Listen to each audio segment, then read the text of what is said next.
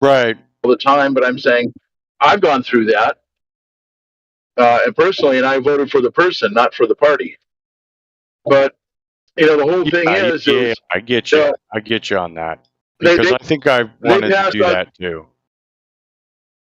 they Sorry. pass stuff off like in a bill. They put out a bill and it says, okay, we're going to have a bill here, and this is going to go ahead and provide children meals at school. But also, it's going to give so much money for the police to get more military equipment and blah blah blah. So you vote for the one thing to help the kids, but it's also got something else tied in with it. And they can't just, if they're going to have a vote on it, which you can't even say if the votes are accurate and true. Um, but if they can have a vote on it, why not vote on them independently? And why have an apple in with an orange and say, okay, which one? Do you want the apple and orange, or do you want the banana and the grapefruit? So, and that's what I call a grant rant. So if you're paying attention there, Jim, I've dropped that term a couple of times. That's when I go on a rant. That That might was be not a rant that I'm used to. No, no, it was a very formable, nice discussion. I don't even consider that a rant. You want to hear a rant? You talk about somebody yelling for fucking the same thing over and over again. For I remember this one time, this guy was yelling over and over again about the same point, and the Glover would yell, he would yell, and then it was like back to the same point, and it was like you could almost, it was a repeat, right? So I was like, all right, I'm done with this. So I log out of the Discord. I log on 4 hours later, and they're still doing the same thing. Mind blown. Mind blown. I can't believe people can do that. What a waste of fucking time. No. So you have to excuse me. I know that you're new here, and I saw your Sorry. name earlier when I paused the music to talk to you, but I'm on the phone and I'm driving and I can't see, and I forget what you call yourself here. Oh, you mean what side? Or I guess You. What is call it your name? one What is side. your name? I'm Wave Mixer or Grant, either one. And you are I prefer Patman. Batman? Yeah. Okay, but you're not FE Batman. You're a different Batman. No, no, no. Patman. P. Oh, Batman. Batman. Okay. Yeah.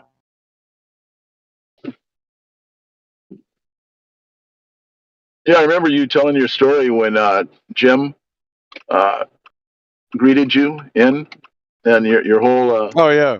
Right on. adventure. Not the whole one, but part of it. For sure. So I'm kind of new here too. I've been here maybe it was the end of 2022. I think maybe December. I forget offhand.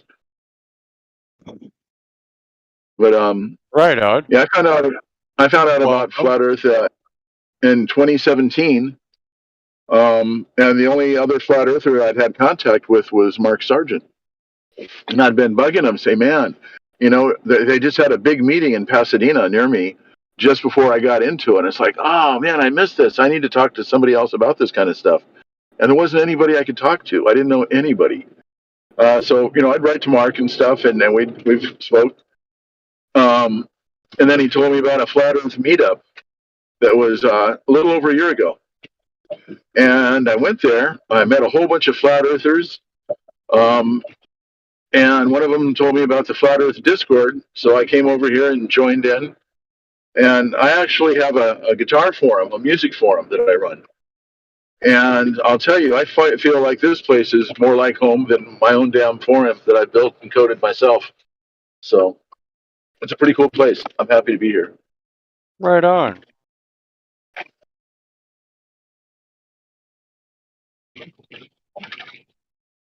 Yeah, me too. So I'm in Los Angeles, California. What part of the world are you in? I'll just say Northwest Washington. So Oh, okay. I was born in California, actually, Riverside County. Oh, yeah. All right. And About an my hour daughter, away from Disneyland.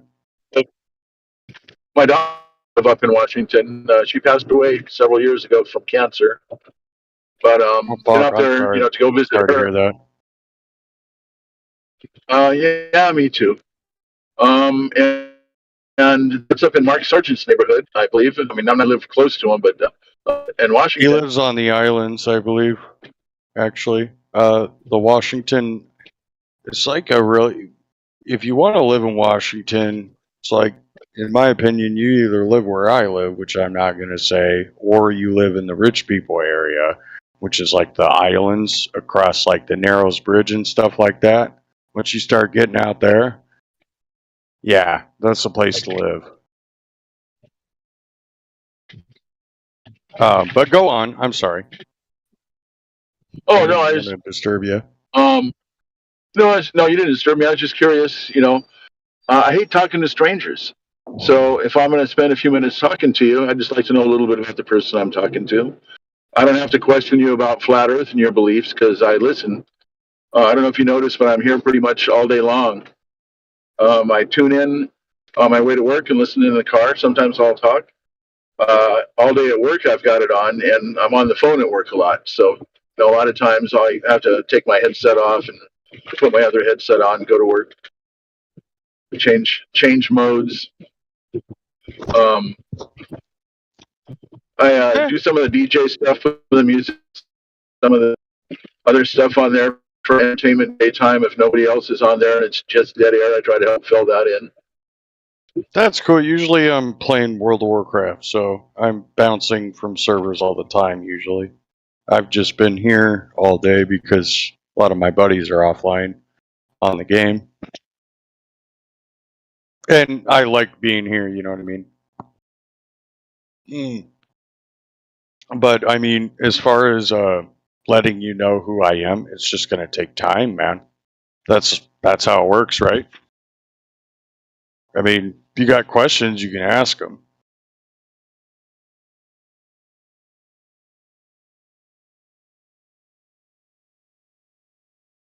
I just said I live in Washington because I mean that's where I live, so I'm not going to give a specific point. I don't think that's fair. You said L.A. I'll just say outside of Seattle. How's that work?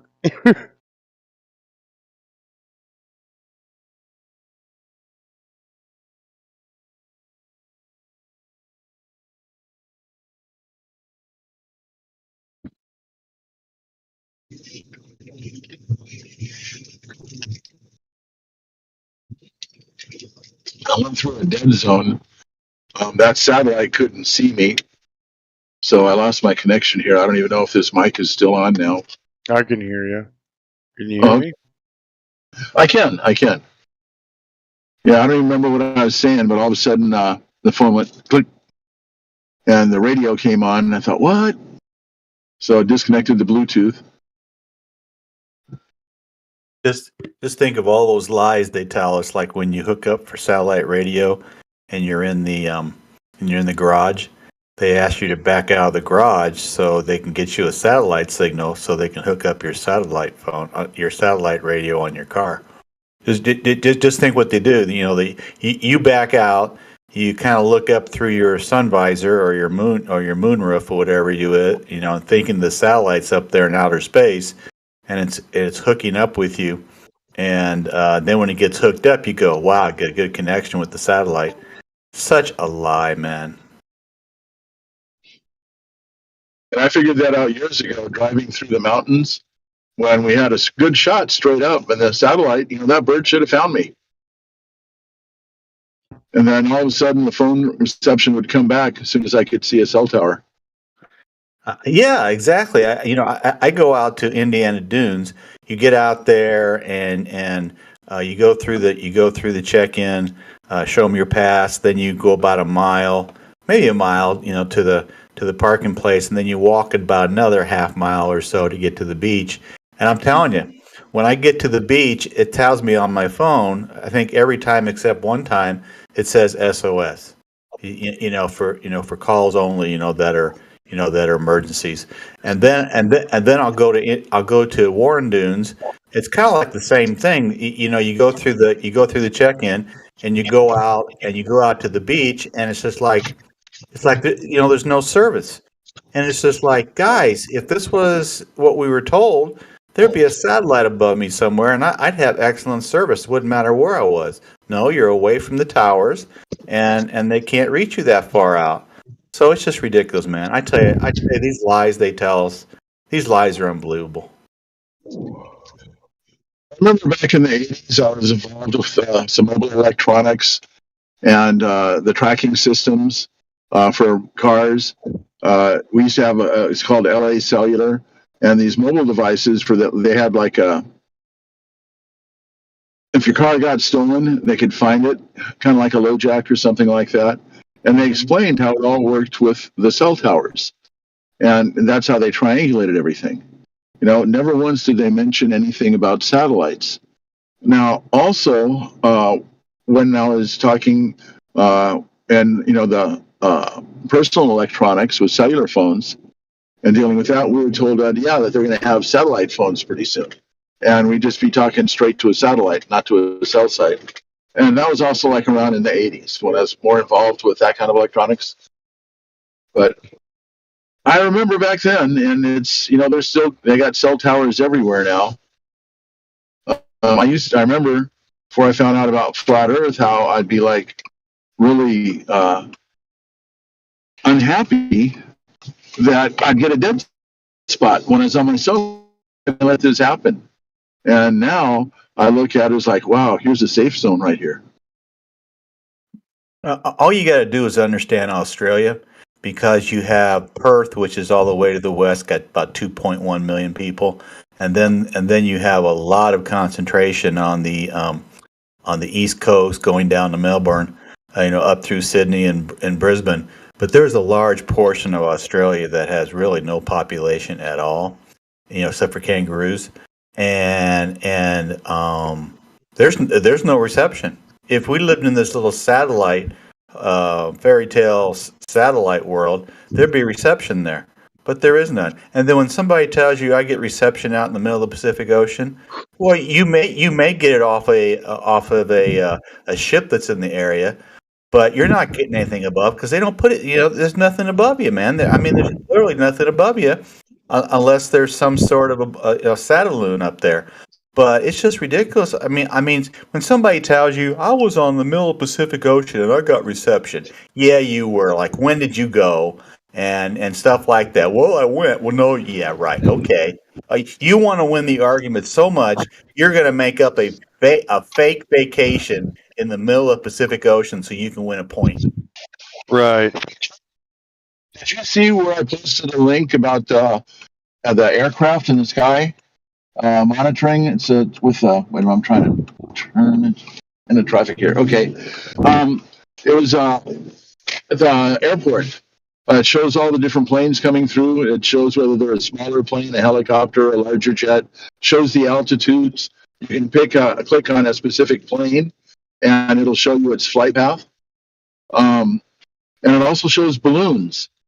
And so there's different little icons for the different types of planes, and the balloons have their own little icon. And they're color-coded for the altitude, and the highest altitude you can get is red. And these balloons are the only thing in red, and it shows their altitude and their call sign and everything else. But I found that really, really interesting. And I posted that link there earlier today. Were you by any chance online? Did you see that? I didn't. Well, if you're interested, I can post it again. But one of the things, another member here, he gave me the original link, and he had the flight path of one specific plane in my neighborhood, in my area. And it showed how it's coming from a military base, and it was just going back and forth, covering a grid, like a square area, over a specific a few cities. It's a pretty wide path. And then I look at it the next day, and it's covering a different area, like another block right next to where it was before. And it's just, it's interesting, wondering what they're doing. But the main thing I was talking about was the balloons because you were talking about Satelloons. And these things were up like, 50, 60,000 feet or something like that. Don't quote me on the numbers because I don't have it in front of me and I'm not all that good with altitudes. I got a hard enough time just figuring out how to drive back and forth to work every day. But if you're interested, I'll post that link for you again. I think that you might find it fascinating.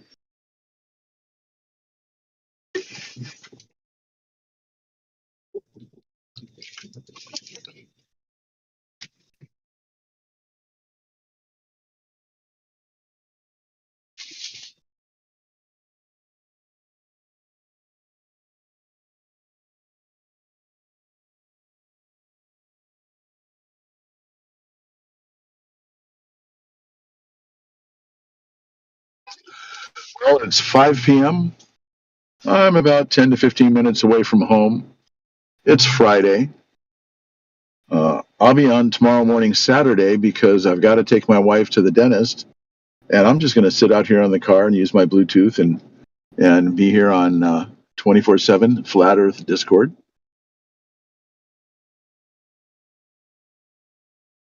Right on. Right on. I'm going to take off for a little bit. Chris Sparks, who is the Helio Sorcery, guy, he's part of a Bible study in Australia that starts at 10 a.m. on their Sabbath in Australia, and it's 7 p.m. here Central Time. So I've been trying to go there whenever I can. They're basically all believers, and they all know that we live on a stationary plane. So there's usually about 100 people that show up for it. So I'll be back when it's over. So I hope you guys have a nice evening, and I'll talk to you later. Later on, Later, sir. Jim. Take care.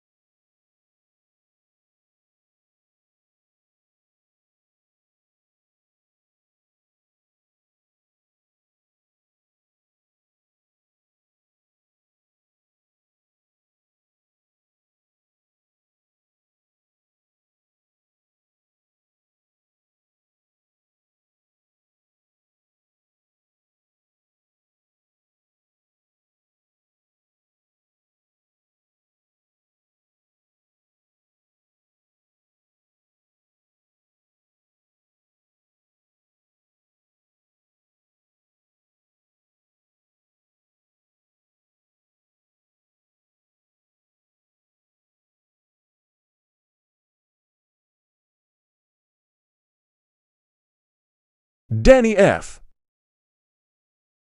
The Doctor 978322S 50K failed bet, and Camille. Tony, I'm here. how's it going? You guys there? Was that again? How are you doing today? Pretty good. How about yourself? Yeah, very well, thank you. So, what's bringing you to the server today? You were just listening in? Yeah, I drop in to listen. I sometimes listen on the YouTube channel, but I decided to drop in on the Discord channel this morning. Cool. So you obviously find the discussion somewhat interesting. It depends. Sometimes it is, sometimes it isn't. I mean, do you think flat earthers have any valid points that they're making, or any of the questions that we're asking? Do you think they're valid? Do you think they should be given time and discussed, or do you just think it's all ridiculous? Oh, I discuss these quite a bit. I mean, after all, I wrote a book on flat Earth, so I think it's important to take the time to discuss these things. Why do you think it is that in the mainstream and in the education system they're not really discussing it seriously and they're just kind of dismissing it? Well, I think in the mainstream and in education, things are greatly simplified many times. You flat earthers are right about some things. For instance, very few people were actually convinced of the Earth's being a sphere. They were simply told that when they were very young, and that does sort of amount to indoctrination. My teaching over the years, I would ask students, if they believe the Earth. This goes back more than 10 years ago now. Ask them what shape the Earth is, and they'd agree that it was spherical. And then I'd ask them, well, okay, can you give me some evidence of that? And I rarely could find a student who could give me a good argument. I mean, really, they could not. Doesn't mean that they're wrong about the Earth shape. It simply means that they were never really educated. And education's like that, unfortunately.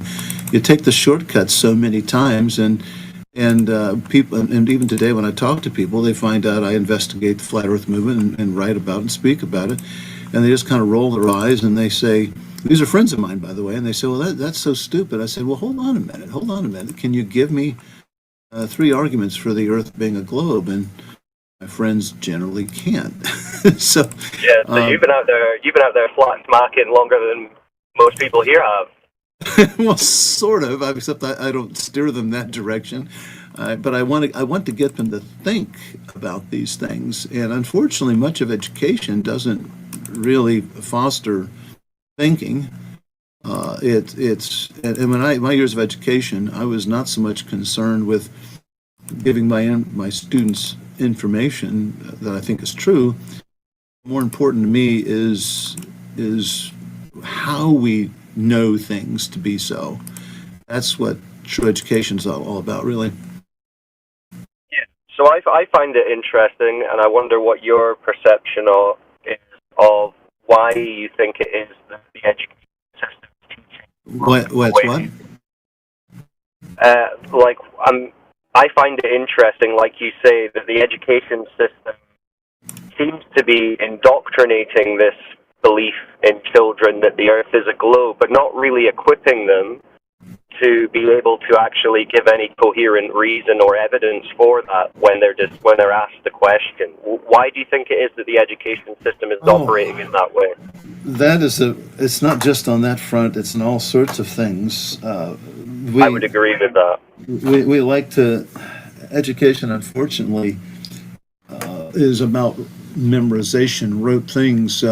History, for instance, is dates and names and places, but there's very little of taking that information and putting it together to figure out things, because that's hard to do. It really is. It's hard to instill that in students. Number one, they have to be really interested and be motivated in it. And if they're not interested, they're not going to want to think through it. So it's like pushing a string. It cannot be done. And so education is proper education is a very difficult, arduous thing to do, and very few people are good at it or successful at it. Yeah, I would agree with that. The education systems, mainly, at least in the West anyway, the ones I've experienced, they seem to be teaching kids what to think, but not how to think. Yep, you got that. By the way, where are you from? Where do you live? I'm in Scotland. Okay. Which used to be the home of some of the best education in the entire world, right? It's famous I understand. Yeah, I agree. Yeah. For the creation of a modern world. And the education system now has to be a far cry from what it used to be. So I find it interesting, and as a man who's in the education field, I think it would be interesting just to get your take on that, because I think there are a number of things that we actually agree on. I mean, what you're saying about the education system is pretty much exactly how I see it, not working in the academic field, but I know academics, I know teachers, I have friends who work in these fields. So I have this concern as well. I understand that you accept that there's a creator. I mean, that's another one, right? I mean, do you not see a parallel between how they teach, or in the mainstream schooling, not religious schooling, but secular state schooling?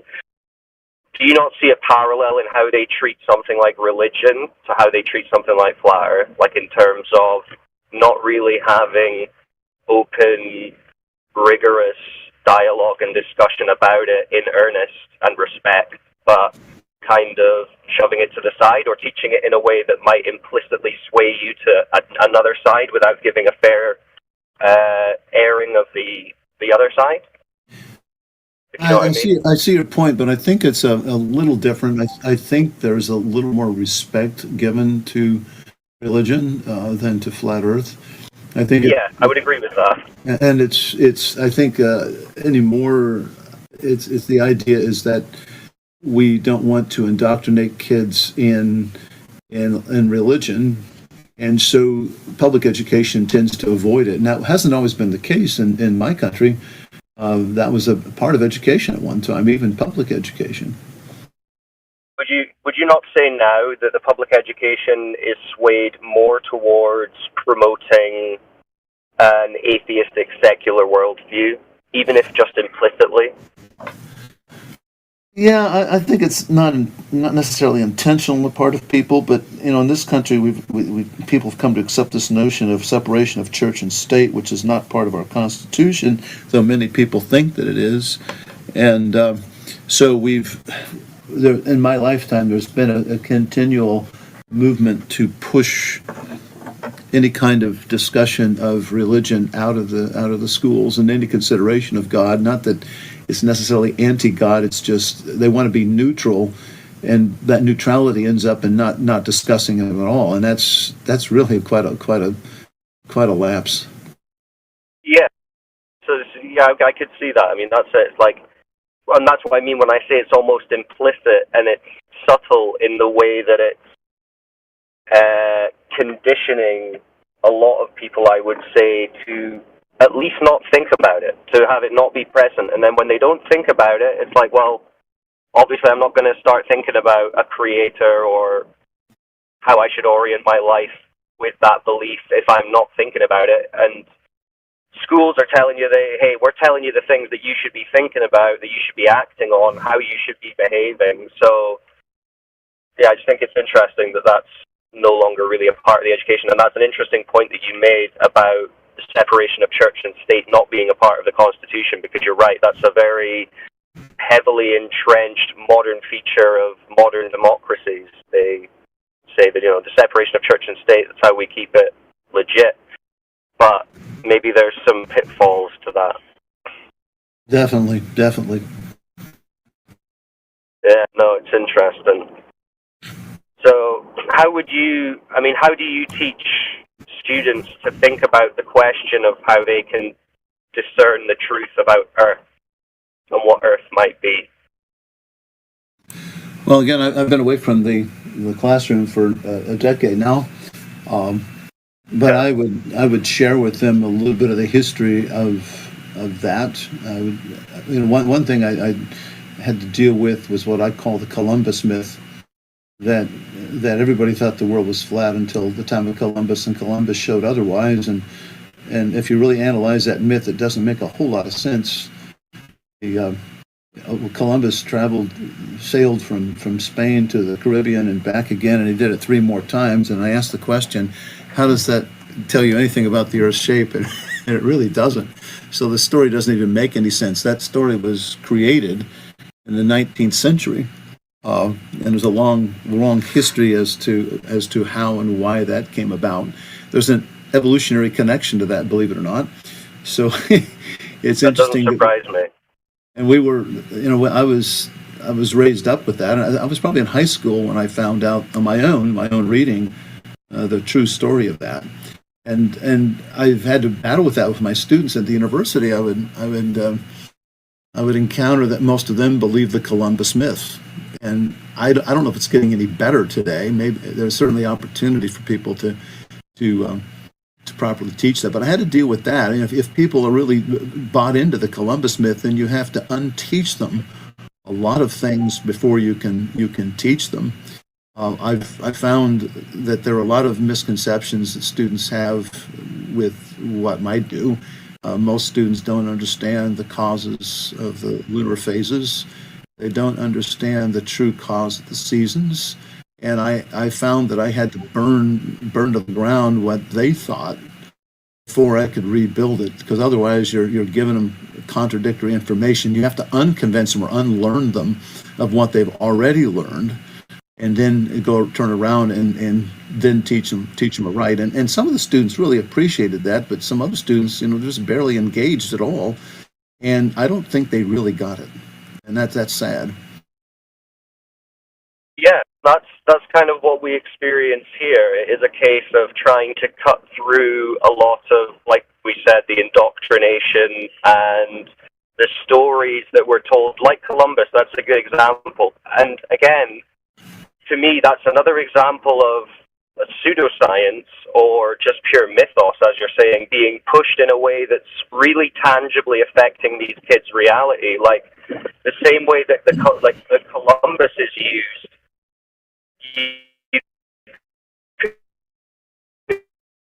I'm sorry, you're breaking up. I can't hear what you're saying.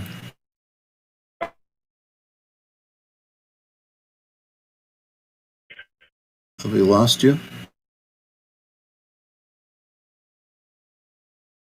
Yeah, I'm in a tunnel. I'm under a river. All right. Sorry, give me 2 minutes. That's fine. All right, maybe I'm back. Okay, I think I'm back to surface level now. I can hear you just fine now. Okay, that's fine. The satellites have got me back.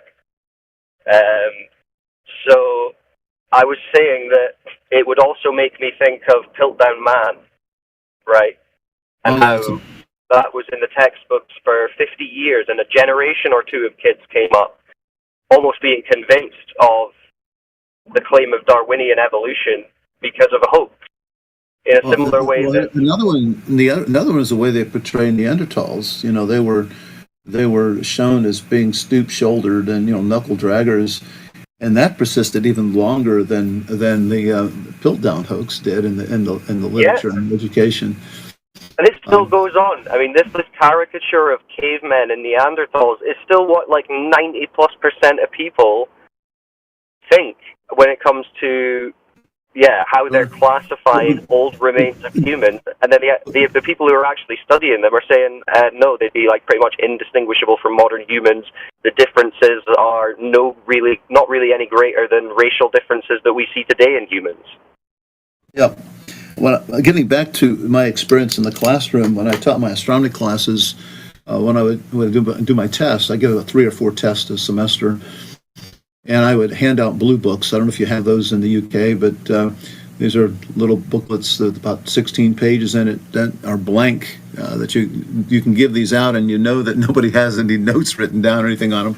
And then I give them a sheet of paper with 10 questions on it, and the 10 questions would be, I'd ask them to explain things, and my students, very few of them, in fact, I'd say almost none of them had ever taken a test like that.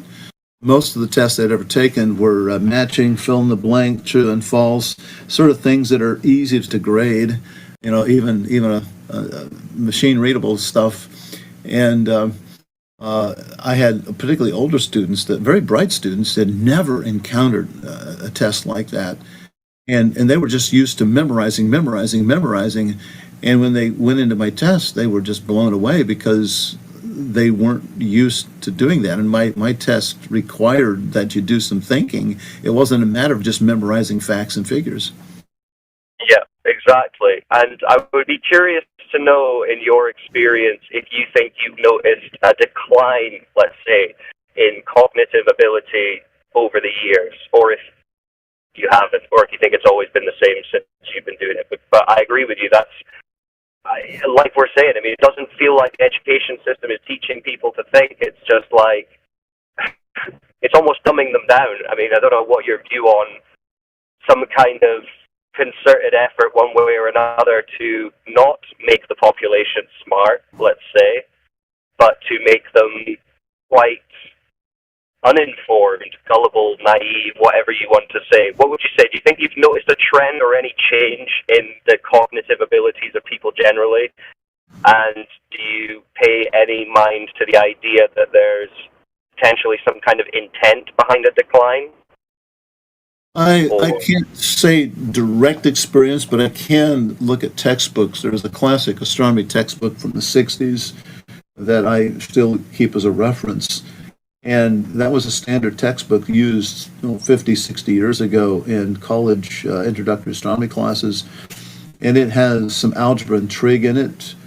It has all these other concepts that if you try to use that textbook today, it would be a disaster.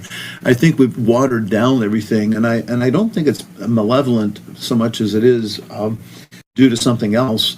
We've become very egalitarian about education. When I was young, not everybody went to college. I was kind of surprised when I learned, I think in 5th grade, when our teacher told us that many of us would not go to college, and she was right. But that's changed. Who doesn't go to college anymore? In the United States, you could, wasn't that long ago, if you wanted to be a policeman or go into law enforcement, you simply had to have a high school diploma, have a clean record, and you would go to, once you're accepted, you go to police academy, they teach you what you needed to know. Now, very few police departments in this country will hire a person unless they have a college degree in criminal justice. And it's not clear to me that you've really taught them much more than they knew before. In order to get everybody to go to college, we have to water down the curriculum. Back 200 years ago, education was quite different because people were taught to read and write, and that was about it. And if you had the ability and the finances to go on beyond that, then your education was very much in depth, very incredibly far beyond what we have today. But we just encourage everybody to go to school today, and that's I think that's the big problem. Yeah, I would agree with that. That's another thing I say to a lot of people that I meet and I speak to in Scotland, younger people coming up talking about going to uni. Really now, it's swung the other way to the point where there's so many degrees, their value in the work space and reality generally has kind of declined, and you're almost better just going into a trade and getting a trade. Like most people would probably do better in life with a practical trade. But no, that's interesting. I mean, I suppose we'd maybe differ slightly on why we think that's occurring, but I definitely think there's been a decline in, I mean, you can look at, I don't know if you've seen any of like the exam papers from the early 1900s. I mean, there's, you know, in the UK we had a thing called O-levels, which would be like, I guess when you're, let me think, 14, 15, 16, and you're doing high school, like higher-end high school tests. And you can see exam papers from O-levels in, like, the earlier 1900s. And the level of it is like university level today, easily. And these were kids in the 1900s. Like, the maths they're doing, the literature questions that they're getting, geography, history, the depth of the questions, the length of the questions, the answers that would be expected, all of it just way higher level than what we see today. And I suppose I'm interested in what you would think the shift for that is, because to me it's resulted in a lower cognitive ability generally of people to think, like we're saying earlier, like you're taught what to think rather than how to think. I'm curious to why you think that's occurring. Yeah, that's what I was getting at with the textbook comparison from 50, 60 years ago. You know, the material that incoming freshmen in the university were expected to know has dropped and dropped and dropped. The shift really began in earnest in the 60s in this country. Looking back, the things they were doing is, again, encouraging more and more people to go to college and opening the doors to everybody. Not everybody should do that. People, and in this country, we're seeing more of almost a subculture of people who are going into trades rather than going to college. I don't know. I'm a little concerned about the direction that's going, but again, I think it's the egalitarian approach we have today to education. Everybody should go to school. So I'm curious, like, why you think that change is happening specifically. Like you say, like the guy in the 60s reading the textbook was expected to know far more than someone who's coming in today. Why is it, you think it's just because they want to lower the bar so that more people will be in education to like pay fees and stuff like that? Is that kind of what you think, or? No, I think it's a belief that education is a very positive force for good in society, and this gets into what I would political philosophy, liberals and conservatism. Liberals believe very much in education. If you have people who do bad things, well, it's because they've not been properly educated. And you know, the education in this country, at least, is always touted as being the solution to so many problems. So if you really believe that, then the way to improve the world is to educate the daylights out of everybody. But in order to do that, you're going to be bringing in people who really shouldn't be in school in the first place, perhaps. And the only way you can get them through that is to lower the bar. When I was growing up, going to college required maybe 1 or 2 units of science from high school. University, you say university, we say college here, you say university in the UK probably. But over the years, they've wanted to improve education, so many states now require 3 and 4 science courses in high school before you go to university. And in the past, that would have meant taking, say, physical science in 9th grade, biology in 10th, chemistry, and then physics in your junior and senior years. But the problem is, those are very mathematically inclined, very analytical things that not everybody can really do. So the solution has been to lower the bar so that it's not taught at the level it once was, because you're letting in people who really don't need to be there, and it's to the detriment of people who do, and they're not getting the education that they were supposed to have. Yeah, but see, to me, that that just seems so crazy because, like you say, if the thing is that everyone's appreciating or believing that education is the most important thing, like being intellectually informed and cognitively able is of paramount importance, then how can it be that it's progressed to a point where everyone's less cognitively able? And so, I mean, I get what you're kind of saying is that, well, in their drive to educate as many people as possible because education's so important, they've essentially lowered the bar to get everyone involved. But surely it's a little bit counterintuitive to think that these people genuinely want the best educated society, but in doing so, somehow they've made everyone less cognitively able and they've lowered the standards of the education to the point where people aren't as cognitively able. Like, to me, well, that would either be gross incompetence or a more concerted effort not to actually improve people's educations, but to make them more susceptible to being hoodwinked, maybe by the more educated. Like, do you not think that the idea that they're really after the best education for everyone is kind of contradicted by what we're talking about? The fact that the education system now is not educating and not creating cognitive strength, but essentially susceptibility to indoctrination. Yeah, the mistake twofold. Number one is they assume that education is the salvation of society. It's not. But when once they began down that road, then they focus on educating everybody, and they don't intentionally perhaps go about cutting corners, but that's exactly what they end up doing. We used to have teachers' colleges, teachers' universities in this country. We don't have anymore, I don't think. And they really did a good job of preparing the teachers to teach. The school district I grew up in would shop to get their teachers from one of these schools particularly. And I think looking back, I had some pretty good teachers when I was growing up. But those teachers' colleges wanted to be something better, quote unquote.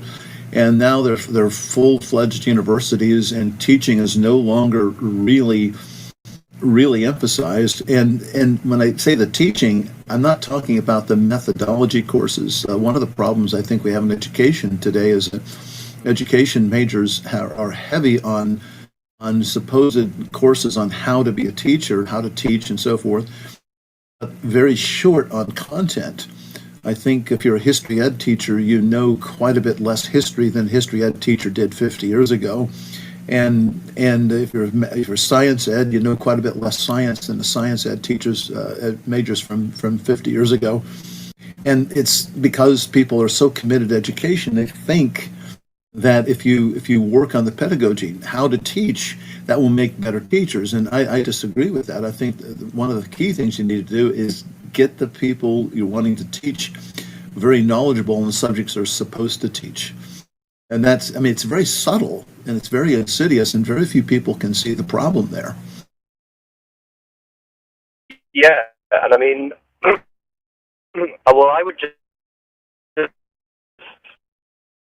I mean, I agree with you on the teaching side as well. It's like with the general decline in the education, obviously the teachers are themselves falling victim to that system of basically indoctrination rather than education. Like, the teachers are being taught in a similar way to the students in terms of how to teach, and it's all kind of stopping teaching to be valuable, which is philosophical and challenging, and, you know, not just regurgitating information out of a textbook. But to me, it's hard for me to give, say, the government and education systems the benefit of the doubt and say, well, they're trying their best, but they just so happen to be creating worse teachers, worse education systems, and thus worse students and less cognitively able people, even though what they're really trying to do is improve everyone's education. Like, because it's a sad indictment of the entire education system, like what we've agreed on already.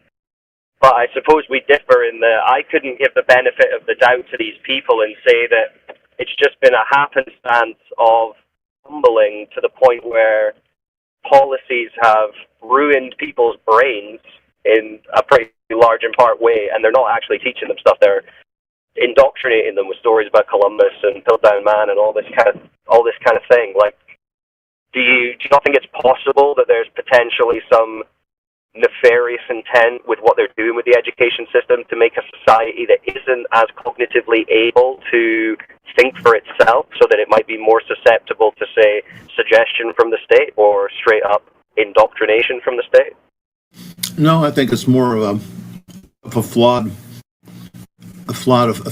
philosophy of what education ought to be, and a very poor execution of the policy they did have. I mean, it's a flawed on both ends. The foundation of what they're trying to do and how they get there.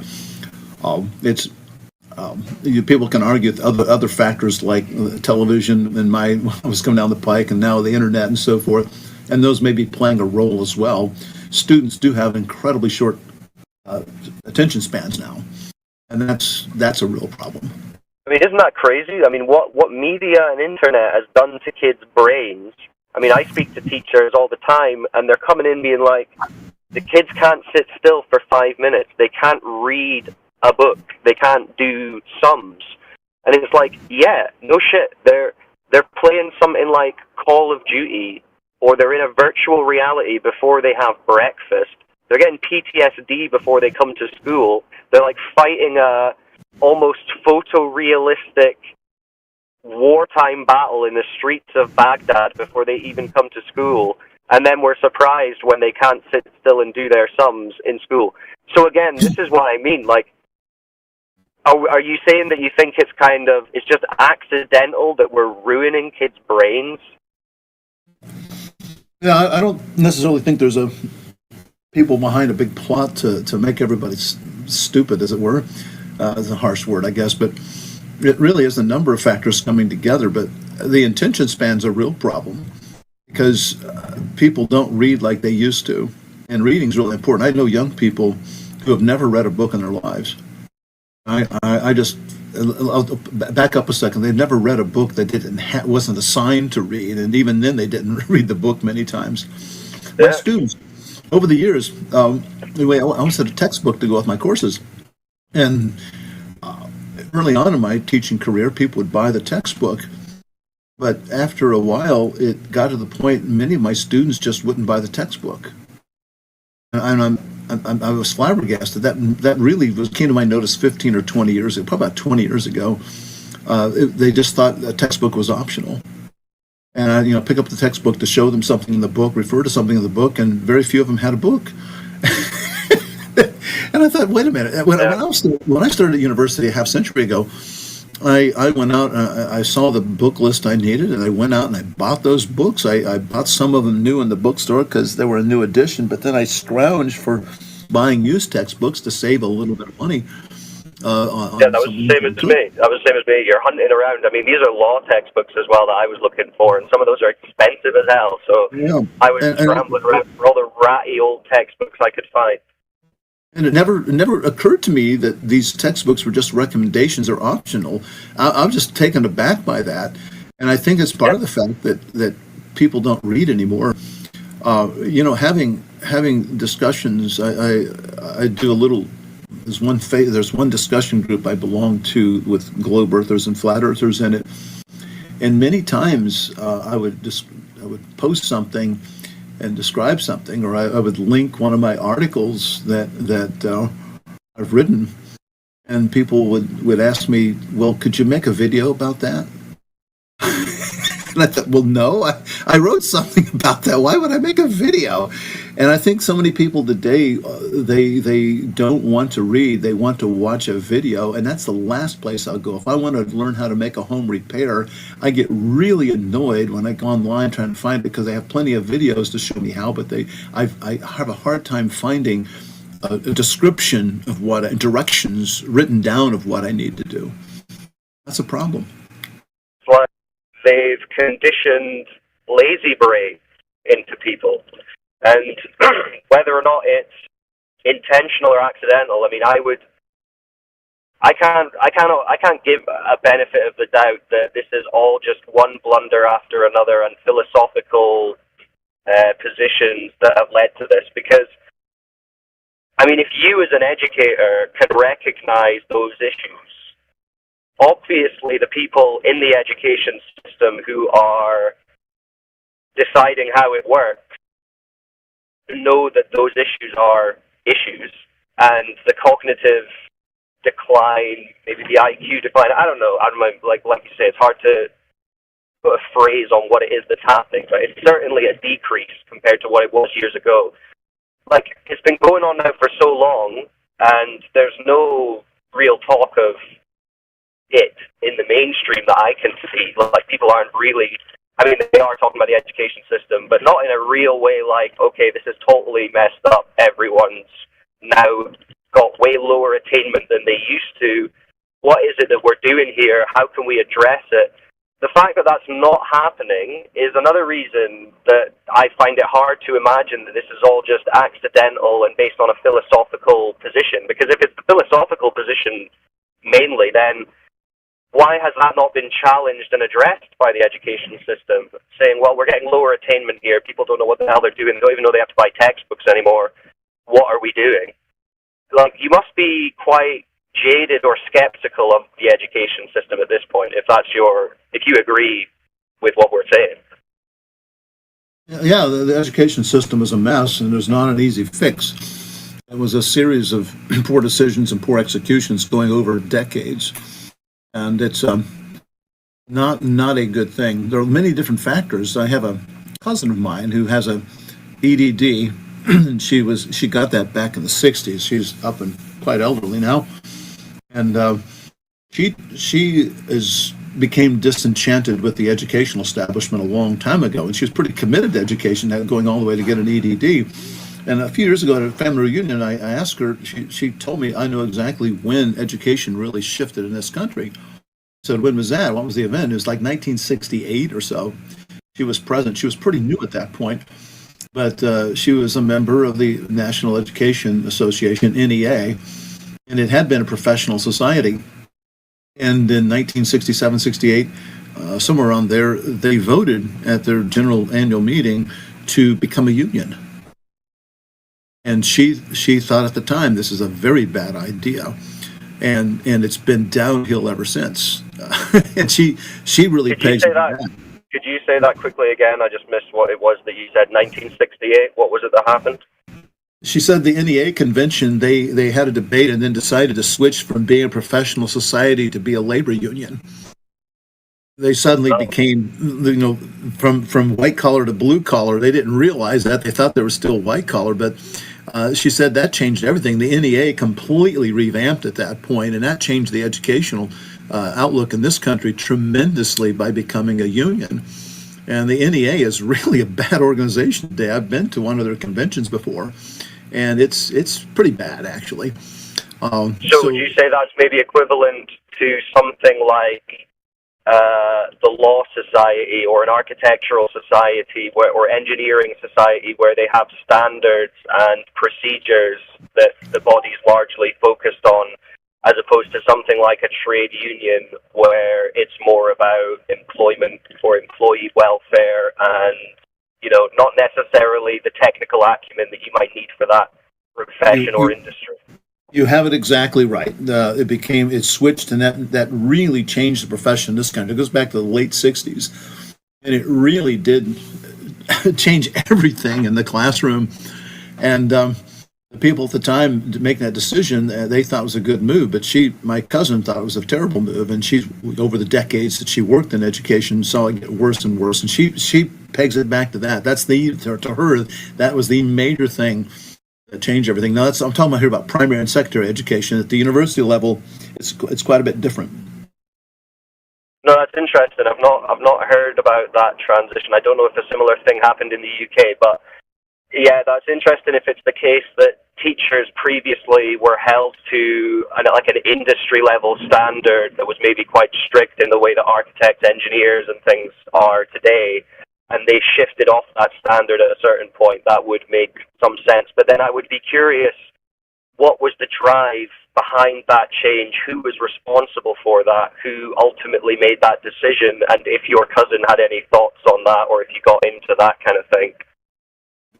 Well, the NEA is open to any school teacher in the country, of primary and secondary ed, and they have representatives that go to the annual convention usually at the beginning of July, and they make a lot of decisions. They vote on things, and so it was a motion from the members of the NEA themselves, the teachers themselves. They all voted on it, and that's kind of how they made the decision. Yeah, and does that organization have, or did it have any government oversight, or was it entirely independent of the government at that time? Oh, it's entirely independent. Unions are in this country independent, and professional societies are. But to me, that's unthinkable, because I think of teachers as being a profession, not employment. I mean, you're not a laborer in that sense, like a trade, and it makes no sense for them to do that. And you mentioned engineers and other people. They're professionals, and teachers, that really changed the attitude of who they were, what they were doing, and how they were supposed to do it. And it reflected a lot of the shifting things going on in the 1960s. So that was a huge thing, that part of the mix that transformed education in this country. Oh, that's interesting. Yeah. So I mean, again, it's like, to me, and actually Adam Unsalted made a good little point in the chat there. What did he say? Saying, well, he was saying if it was a case of almost accidentally blundering our way into bad education, you would think that they would get it right as often as they do wrong, even just by chance. But it seems like it's just one blunder after another. Yeah. Well, things have gotten worse to the point that it chases off really competent teachers. And I've had this conversation over the decades with people who went into education very, very much motivated to make a difference, to impact the lives of young people. And if they're really competent, really good, they get there and they find out just how bad things are and how incompetent their co-workers are. And eventually they get discouraged and leave. And so this whole shift in policy and attitude in the educational establishment has driven away good teachers to the point that really good people don't even go in the profession anymore. I think it was Thomas Sowell. I think 30 years ago, Thomas Sowell, who was an editorial writer in this country, very conservative, he referred to the education schools at various universities across the country as the intellectual ghetto. And it's largely true. It tends to collect the people who can't really do anything else. It's been taking off on Socrates? Those who can do, those who can't teach. So yeah, no, that's interesting. I hadn't heard that Soul quote before, but that's the intellectual ghetto. I like that. Yeah. And I mean.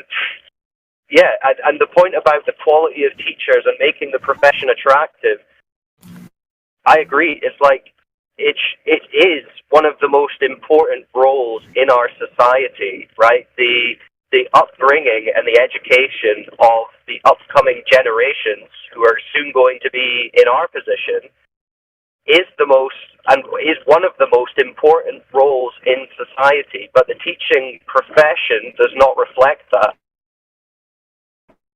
Just in the United States, but probably in most countries now, certainly in the UK, it's not an attractive profession for a lot of people. It's not especially well paid. It's not especially respected or treated with any kind of reverence. It's like, it's kind of, and I mean, the class sizes increase and the children get potentially more unruly. So it's not an attractive profession to a lot of people. Whereas if you were a society or a state that genuinely cared about education being as high quality as it could be, you would think that it would be pretty simple and obvious to say, well, we need to make the teachers as good as they can be, and therefore we need to make the profession as attractive as it can be, and not just like, well, if you don't know what else to do, why don't you just become a teacher and teach the next kind of generation, so they won't know what the hell to do either. Yeah, I'll share a little anecdote here. I went back to years ago. Went back to the town I grew up in, and they had a evening, had a festival going on downtown. Closed the block off so from traffic, so people can set up displays and tables and booths and so forth. And I stood there with my wife and one of her cousins, and I looked across the street and I saw a tent there with I think about 5 people standing around, and I couldn't see what they were representing, but I looked at them and I said, you know what? Looking at their expressions on their faces, they look clueless. They really did. And I said, I bet anything those are representatives of the school teachers in the city. And sure enough, I went over there and got closer, and they were. Just from what they look like, I could figure that out. And my teachers growing up in that same town weren't like that. They really were competent people. I thought, I think they really knew what they were doing. Maybe I was clueless and didn't get it, but I think I got a reasonably good education there growing up. But it has really gone downhill, and there are many, many factors. But I think public education, at least in this country, was flawed from the beginning.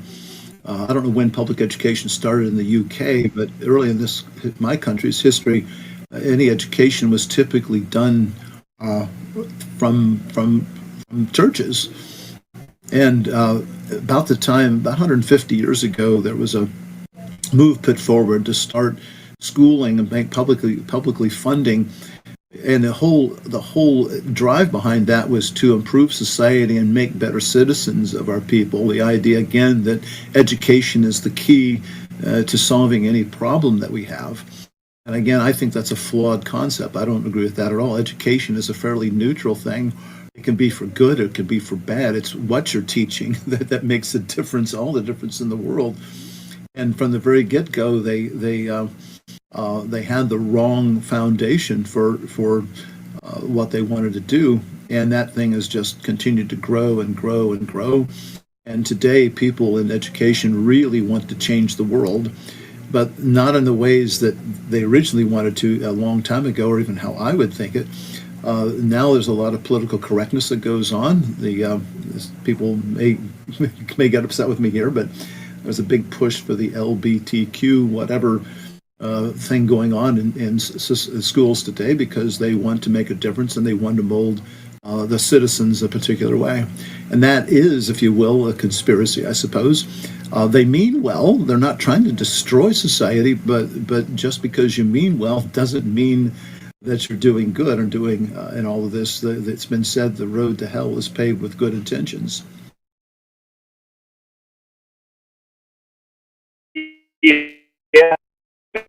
I don't know. I guess maybe you have a little more optimistic a view of people than I do, because I don't necessarily see that they're meaning well for people with what's going on.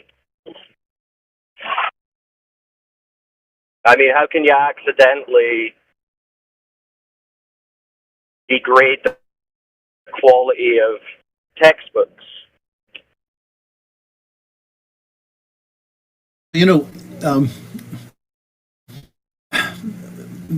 I'm sure that Adolf Hitler thought he was doing good. He didn't say, well, I want to find out what evil is and I want to embody that and triumph that all over the world. He really believed in what he was doing and thought it was best for mankind that he do that. Now, of course, it was totally wrong and it was quite evil, but he wasn't consciously in trying to embrace evil. He was trying to do what is good. And so people many times can truly intend to help people, help society, but because of the wrong worldview they have, they can promote a lot of very bad things, very evil things. So yeah, I'm not saying that these people are good. I'm simply saying they haven't good intentions, but that's about as far as it goes.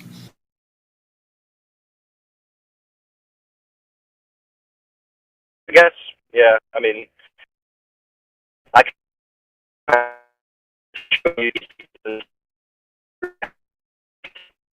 well, I mean, you can't really speak one personal entity necessarily, but to me it seems like the weight of the organisation is being moved in a way that's not conducive to an educated. I can't believe that that's just accidentalism, so to speak.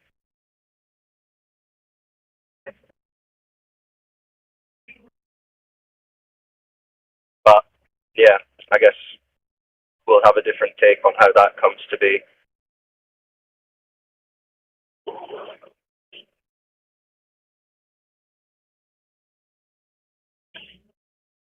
Have I dropped out? Yeah, I can still hear you. Okay. I'm just eating my breakfast and I keep going on mute so you don't hear me crunching on my food. Oh, okay, no worries. Well, feel free to just go on mute and eat your breakfast. I don't wanna make you starve. And if there's anyone else in the chat that wants to jump in on anything, feel free. What is your profession?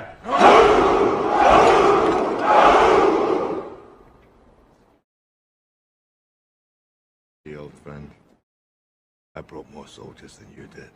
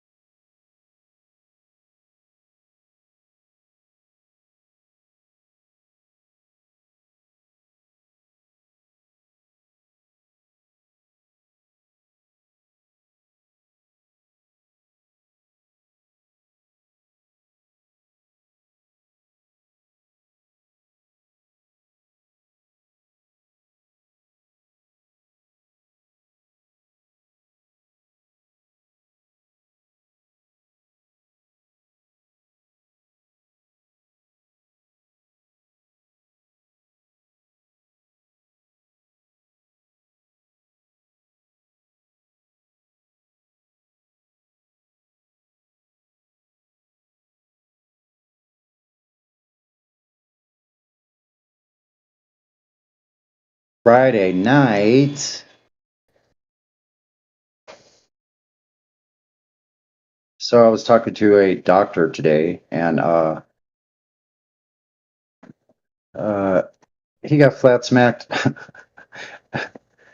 I started out with a fighter jet doing 1,000 miles an hour, 10 feet off the deck over the open ocean, and not having to adjust for any curvature. That would be 6,667 some odd feet of lower elevation, more than a mile of elevation drop.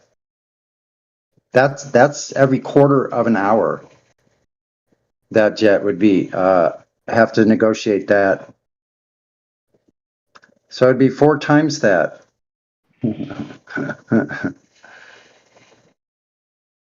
And so this guy was taking notes. I said, we see too far because the consequences at the surface of a ball of 3,959 mile radius, and I knew all that stuff. I just started spilling it all out right there. He's writing it all down. And then so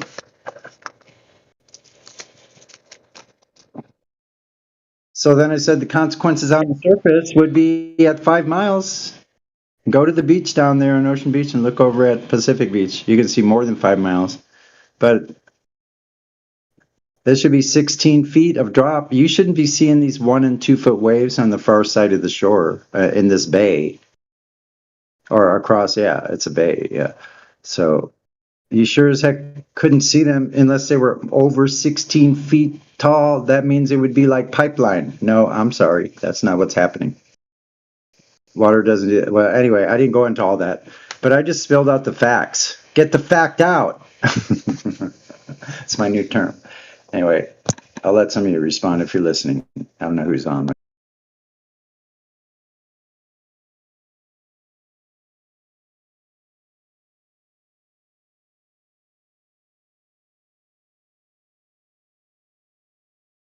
Okay, well, I'll just dovetail right back in then. So, I hope all is well with you, man. It sounds like you're doing good, and that's awesome. I'm doing It pretty took good. me a second to unmute my mic and get my headset on, bro. Oh, no problem. You know, I take my time. I'm trying to take my time doing everything I do these days. So anyway, so at the like I was telling this person that you could look out here in San Diego and you can see way too far for a ball that size. I said the Los Coronados Islas, Los Coronados off the coast here. They're off the coast of Mexico, right off their border, right near their border, but 26, 27, 30 miles away from where I am. And you could see those on a good day. Now, if you're a sailor, you could sail out of the harbor, look at those islands, and travel all the way across and get on shore and touch the island. So, when did it change from something that was a mirage to when it was real if you're looking at it the entire time while sailing to it? Tell me that. Okay, no answer. Okay, that's what I thought because yeah, it's done for. The globe is so done for. So yeah, I hope you're all having fair winds and following seas out there in your travels. But wherever you're traveling, the last part I went into was the right triangles, and I said we navigate with right triangles, and you can't get an elevation angle of these luminaries above us without using the horizontal. You can't have a horizontal zero on a curved surface. It's impossible. Can't be done. Can't do it. So you take that fighter jet traveling at that speed, you take the navigation, then if you want to crisscross it with coastal navigation where you use the right triangle, lay it on its side, and get your angles away from known landmarks, so forth, so on. That part. These are all objective things that we know, and then I just go straight from there to the hostile witnesses, all the people that are flying shit, including NASA, are saying they're using a flat stationary Earth. Now, why in God's name would you use a flat stationary Earth if it was indeed curving? What about that flight? What about that pilot going over 1,000 miles an hour? What if it was really curved? What are the consequences of not doing anything or assuming that's flat and stationary, like we know it already is? What? No one in the right mind would do this. That's why they don't. There's not something on every single aircraft that makes them automatically be on the freaking Sagittarius. Do you know what that means for reality if that were the case? That's a really strange world to live in. Like, I don't know how any of y'all could like believe that nonsense. It doesn't match reality at all, not one iota. And I'll yield the floor. Thanks, everybody.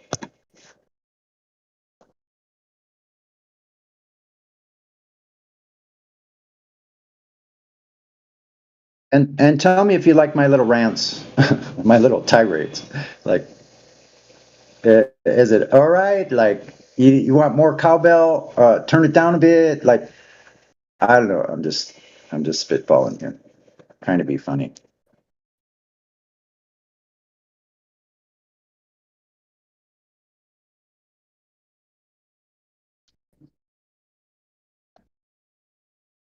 So I find that so interesting these days that regular ordinary people that wouldn't ordinarily be interested in anything like that, you can drop. I just dropped a little seed right then, and then a couple minutes later, it felt like that seed was already ripe, and I'm like, okay, we got a growing tree here. This, and you know when someone's listening to someone like me talk about Earth, all of its dimensions and all of that stuff, what that means on the surface, like this guy's taking notes, listening to Sunny.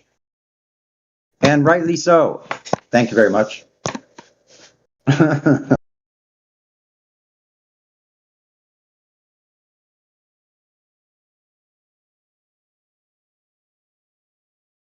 Because the way I see it, you guys, is like I have a sense of exigency, like I have limited time. Now, some of you might be all like, well, it's going to take years and years and years, and I got plenty of time. I don't. I want to see this thing make some drastic changes on Earth that we live on by the time I'm through. I want to see the changes. Like I'm willing to put in the good fight and do what's right as far as well, not fighting for one, but just civil discourse where we talk it out. And we are going to have to make some adjustments. And you guys think you own everything. How long is the 99% going to put up with that shit? So you must have a plan. And I don't think alien freaking conquering is going to be it. That's just not going to cut it. That'd be a good Saturday night show. Like, go out and watch the sky. Oh, look what they're doing now, Ma. It's already over. People are smarter than that.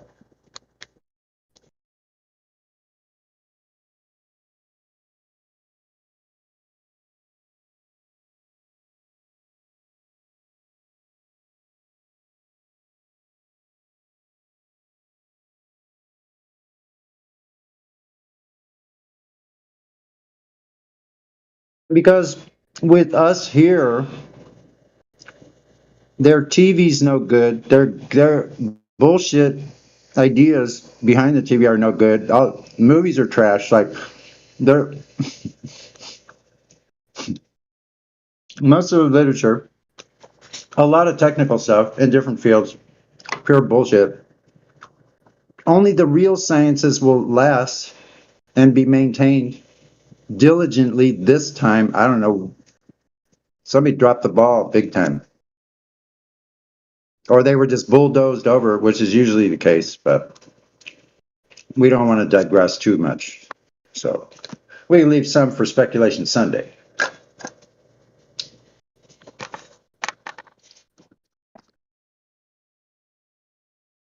So what I'm saying is, I have a plan.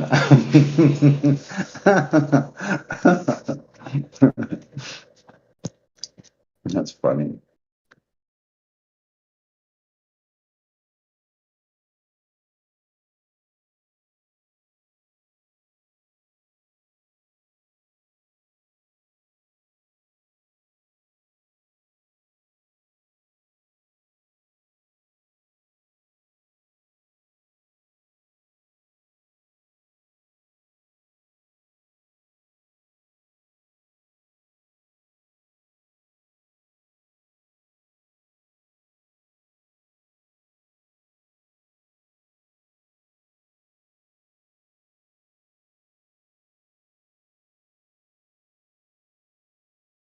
So here's a question for the panel. What happens to a culture or a society that kills off in one way or another all of their heroes?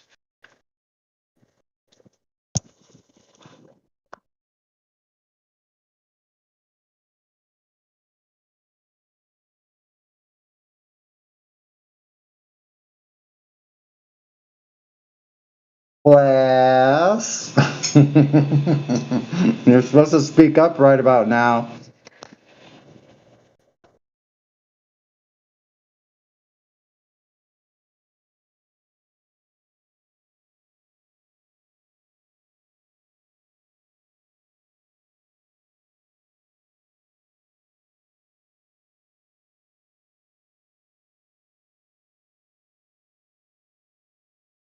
Okay, so I can go on. I have a lot to say, and so anyway, I don't like. I'm one that doesn't like small talk, really. Like, I mean, I can hang in there as well as anybody, but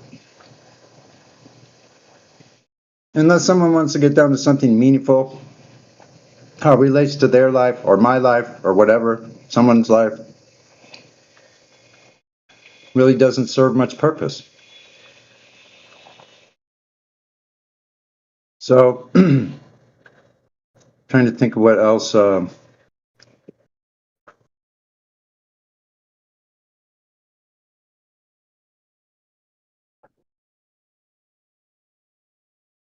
when you talk to somebody in a setting, their setting, and you're able to talk with them on a cordial basis and just be adult about things, then it makes it much easier to present information. And there's a really lot of interesting ways that you can do this in conversation.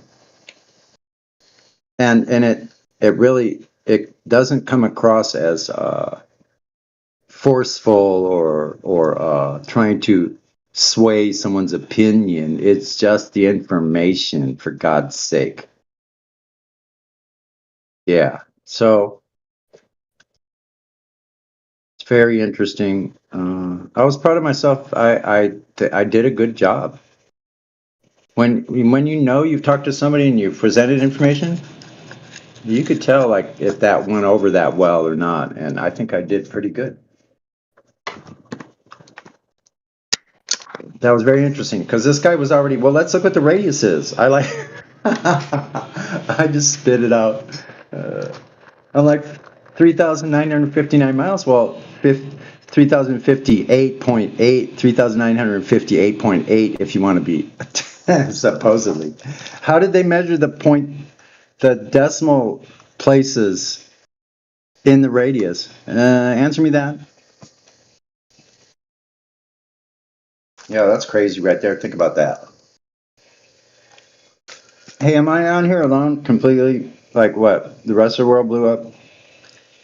Nobody's else there? Speak up, please.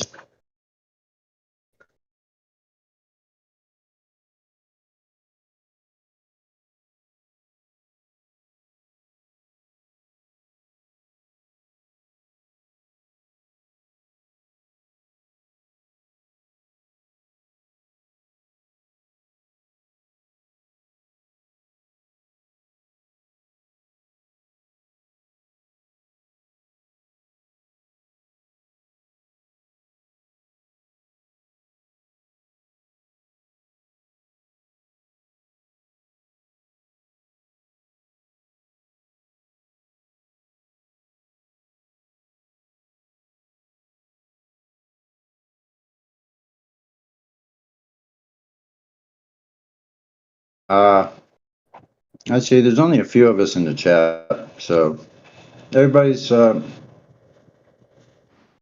somewhere else or with their sweetheart on a Friday night having dinner or something. Who knows? Except for you Australian folk, because it's already Saturday. Who was that just popped in? Was that Tios?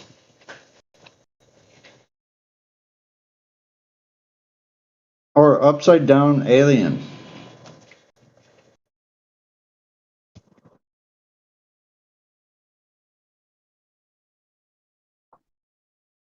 Upside Down Alien, are you there? This was I. Oh yeah, I think we might have spoken. Ah, cool. How was your evening?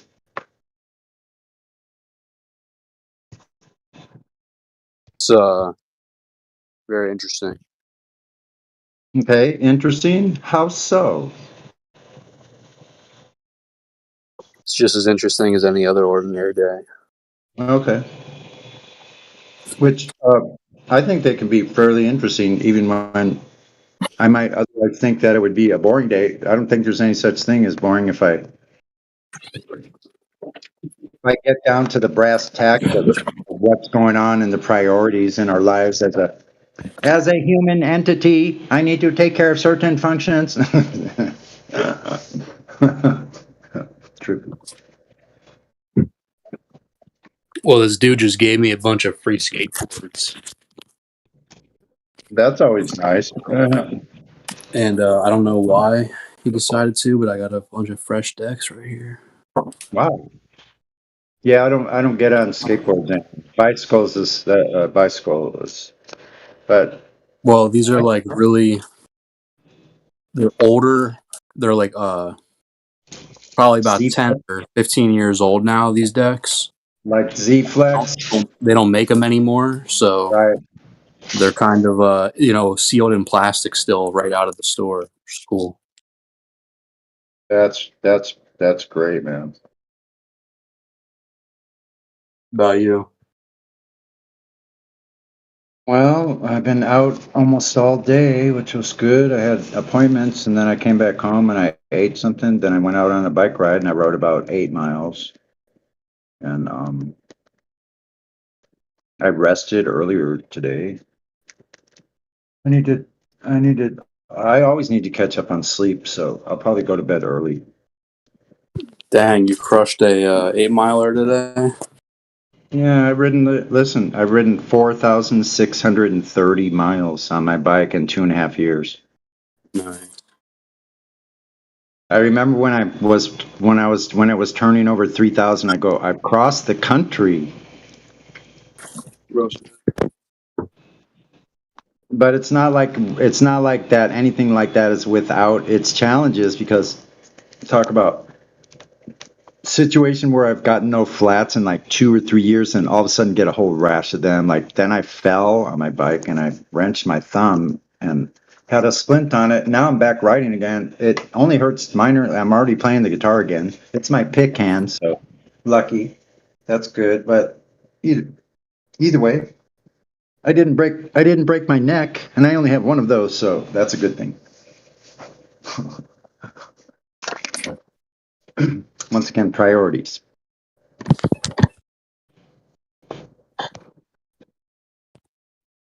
Yes, sir.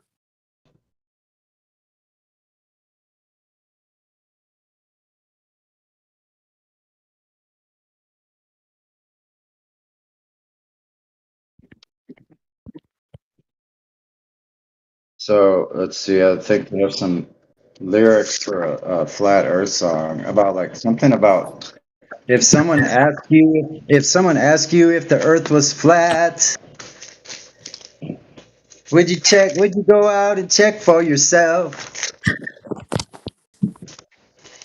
It's pretty groovy. But you have to like to hear the music. So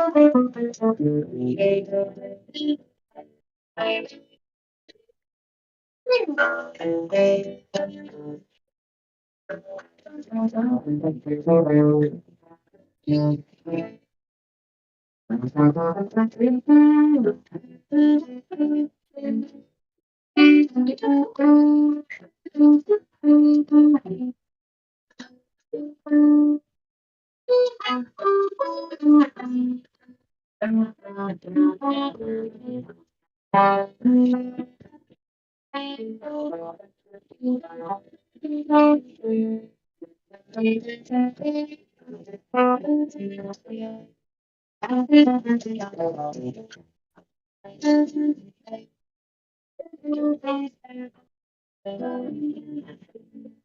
they told you the earth was flat, would you turn your back? Or would you go and check for yourself? I bet it's been a long time.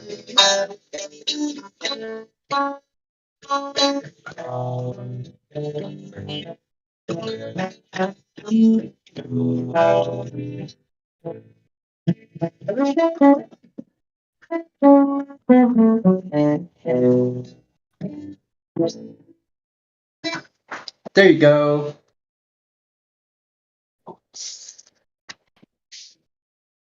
Just needs another verse now.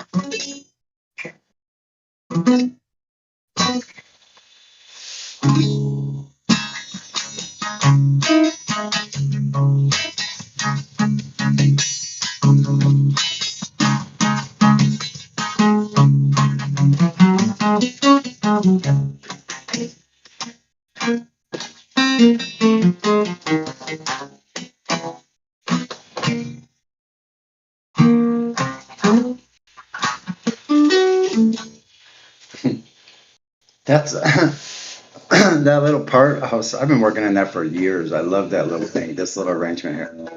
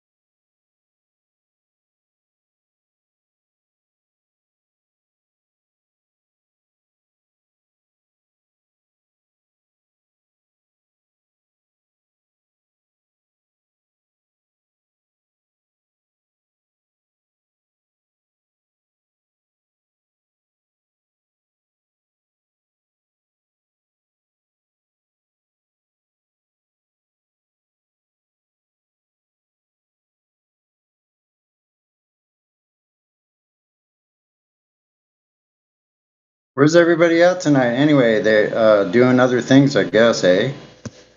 Is there some kind of a podcast happening or something?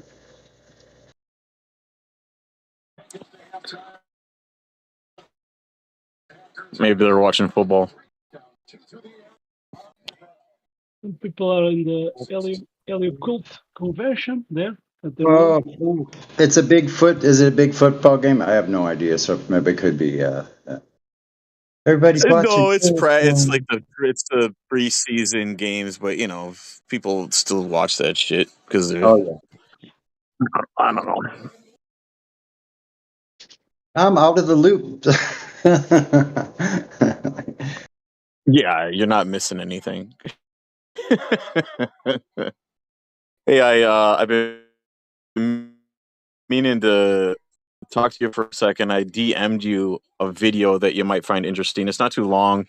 It's actually from some show on the History Channel, which I thought was funny, but it's about what we talk about a lot of times about the history of the United States and the Atlantis and Atlantean people and Aztecs and where they might originate from. And I thought it was interesting that they actually did it on the History Channel, and they talk about Wisconsin and the pyramids in the lake, and they actually try to find the pyramids, but it's kind of a shit show, and they kind of gloss over it, and it's kind of silly, but they do connect some dots. They do connect some dots, which is interesting, but for the most part, you know, they kind of whitewash it, but it is still a good little interesting watch. Well, you know what the story is, what the legend is in the local lore is that the Aboriginal people that lived up there had to kill these giant beings. They ended up having the last duel or battle just downriver from the falls of the Ohio. And there is an island there that they did later on find a bunch of very large structured human remains. So they ended up slaughtering them because they were devouring their women and children. You can't have that. Mm-hmm. Yeah. And then the Sitka were the ones in the west in Nevada, and there was this big, huge lake. Probably went all the way to Bonneville. A bunch of Lake Lahontan was one of them, but there were huge lakes, and that was the stories that there too, giants everywhere. But I digress. Yeah, it's pretty interesting. But yeah, they try. So this guy, they get these two little submarines and try to go to the lake where these pyramids are supposed to be in Wisconsin, but it's a total joke, and I was really disappointed. But I didn't really expect anything more. They kind of, I don't, you know, if you really wanted to find these structures, it would be easy with depth finders and yeah. Shit like that. I could find them in my boat with a depth finder, but they kind of just waffle around in the submarines and totally waste time and don't do dick. It's kind of a joke, but there's some other interesting information that I thought you might enjoy because they do connect some dots with the Aztecs and the Atlanteans and yeah, you know, it's on par with what you and I are into. No, it's okay though. I like all that information. Eventually, I will go through it because there's 120 channels of pure bullshit on everywhere else. But anyway, so I find that all very interesting, and it's all kind of like through a lot of research, not only just like this topic of truth in general, but there's some things I've been trying to figure out my entire life, and as well as everybody else here, no doubt. You know, so whether that be secrets in your family, heavens no, secrets? What do you mean by secrets?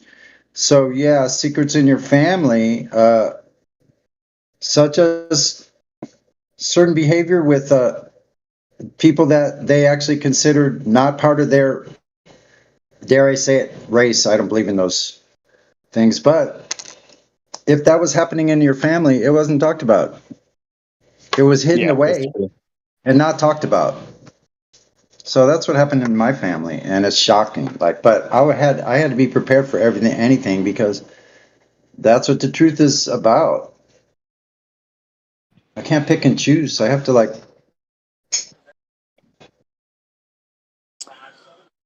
Yeah, there's some things like that in my family too that are pretty interesting. One of them being my mother's maiden name actually isn't their true last name. My grandfather did not like his original father, and so he actually just adopted a different last name. And it was so long ago when he did it that it was able to actually become the real name. It's I don't know how he did it. He might have did it when he was in the military because he did lie about his age and enter the military at a very young age.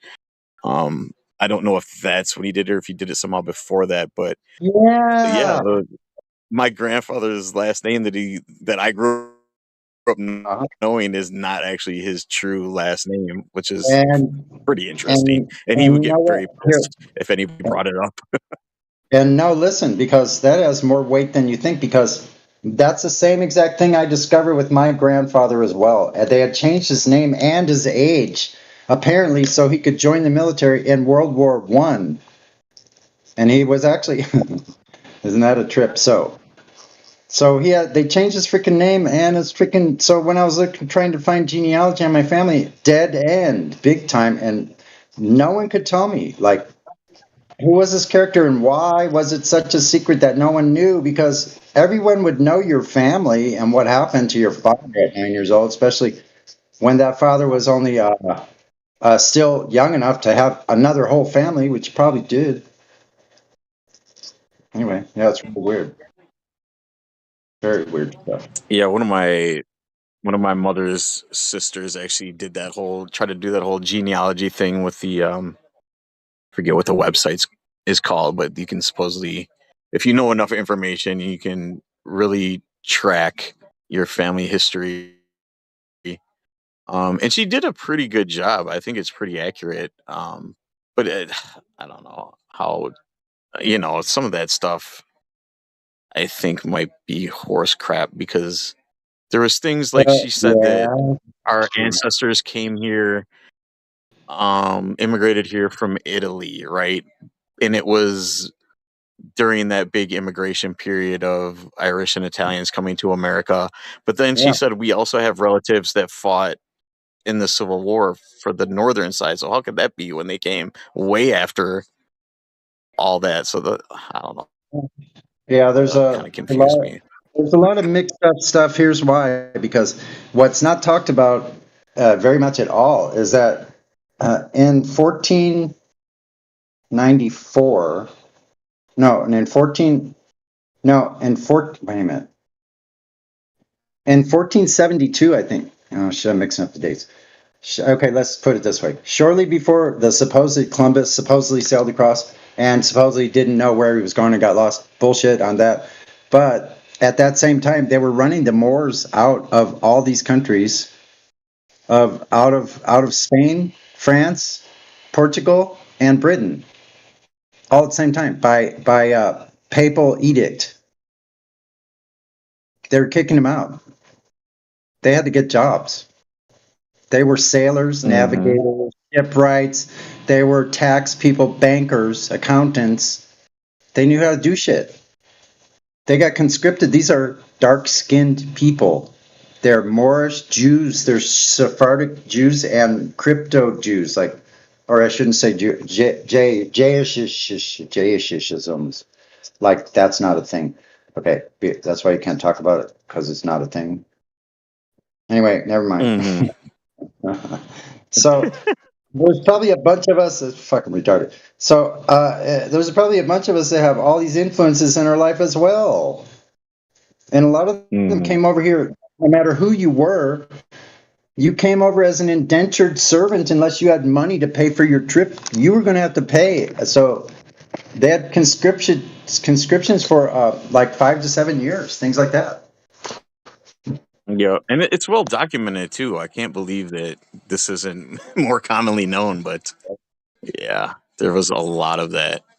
A funny thing too is actually, I don't remember how far back, but supposedly one of the great grandfathers of mine actually was supposedly of African descent from some. I don't know if it was like Morocco and I kind of said, "Oh, that's horseshit." Like just because he came from that area doesn't mean he was actually dark skinned. But then they showed me some, I guess, documents where no, he did.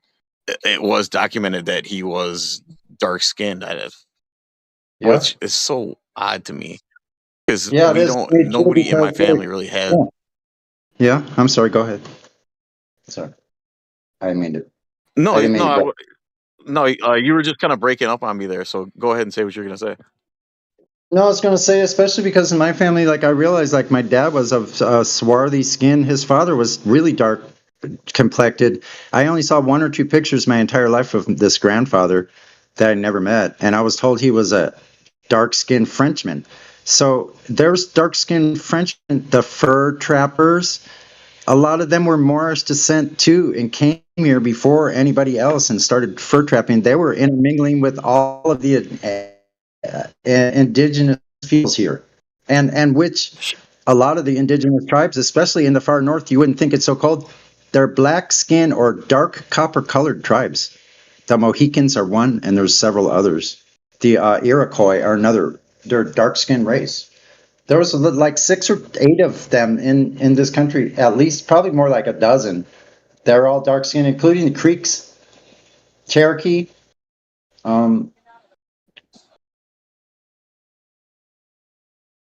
Sure, there's a lot more, but they're known to have Hebrew writings in their most ancient writings, and the reason that's important is because the writings that they're discovering were proto, and they didn't even know how to decipher them until like the 30s or 40s, and they found out these Indians were carrying around these plaques from like things around their neck that are a bill of sale from like 200 BC or something. In Sumeria. And guess what? Who were the real Sumerians? Interesting, isn't it? Sumerians supposedly went over there to Babylon. They went over near Babylon, and they created a pop-up civilization with everything they needed. No, that's bullshit. That means they were a colony of Atlantis, probably, which was here. Hey, Sonny, let me ask you this. We call them Sumerians today, but in that time, were they actually even referred to as Sumerians, or is that, or do we label them that today? Well, that's a thing. Yeah, because there's a place. Even know that? There's a place in the Middle East called Sumeria, right? And they know this was an ancient place. But where is the real original Sumeria, and what was its name? Because it wasn't over there. You know why? We know this is a fact. Because all they have over there is no infrastructure. Have these little pop-up, like they have 3 pyramids in the middle of nowhere. Where's the rest of the civilization? But in the Americas, you have these things. They're finding out they have 60,000 edifices just in like 5 square mile, and then they find these other places under the jungles of Mexico. Still, the cities that would hold 500, like 30 million people. 30 million people.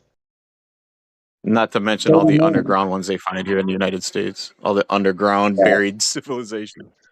Yeah, man, it's amazing. Including tunnel superhighways reported by old newspaper reports in the turn of the century from 19 to the 21st century or 20th century, and they found superhighways going underneath from Cahokia across the river, underneath the river, Mississippi. Roman roads, superhighways underneath with tunnels underneath the Mississippi going from the mound culture to another one on the other side. What? I never taught. I went to school right there in St. Louis. I was never taught any of that. I've never taught there was a mound civilization living right down the street where my dad was working, near Creve Coeur, downtown, and all that. I never knew that. Isn't that something? Yeah, I gotta do a day when I watch. I gotta watch those videos of the newspaper articles they don't want us to see or whatever put out by your guy. Carameo. Yeah, he's got those videos. Yeah, dude, I haven't spent a whole lot of time watching those ones yet, but so what I would do is I would just pick the playlist. There's a tremendous lag, but that's all right. We'll get through it. So there's just watch the entire playlist, and then you can just like go back to that playlist if you missed some of them. But those are fascinating ones. I think there was like 6 or 8 videos just on the old newspaper reports. When you stack them all up, all the ancient cities, like underground tunnels in Kentucky that are bigger than mammoth caves with civilization knights with freaking huge swords, like battle axes that no human could carry or wield, like all these strange things, man, right from the center of our country. Crazy. It is crazy. It's like better than any Hollywood script. Anything that tell you, any of the nonsense they feed us, it's fascinating. Yeah, I told this doctor. I was thinking of something just now. I don't know. I kind of forgot. One thing I did tell him is, I said, you can go out there and look in San Diego here, going back to the surface condition again, just real quick, that you can go out here to San Diego and see places where 30 mile away to those Los Coronados Islands would make your Earth radius 500,000 miles. He looked at me in shock. He didn't say anything. What could you say? Like, you could ask somebody intelligent, a person that you might think is not paying attention really, you say, like, you would ask for a response. Well, what is your tolerance for error in the globe? Could it be a 1,000,000-mile diameter? Is that okay in that paradigm? But you don't need to when you have intelligent people that are listening to me, when they're listening. So it's amazing, especially in your area, how many people are visiting all those beaches and are just looking out at that ocean and not even really thinking about any of that, Exactly. It's so in our face.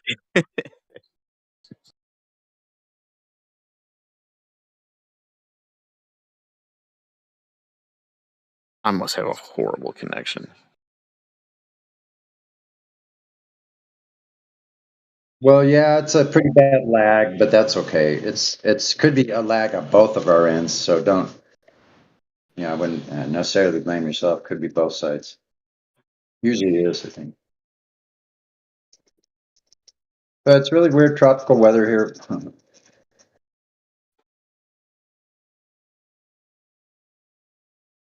Okay, is that better? Yeah, it sounds better. Yeah, it's crazy actually. It's Friday night and there isn't anybody in here. Oh, yeah, I wonder what what the hell everybody is. That's all right though. Sometimes I like it when there's not a lot of people in here. Well, it reminds me of a couple years ago when I was coming in every day early, and I was doing like a radio show for a good long year. Like, there was no one in here hardly.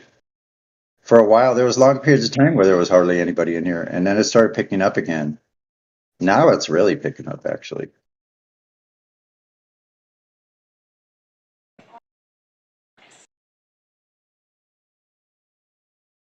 So my new saying is, get the fact out.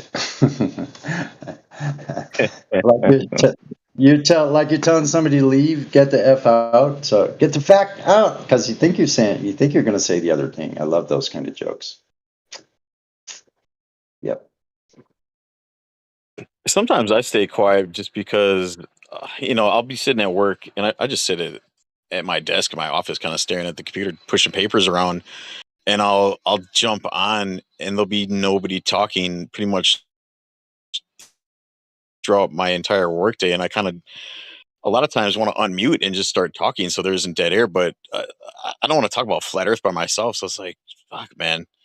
There's so many other topics I'd love to talk about, but I don't want to do that all the time because I don't want to be doing with that guy that's constantly deviating.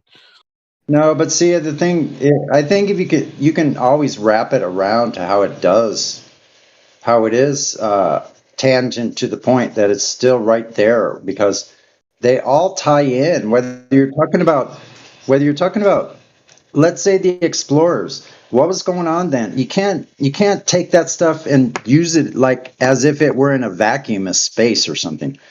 So, so because those things were happening, that means they were making maps of what the known world was supposedly it was.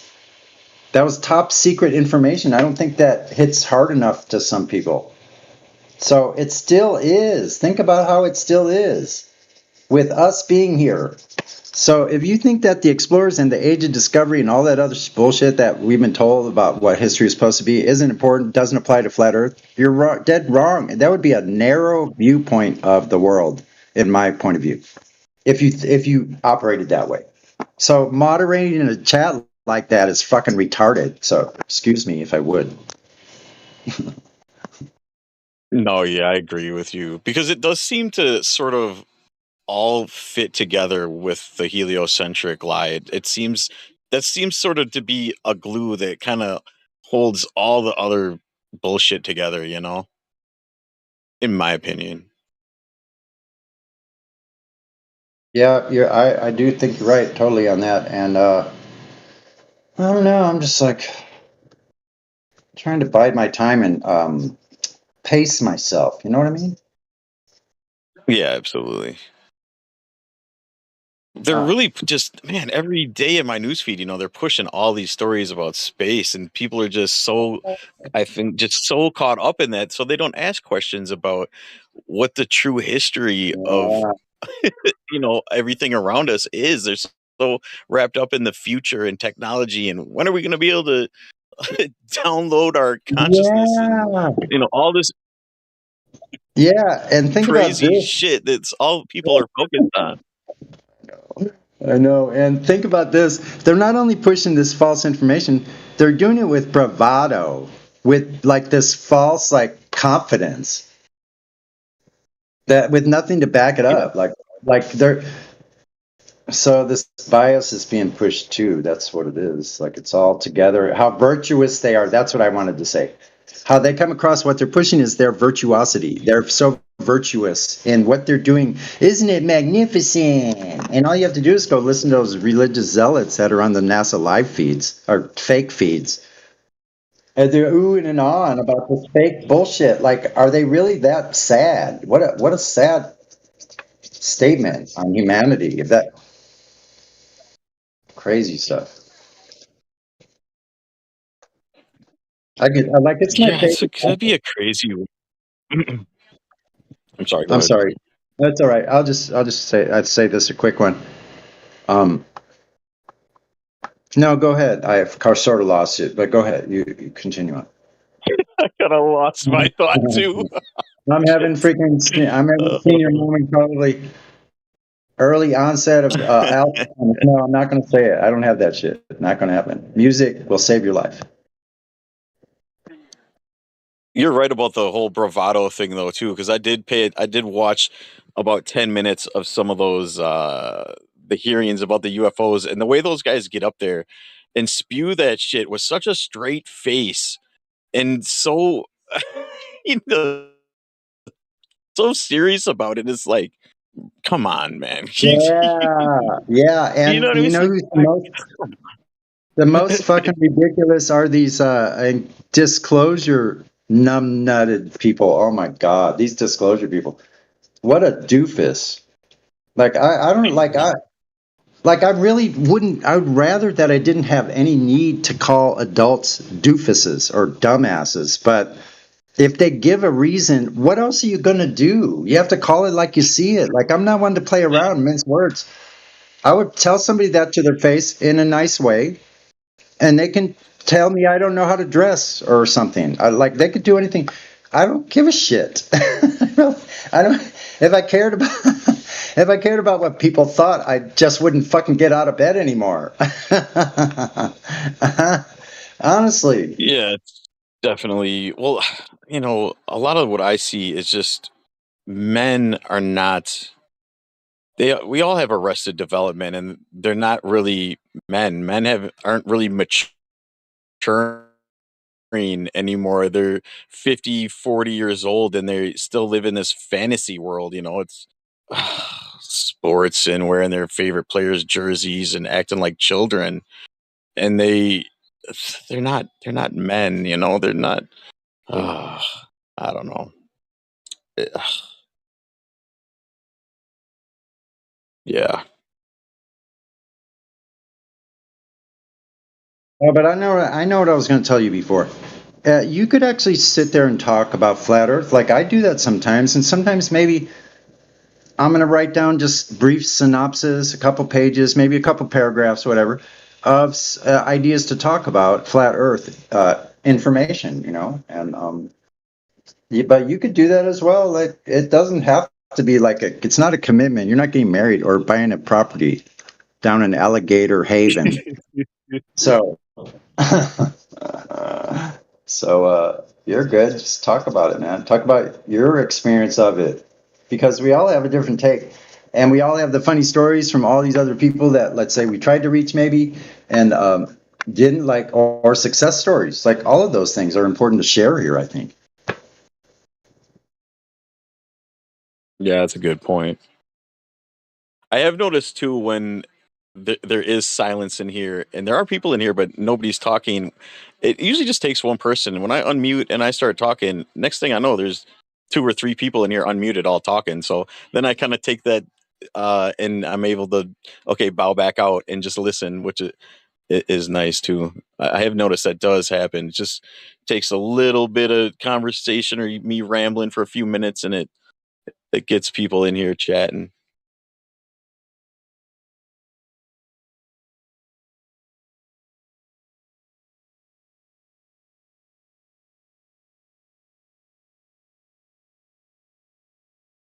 No, chat away, man. Chat away about anything you want, like whatever. Like we all have skills, like and different things we do really good, and so I like hearing about what other people do in life. You know, like what kind of hobbies do they like to do? Like what is their fantasy vacation? I don't know, like whatever. You know, anything.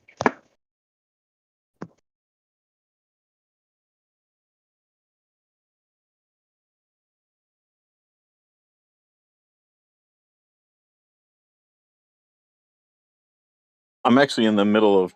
You mentioned fantasy vacations. I'm actually in the middle of planning one for next year. I'm thinking in the spring. Me and my girl are gonna travel across the country, and Our plan is to drive sort of north from where we at, go up through South Dakota, see the Mount Rushmore, whatever, just for the heck of it. And on the way, go through the Badlands and go see the mountains in Montana and go to some museums. And I'm going to try to do some like flat earth stuff too with my camera, and kind of collect cool information like that. And I want to go all the way to the redwoods in California. I want to see the ocean, and I don't want to loop back around the old Route 66. We're going to go to the Grand Canyon. I want to go to the that thing in Arizona with supposed meteorite thing. I want to do like cool crap like that and do a whole lot of like flat earth sort of related landmarks that nobody really goes to, or maybe even other things, just other conspiracy sort of places. Take a lot of pictures.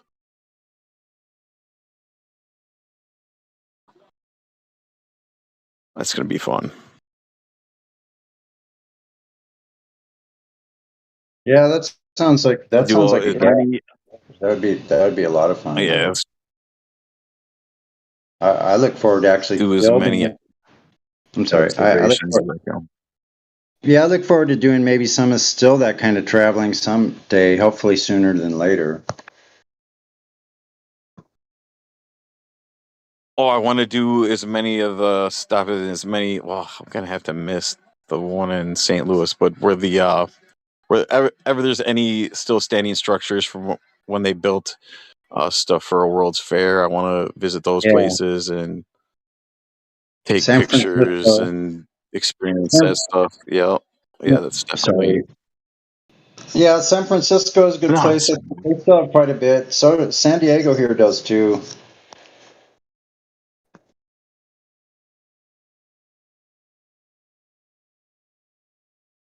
Have you been to the Redwoods?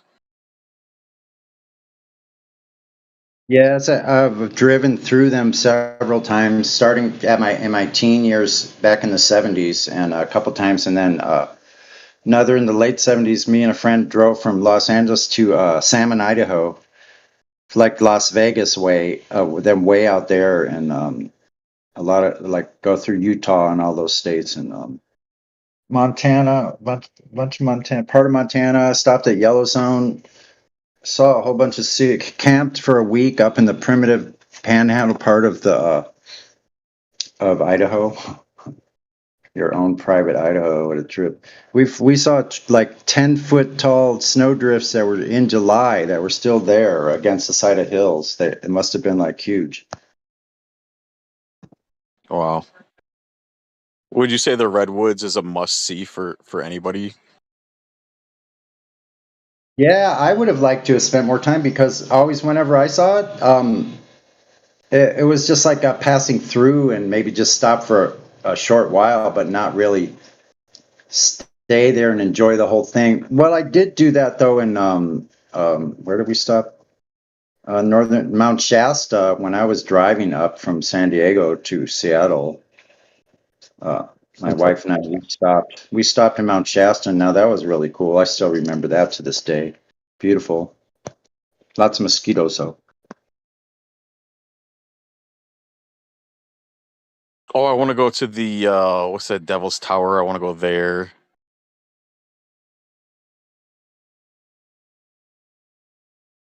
I want to find little out of the way spots too that aren't normally visited by, passerbys and tourists that are like sort of related to what we were talking about the truth of this land in America and the little sites like that I don't know about. Like here in Wisconsin, we have some pyramids here, and I know they're all over this country. I'd like to go to little parks like that that aren't on the on the maps and document all that stuff. I think that'd be awesome. Yeah, exactly. It would be cool to find out where all the ancient settlements were in because where they actually were is probably a clue to where the ancient cities are underneath them. But to find out where the information, because they not only obliterated like who those people were, but where they were and where they originally lived here versus where they put towns down later. That's very true.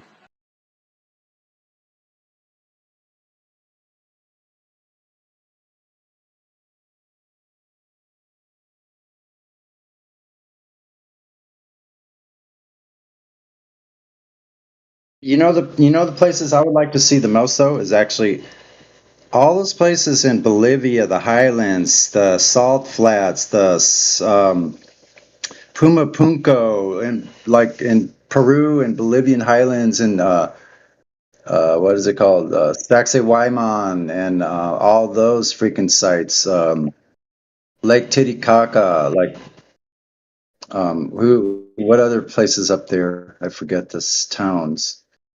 I used to know a lot of those names, but I would love to go see those places because they have megalithic structures that are there, probably cement, but it's still fascinating because there's still so much of the story that is just missing, right? Yeah, exactly. Well, what's that place? Is it Chichen Itza with that huge sort of city built way up in the mountains? Yeah. Oh, yeah. Yeah. Yeah. That would be amazing to see. Is that right? Is it Chichen Itza? I think it is. Hold on. Let me see. That place always fascinated me. And like you said, what do we really know about it? We really nothing. We're not told anything. Oh, just people used to live here and then they just disappeared. I always thought Petra was really interesting too, but what is it really? It's not. It's just a start of these buildings in the side of a this side of a mountain. I never understood that. And they look unfinished. Are they finished on the inside? I don't know. What, the city? The Petra, Oh, Petra.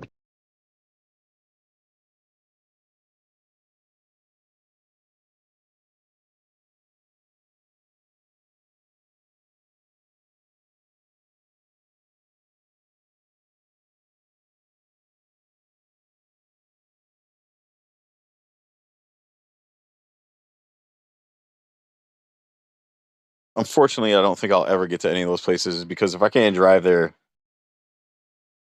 I probably will never go just because the way air travel is these days. Unless I can charter my own private jet, I don't want to get on a commercial aircraft these days. The way they treat people, things that are happening on those planes, no, I do not want to subject myself to that. You're basically a prisoner once you step aboard that plane.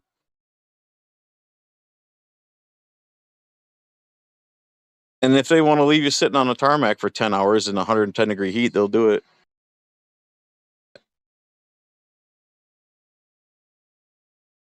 I know it doesn't happen all that often, but it's happening, it seems, more and more these days. It seems like air travel is just a nightmare.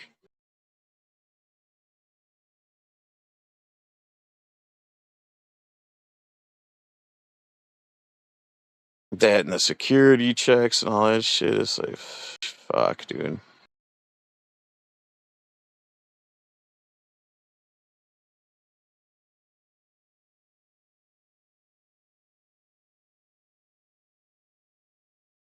Yeah, that's if your particular country you're in decides to let you leave or not, including the U.S. Because if they can revoke your passport, what does that mean? Yeah, that's the other thing. So, and no way to get a situational change on that travel part. Then, oh, so that means, oh, you're telling me what to do. It sounds like human slavery. They wouldn't want to have that on their resume, would they? Yeah. Or being abroad and then they pull some crap like they did with the cocoa, and then, oh my god, in order to get back home you gotta juice up. Yeah, no thanks. I don't want to put myself or my family in that position.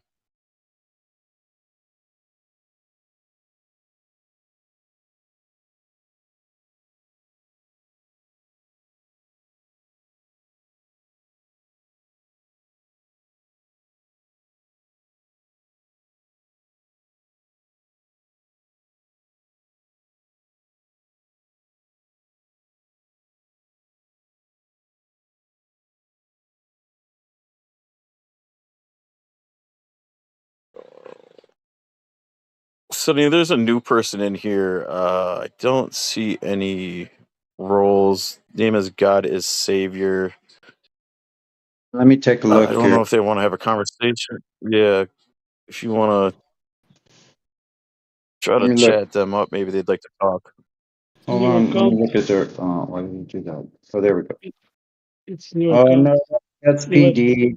He's Yeah. got a thing that says soap is sin, so that means it's the water guy. Yeah. Pure waters, the golden waters. Okay. See, deductive reasoning. I only use what I already knew and applied it to the new information. Yeah.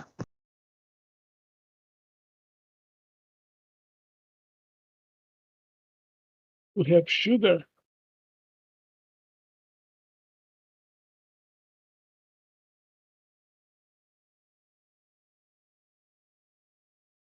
Let's talk to sugar, son.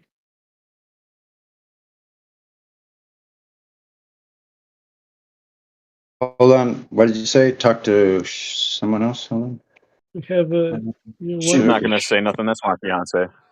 Sugar, Oh. sugar. She's not gonna say anything. I won't sing that song anymore since it's your fiance. I don't care. Sing it. Sing away.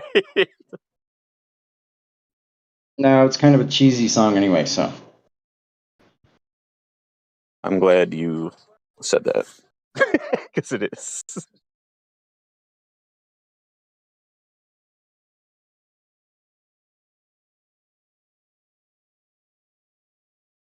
Although some of that stuff I used to think was cheesy, I don't mind so much anymore. Once in a while, I don't mind hearing the Beach Boys every once in a great while. And I used to think they were one of the cheesiest cheesiest groups ever. But I kind of appreciate some of that.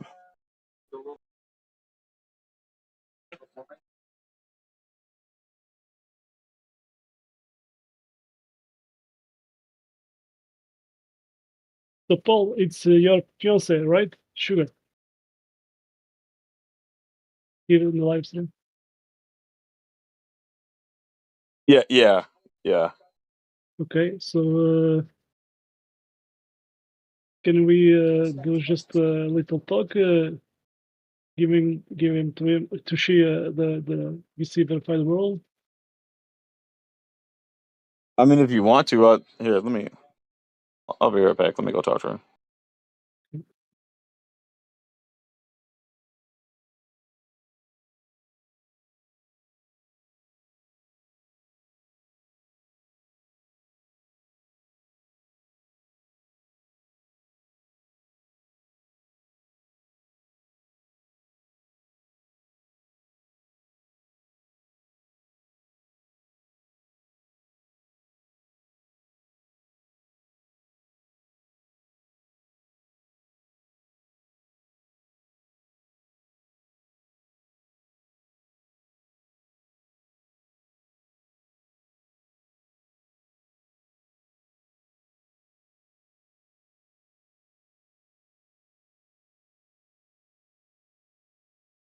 Mhm.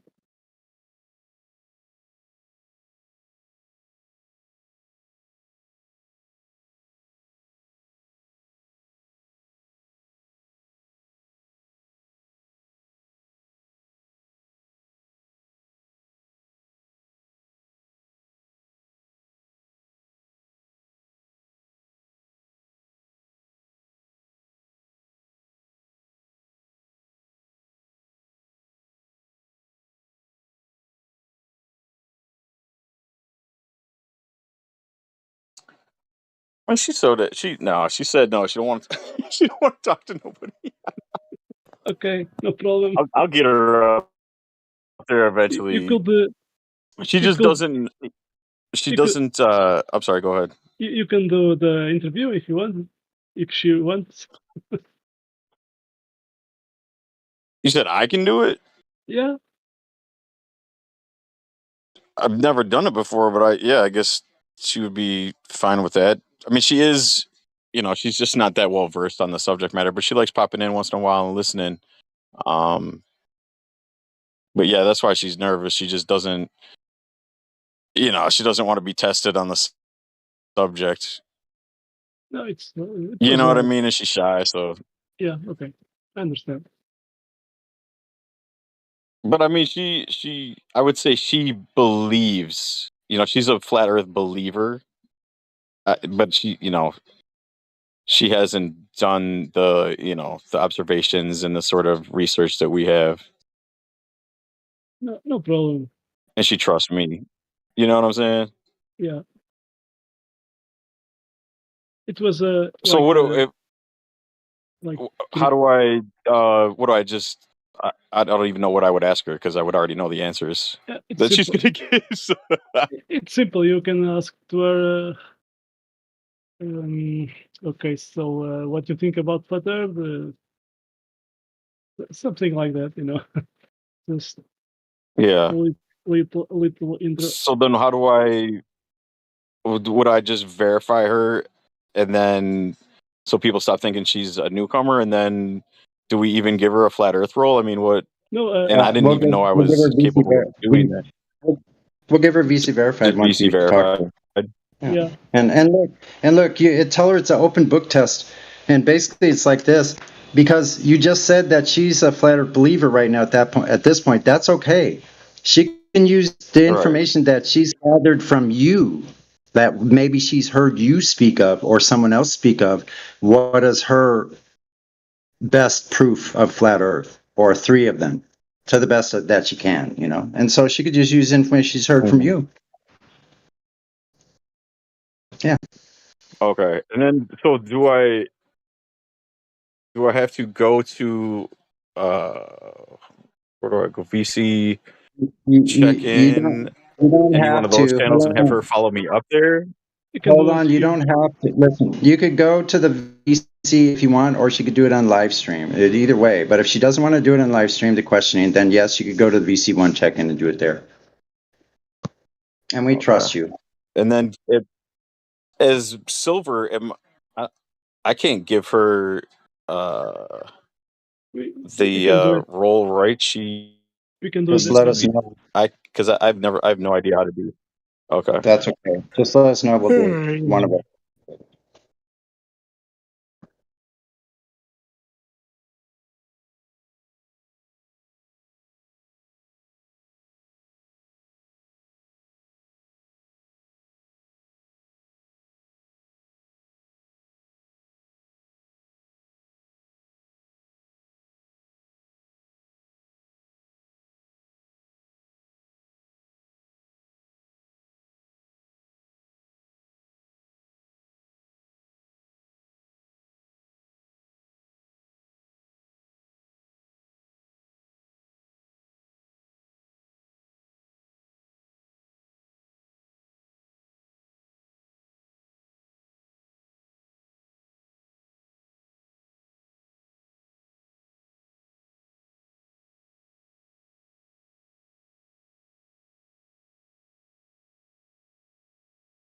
Okay, you went to the Ishisheki 2.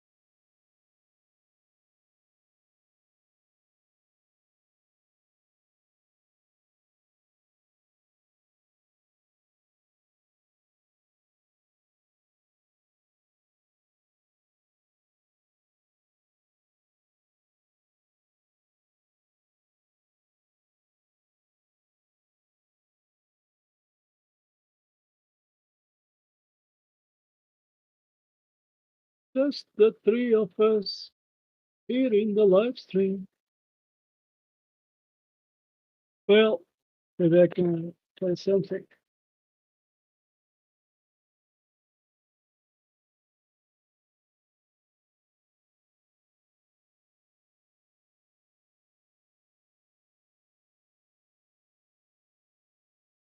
Our Glober's freaking from coming here.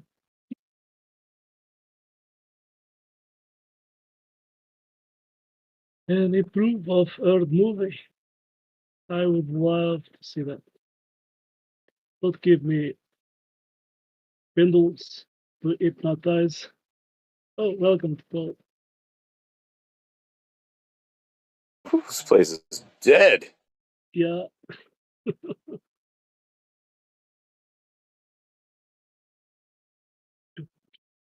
So, should we speak something or can I play something?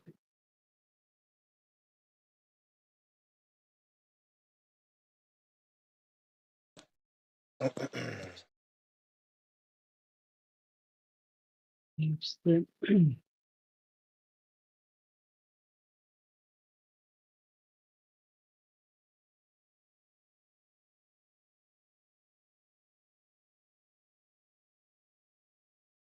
There's a live stream at YouTube with set.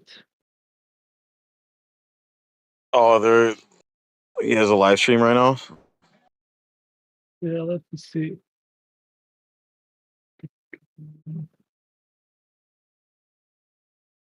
Well, shoot, I'm gonna go on mute for a minute. I'll be back. I'm gonna go walk the dog and take a smoke break or something. Okay, see you.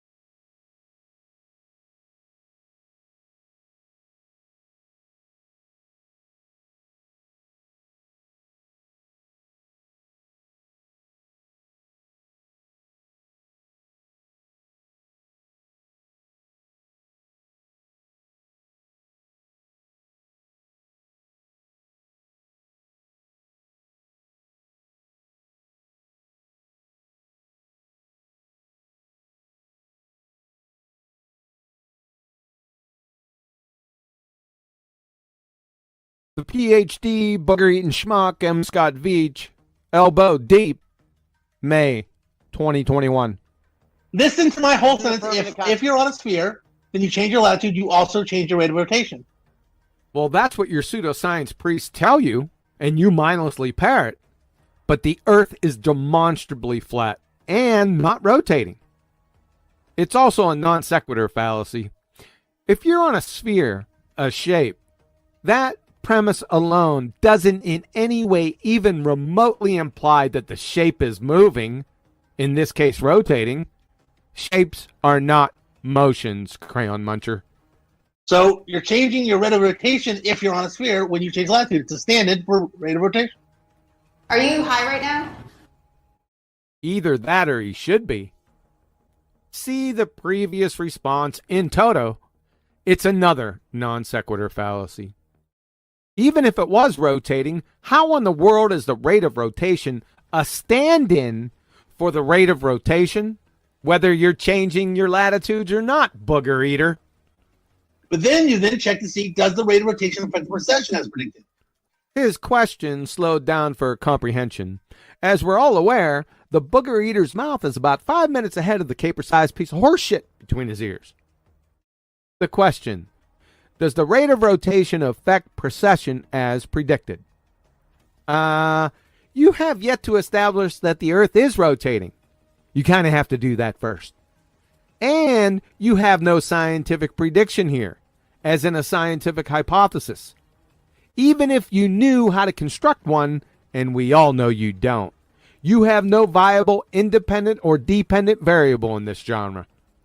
It does. Oh, look, it's processing. I did tell a putty cat. Now you have to It's ask called yourself. affirming the consequence. No, it isn't. Oh, yes it is. Textbook. If P, then Q, Q, therefore P. If the Earth is rotating, we will observe a putty tat. We see a putty tat. Therefore, the Earth is rotating. And now you have to ask yourself, oh, is it possible, is it quite likely that the fact that I was changing this dependent or independent variable is the thing that's causing it to process? Or is it something coincidental?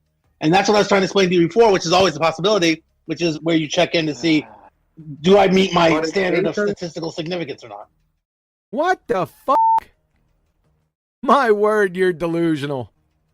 Possibility and likelihood is only used with inductive reasoning. There is no inductive reasoning in the scientific method. You were changing your independent variable?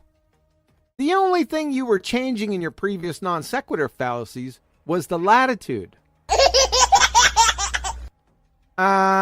Latitudes don't cause anything, and most certainly don't cause the Earth to spin in Space Monkey, you bozo. And newsflash, latitudes don't have physical existence, you booger-eating goober. Moreover, and knee-slapping hilarious, the quintessential example of giving a 3-year-old a chainsaw. In retrospect, a Trojan horse, if you will. After the ball-tarred booger eaters continually got their asses handed to them from 2016 through 2019 because of flat earthers asking for their independent variable, they eventually wisened up. I use that as loosely as possible, and educated themselves, again, as loosely as possible, on what independent variables are. For whatever reason, they focused heavily on the changeability aspect and continue to do so. These schnoz particle chefs think that if you can change something, then it's automatically an independent variable. But an independent variable, the presumed cause, is varied and manipulated itself by the researcher so as to change the relationship with the dependent variable. The booger eater here said he changed his latitude, ergo independent variable. He didn't vary and manipulate a latitude itself. He merely changed his position relative to an arbitrary fairy tale latitude. See it? They have the wrong emphasis on the wrong syllable. Boneheads. That's what you get for pretender clowning. These dizzy Dunning-Kruger dipshit doofuses have Elmer Fudd, Mr. Magoo, and Baby Huey doubled over in the corner, gasping for their last breaths from tear-jerking belly laugher syndrome. Oh, by the way, booger eaters, you're welcome. No thank you required. Lastly, your flailing non sequitur of the age's Mr. Magoo application of statistical analysis to whether the space monkey is spinning or not is tantamount to applying GNP of Zimbabwe calculations to authenticate the Declaration of Independence. Are you okay, dude?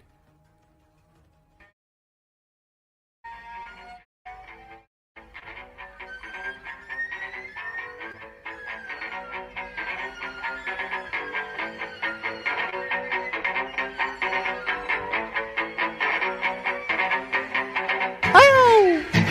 Ow! Ow! I don't know. I don't know.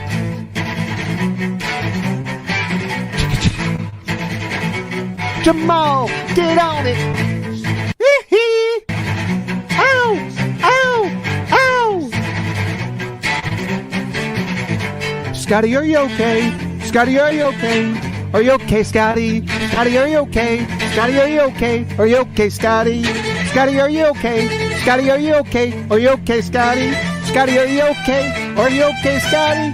Tell us that you're okay, that you're okay, that you're okay, Scotty. There's a sign in the window that instructs you to booger eating schmuck, Scotty.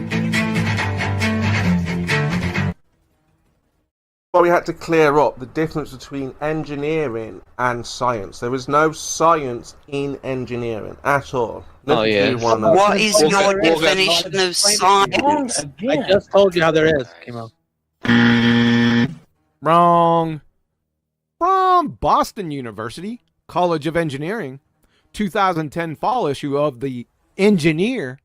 Title of the paper: Engineering is not science. Duh.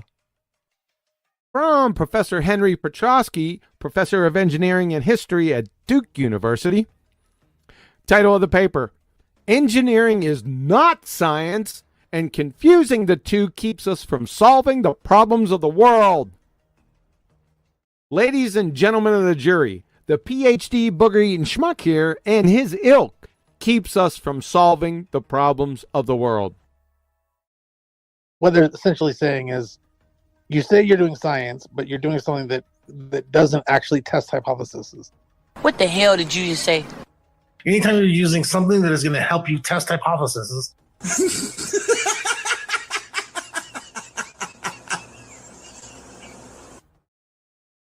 I wonder how you would have an experiment without the scientific method. I wonder how that would be. Well, let me ask you a question. Do you think of the scientific method as requiring stuff like observing natural phenomena? Yes, dependent variables, observe natural phenomena, are absolutely requisite for hypothesis construction. And you can't have natural science without hypotheses. So then, let's say tomorrow, I'm going to just do an experiment where I have a control variable of temperature. I'm going to adjust it.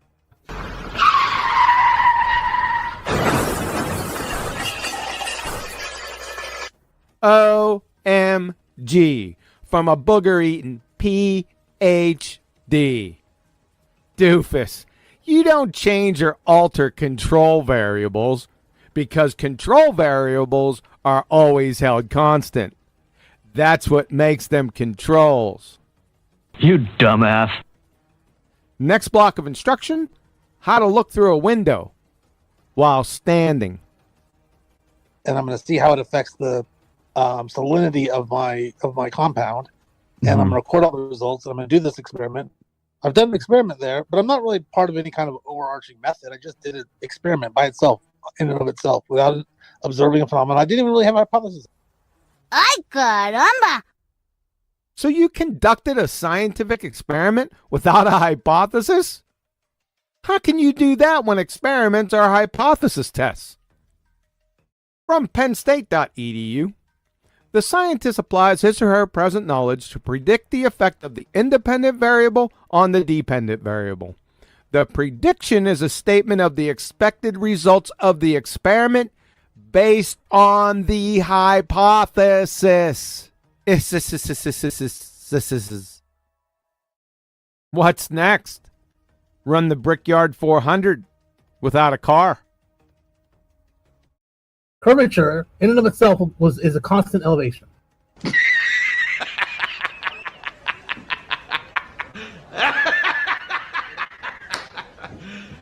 You serious? Shockingly, he is. Scotty. Did you pick the wrong week to stop sniffing glue? A constant elevation is having no part higher than the other.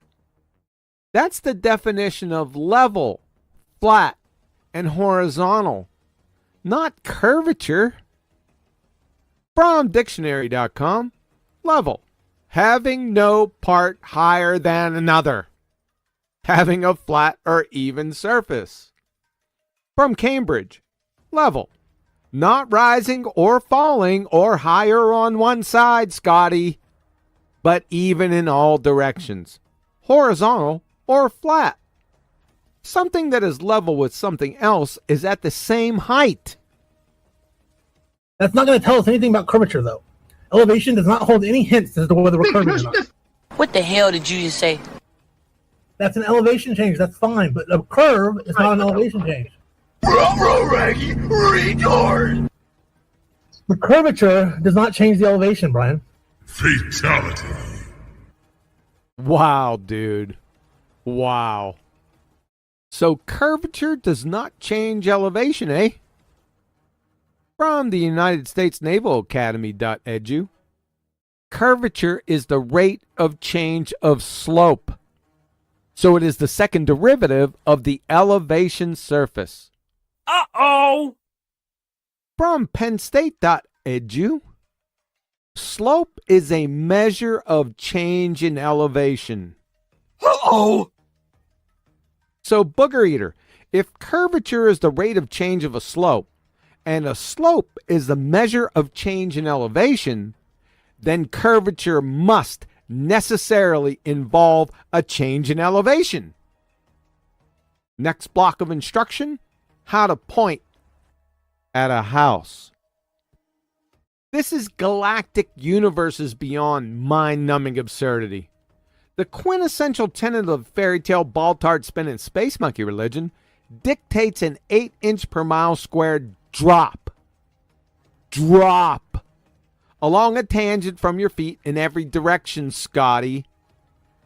What is drop if not an elevation change?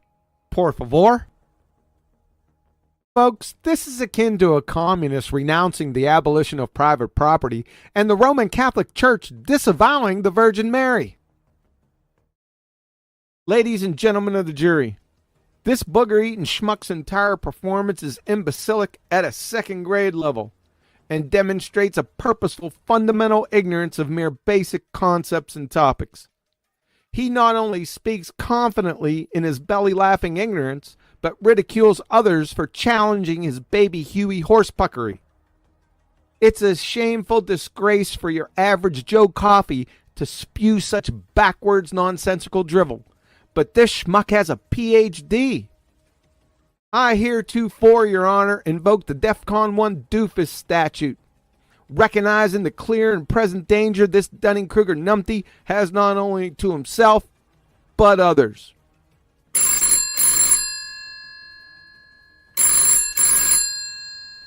Put a cork in it, Your Eminency.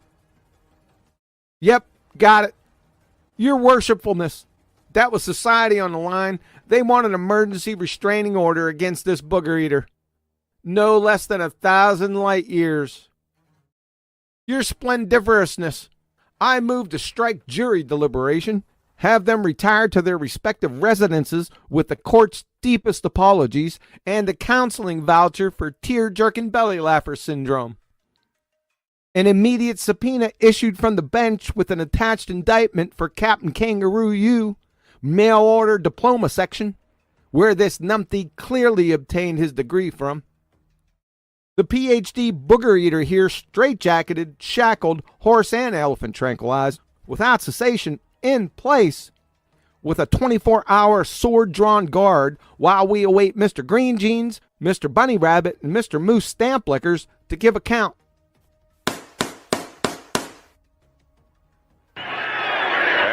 the lights, the party's over. They say that all good things must end. Call it a night. The party's over. Hey!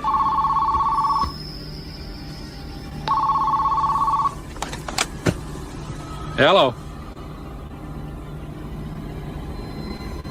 It's for you.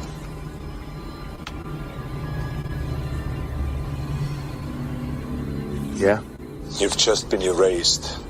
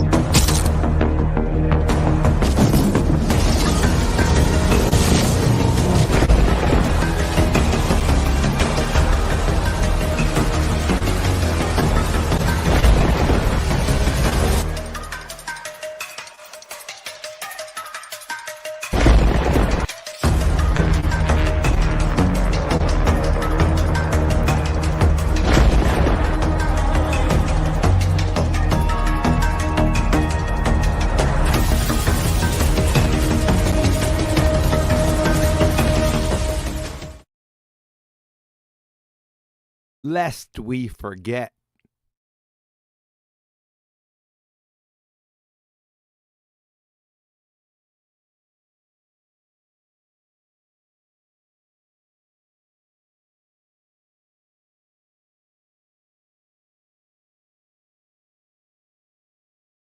Hillbilly Blue Balls, the redneck retard, aka the photosynthetic redneck, aka no marble science, fresh off his thesis defense of Did find a citation that says a container is required to have gas pressure. You cannot find it. Well, gas pressure requires a container if you're talking about pressurized gas. March 2021. Can I ask Jeremy a question? What kind of science is astronomy, Jeremy? Don't tell me to fuck off. Just answer the question. What kind of science is astronomy? Pseudoscience.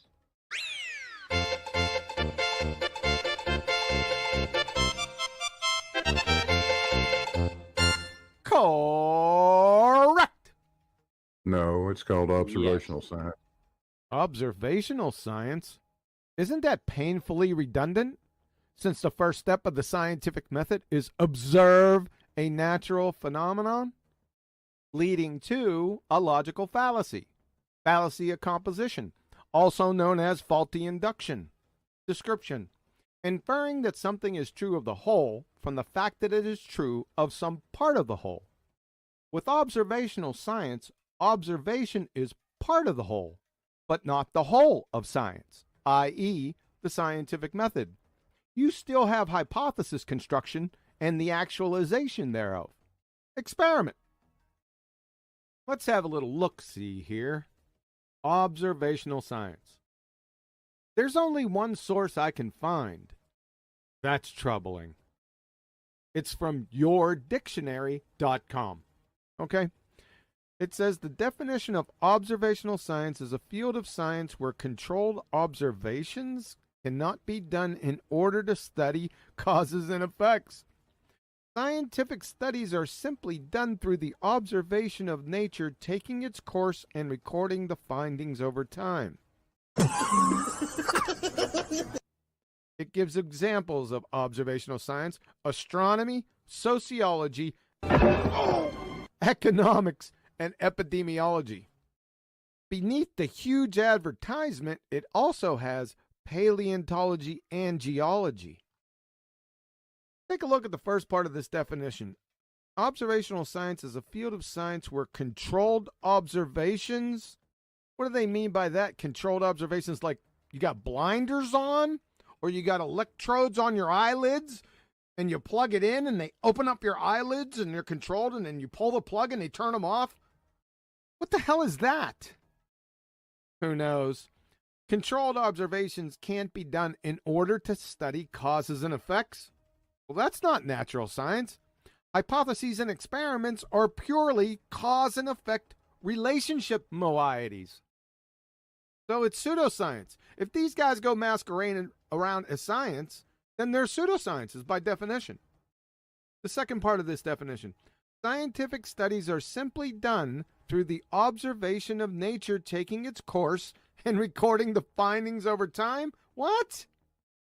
And they put astronomy with sociology and economics, social sciences, nature taking its course in sociology. Could you show me that? How about nature taking its course in economics?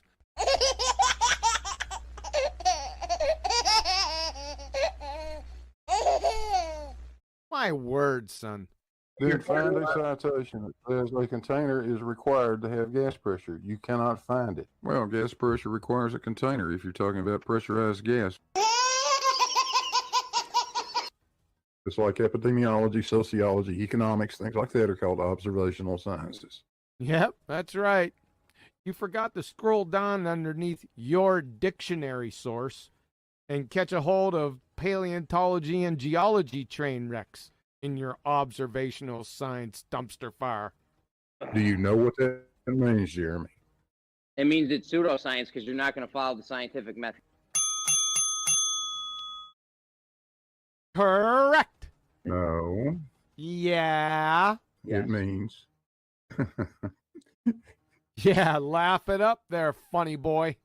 It means it's a field of science where controlled observations can't be done in order to study causes and effects. Yeah, exactly. The prosecution rests.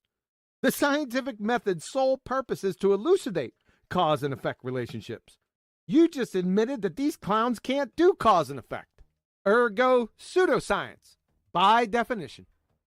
Thanks. It's also fallacious, as we identified. That's what observational science is. Yeah, pseudoscience. We already established that.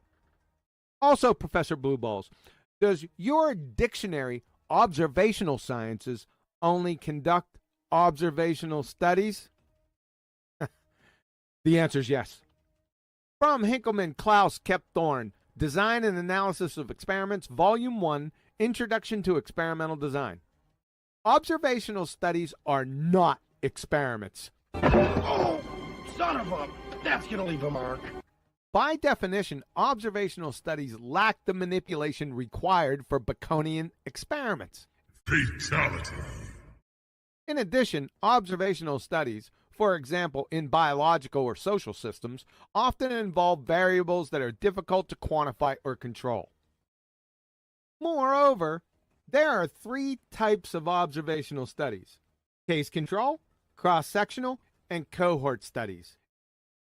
Let me ask you a question. Can you give me the case control, cross-sectional, or cohort study in astronomy?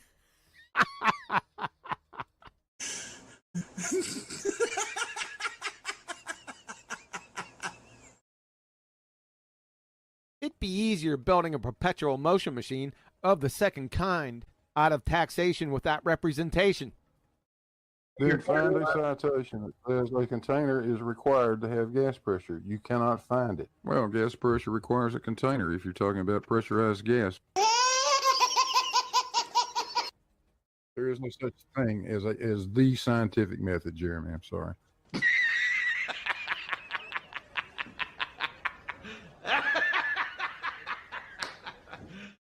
You serious? Jeez, hillbilly. You lost your photosynthetic redneck mind?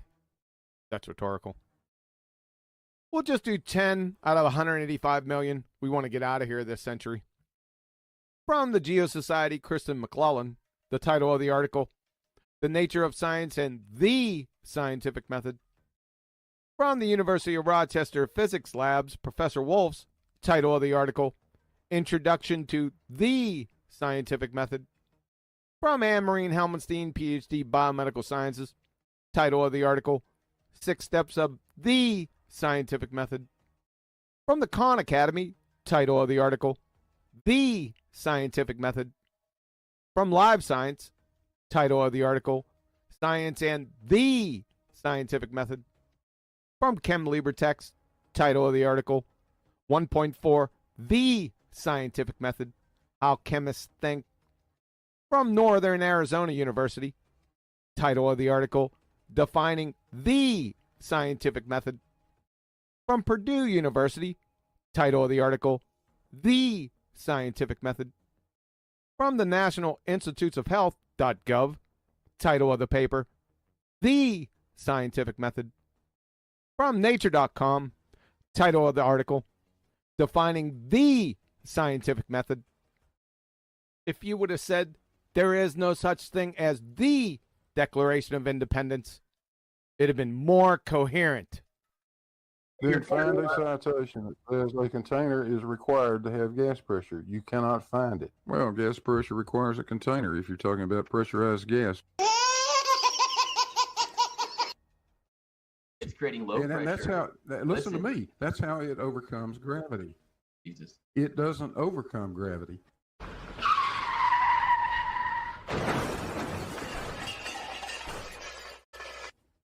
So let me get this straight. That's how it overcomes gravity. It doesn't overcome gravity? You reminisce with strangers? You got horseshit for brains, son. Clown. Let's agree on a height, because I think that's a fair point to proceed forward from. You've obviously got a point of ejection to 10 feet, and maybe it was a little flippant. My apologies. Well, I don't mind. Maybe you could suggest it doesn't really the height. matter. So it doesn't really matter. You're saying that height doesn't really matter, hillbilly blue balls, the redneck retard. Well, it does matter, doesn't it? Because the distance to the horizon is what? No, it does matter. Why? Why doesn't it matter? Don't attack me. I'm just. Don't attack you. He's merely asking you why height doesn't matter. You friggin' snowflake bozo redneck retard. No, why doesn't it matter? Making a point. Your point was that it doesn't matter. My point is that it does. Listen, if you want to target height, why does it matter? If you want an observer height or a gun barrel height of 30 feet, you could probably target stuff out to about 6 miles, something like that. Sir, why doesn't the observer height matter when targeting? It doesn't matter because You the made use that radar, statement. which Tears, is please. like No interruption, Tears. 50 or 60 feet up, you know what I mean? Tears, And it's we a got parabola Adam, flying over Adam the and Blue horizon. having a combo here. Adam and Blue, please. You could see a target on the horizon at about 6 or 7 miles from 30 feet, from a 30-foot observer height or gun barrel height, laser Sir, height. why does not the observer height not matter when I you're didn't painting a target, when you're observing it across a geometric ball of radius? I didn't say it didn't matter. Oh, really? You didn't say it didn't matter? Do you even know your own name? Or where you're at? You double-speaking Muppets. You just said it didn't matter about 20 seconds ago. Let's have a listen. It doesn't really matter. It doesn't really matter. You said clearly it doesn't really matter. Did I? You did, sir. That's why I felt the need to address it so we could proceed. I don't believe I said that. So you don't believe you said that? Really? Well, let's have another listen. It doesn't really matter. It doesn't really matter. It doesn't really matter. It doesn't really matter. Oh, it does matter, the observer height. Of course it matters. It doesn't really matter. It doesn't really matter. It doesn't really matter. It doesn't really matter. Oh, it does matter, the observer height. Of course it matters. Wow. It's well past time for you to head back to the Blue Tick Coonhound Kennel, or your true vocation, picking up cans alongside of the road. Supervised!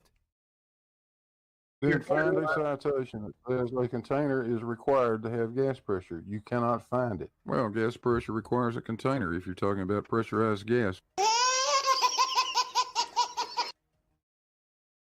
You said you're doing an experiment. I just want to know what experiment it is. Would you have more detail? You don't know that I'm doing Cavendish. What? Cavendish never performed a scientific experiment, Professor Hillbelly. He didn't have a viable dependent variable. Ergo, no hypothesis. Therefore, no experiment. Check the original paper. You'll find nada. Zippo. Number 2. Why are you performing a non-experiment from a 106-year-out-date pseudoscience, Hillbelly? From Douglas Klein, Professor of Physics, via Phys Libre text. Newton's 2 crowning achievements, the laws of motion and the laws of gravitation, that had reigned supreme since published in the Principia in 1687, were toppled from the throne by Einstein. So, it's well past time to get up to date with a new hotness, Einstein's general theory of relativity from 1915, and start performing bendy space-time experiments. And what's your hypothesis? Attracts mass. Sorry? What's your hypothesis? Mass attracts other mass. So, your hypothesis is, given mass, then mass will attract other mass, right? That's not a scientific hypothesis, Professor Blueballs. That's a circular banjo-do-si-do begging the question fallacy train wreck. You'd fail 5th grade general science and the 60-level basic reasoning course. By the way, what's mass? Mass is simply the resistance to acceleration. Do you know that? No. That's inertia. But we'll roll with it anyway. So let's take the definition you provided and substitute the definition for the word, mass. You said mass is the resistance to acceleration. So your hypothesis actually is, given the resistance to acceleration, the resistance to acceleration will attract the resistance to acceleration. Air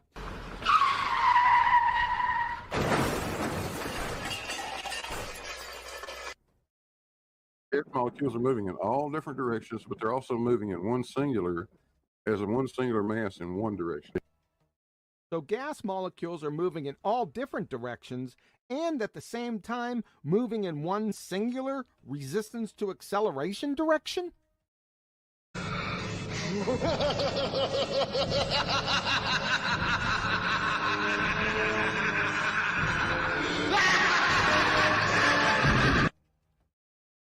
Then find a citation that says a container is required to have gas pressure. You cannot find it. Well, gas pressure requires a container if you're talking about pressurized gas.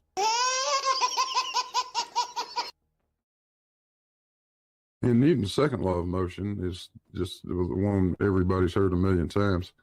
Force is equal to mass times acceleration. Do you have any problem with that? Yeah. Look at you, big dummy. Mainly, it, along with all of Newton's so-called laws, along with the universal law of gravitation, were replaced by Einstein 106 years ago. Then wholesale debunked by quantum mechanics shortly thereafter. From Douglas Klein, professor of physics, Phys Libre text, Newton's two crowning achievements, the laws of motion and the laws of gravitation, that had reigned supreme since published in the Principia in 1687, were toppled from the throne by Einstein. From Professor Jacob D. Bekenstein, caltech.edu, Einstein also replaced the Newtonian law of motion by the statement that free test particles move along geodesics, the shortest curves in the space-time geometry. Adding insult to your ignoramus ignorance, Daddy F equal MA was filleted then fricasseed vis-a-vis quantum mechanics circa 1925. Hey, Dick, can you educate this wiki parroting pretender clown ball-tard bozo for us? From Richard Feynman, the Feynman Lectures, caltech.edu. Even though the law F equal MA is false, Hosmer with a drive. Cheese and crackers. and all the derivations of Newton were wrong for the conservation of momentum, yada, yada, yada. Fatality. Then find a citation that says a container is required to have gas pressure. You cannot find it. Well, gas pressure requires a container if you're talking about pressurized gas. A mole is simply a quantity.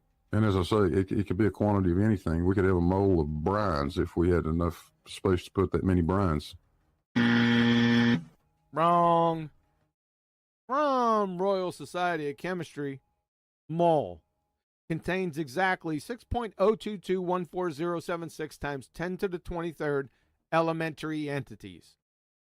Unless Brian is an elementary entity, you just bashed yourself in the face with a spade shovel. Again. You dumbass. Yes, in atmosphere, depending on the ratio of surface area to mass, or to weight, if you want to think of it that way.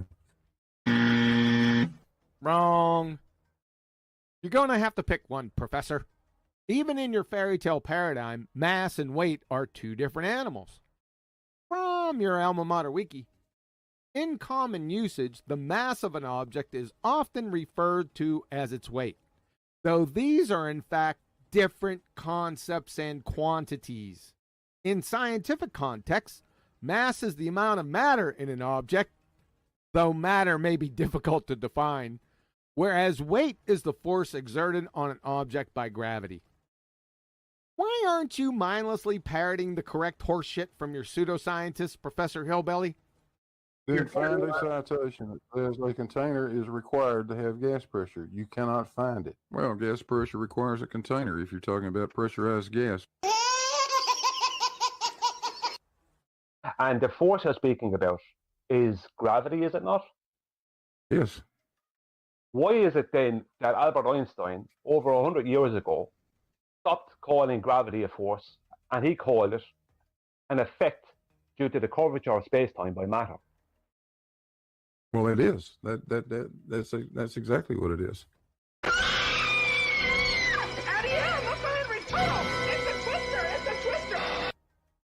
It is the curvature of space-time. But Einstein did nothing more than add to Newton's theories.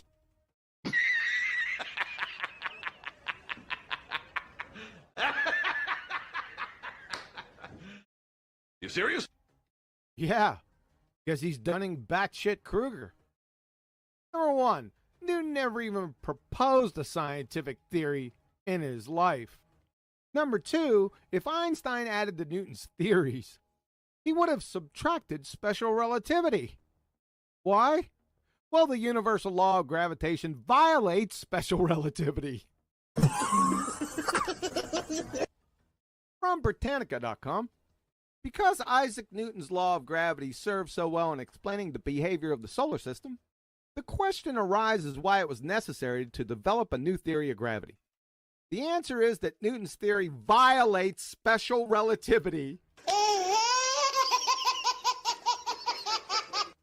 for it requires an unspecified action at a distance, through which any two objects, such as the sun and the earth, instantaneously pull each other, no matter how far apart.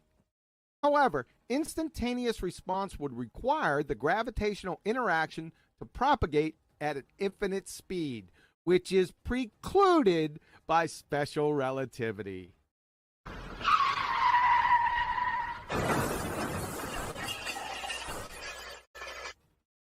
From Professor John D. Norton, Department of History and Philosophy of Science, University of Pittsburgh. Newton's celebrated theory of gravitation presumed instantaneous action at a distance. The sun now exerts a gravitational force on the earth, now with a magnitude set by Newton's inverse square law. The key part was the now. If the sun were to move slightly, the resulting alteration in the force it exerts on the earth would be felt by us instantaneously, according to Newtonian theory. That means that Newton's theory depends upon the notion of absolute simultaneity. A change there is felt here at the same moment. However, Einstein's 1905 theory had banished absolute simultaneity from physics. Oh, son of a... That's gonna leave a mark. Because every molecule of gas is being subjected to an acceleration of 9.8 meters per second toward the Earth. Yeah.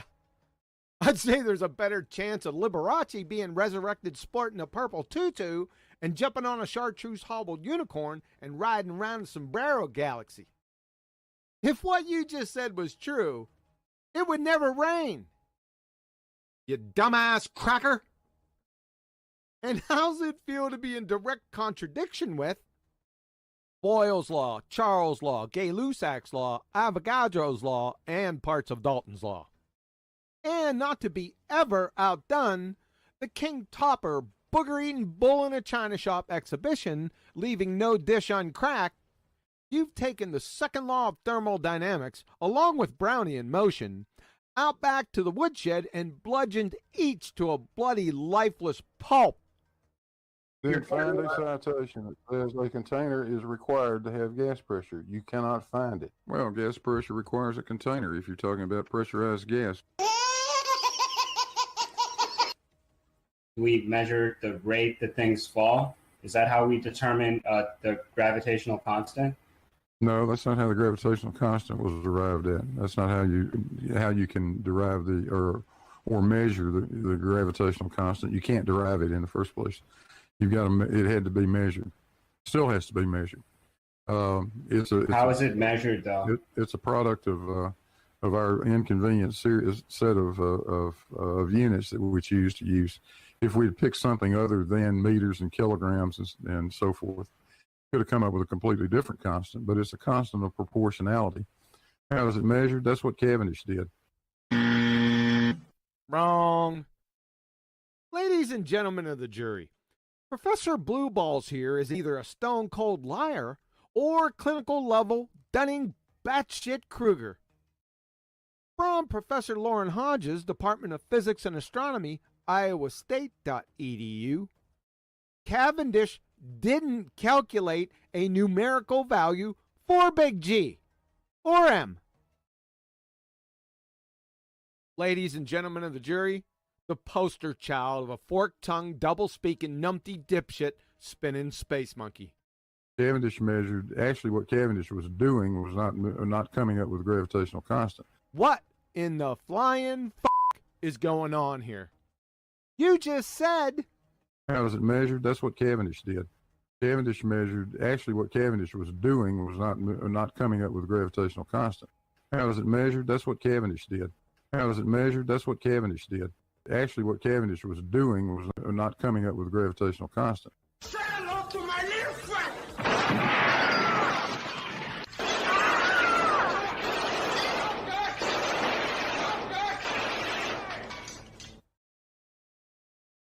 Cavendish came up with the mass of the weight of the Earth. He was looking to determine what the mass, the weight of the Earth, is.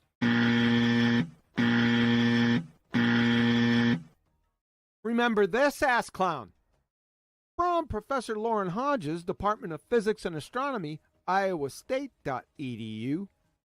Cavendish didn't calculate a numerical value for big G. Or M. How about this one, dumbass? Even in your fairy tale paradigm, mass and weight are two different animals. From your alma mater wiki.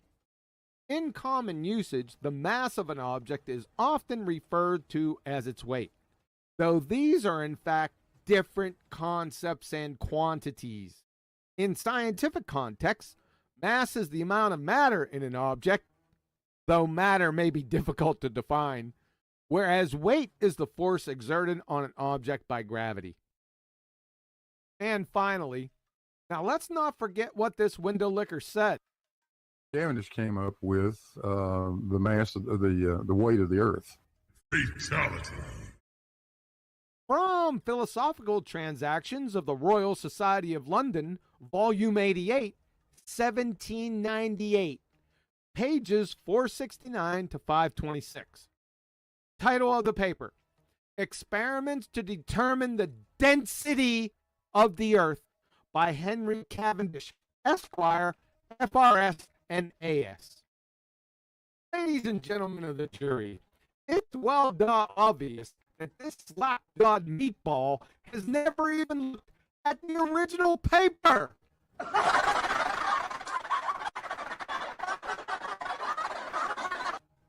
Ay, caramba. But You knew that the butane was dense, though. It was a more dense gas than the air. That was already inside of it, yeah? yeah, I know what you're saying, Brian, and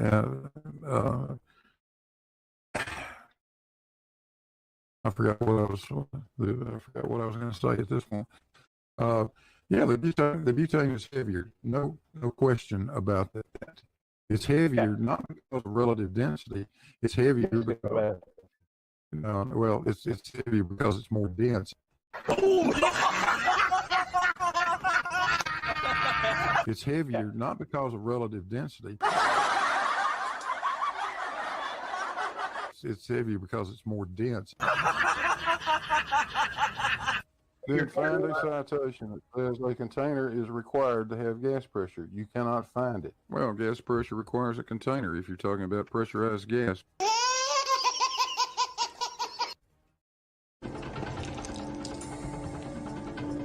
Prepare yourself. It has nothing to do with the Earth rotating under the football. The ball is simply conserving the angular momentum it had when it left the surface of the Earth.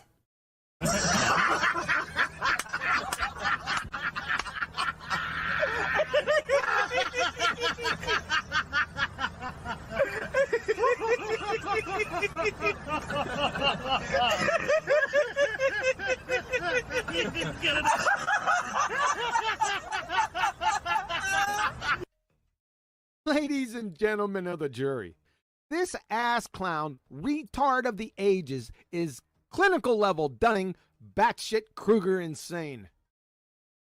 From Vanderbilt.edu, angular momentum is the measure of the momentum of an object around an axis. From PhysLibre Text, the law of conservation of angular momentum. When no external torques act on a rotating object, its angular momentum is conserved. What's its? Well, the rotating object. Angular momentum deals with angular velocity. That is, it speaks to radians or revolutions per unit time around a given axis. There's two types of angular momentum: spin and orbital. Then two more subtypes: point and extended objects.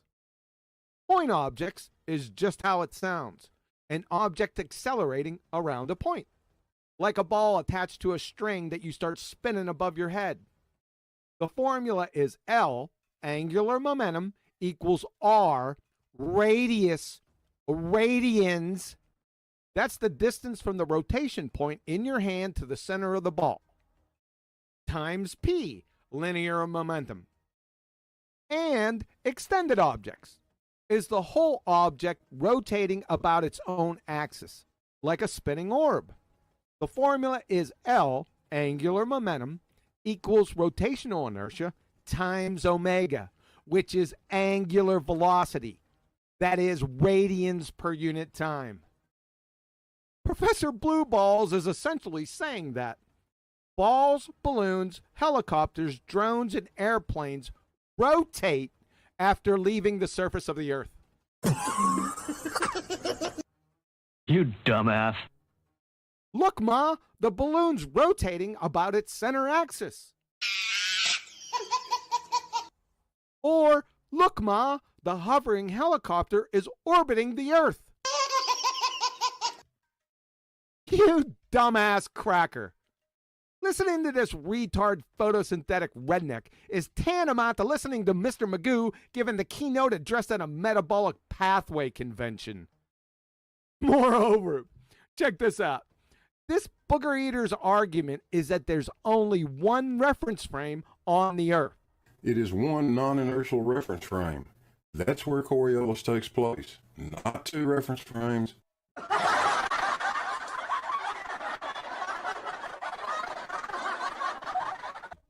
But then he says this. The ball is simply conserving the angular momentum it had when it left the surface of the Earth. If there's only one reference frame on the Earth, booger eater, then why in a flying Fukuyama would the object need to conserve any momentum whatsoever upon leaving the surface? It hasn't entered another reference frame. According to your dumbass, there's only one.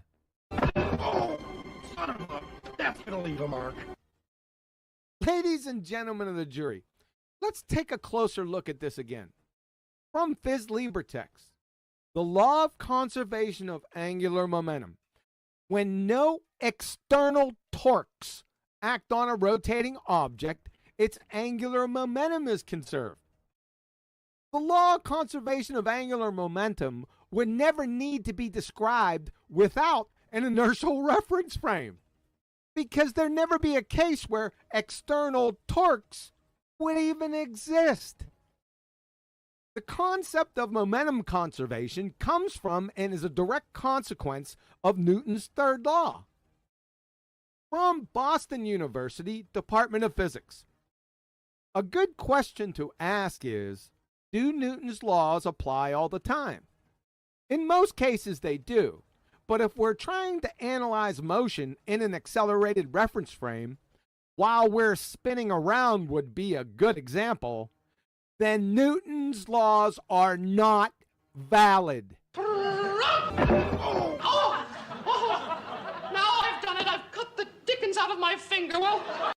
A reference frame in which Newton's laws are valid is known as an inertial reference frame. Oh, yeah. So that then begs the question, Professor Blue Balls.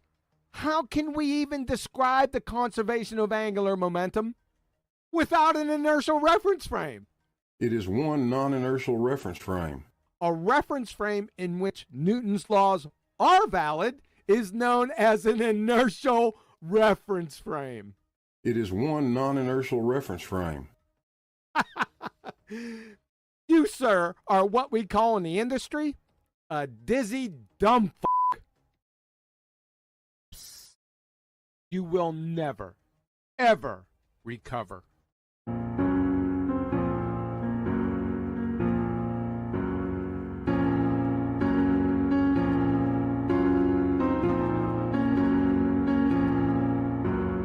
Spin in space, monkeys. Spin in space, monkeys. who this is?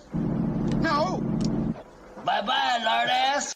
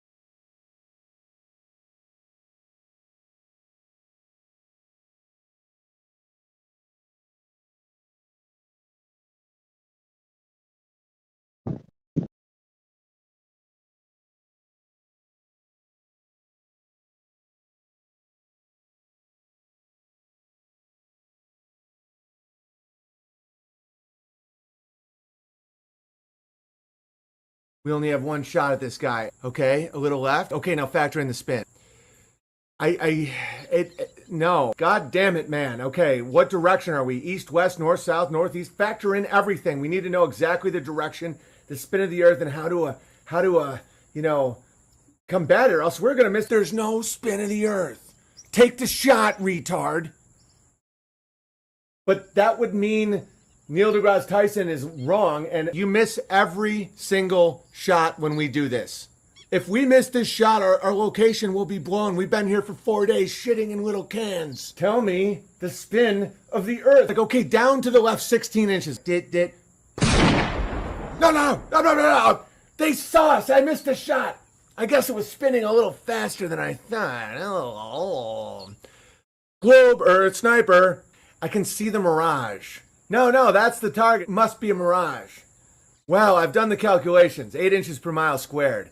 I wouldn't be able to see him. It's a mirage. I'm not taking the shot. It's him! Like, every sniper just shoots people. That's a fucking mirage. That means Neil deGrasse Tyson, the bike thief with the answers, is somehow misleading me. Globe, Earth, sniper. Okay, if you factor in the curve.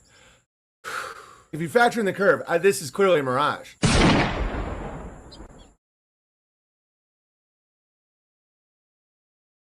Headphone. Yeah, I think I'm in. Hello. There you go. How's it going, man? Welcome. Sorry about that. I'm a complete noob when it comes to Discord. No problem at all. Good to have you here, Robert. Thank you. So, wondering if you had anything you want to pick the brains of a physicist. Yeah, real quick, before you start, can you tell us what you're a physicist of and maybe a little bit background so we can kind of know a little bit about you, if you don't mind? I am a cosmologist at a university in Britain. I'll prefer to just leave that unnamed if that's okay with you. But I'm a cosmologist, essentially. I work with the early universe. Oh. Cool, man.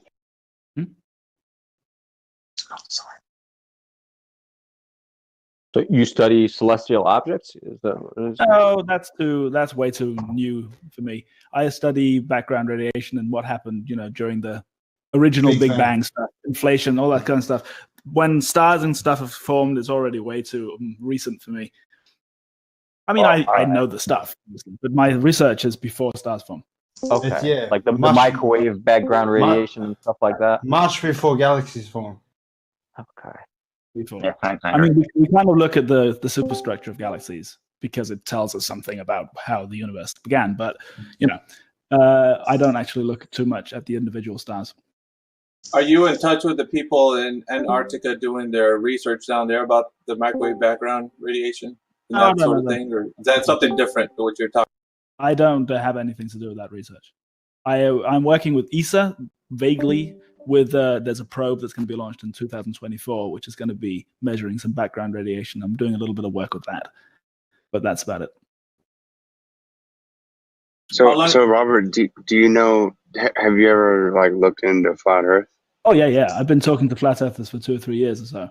It's I enjoy it. That's cool, man. So Robert, you understand the background of the initial flat Earth claim, we see too far. The spherical geometry does not adhere with the reality of which we measure and observe. You understand that, yeah? I've heard all those claims before, yes. What gives you the stance that you do right now at this point, studying the cosmology, that some people come in here and say that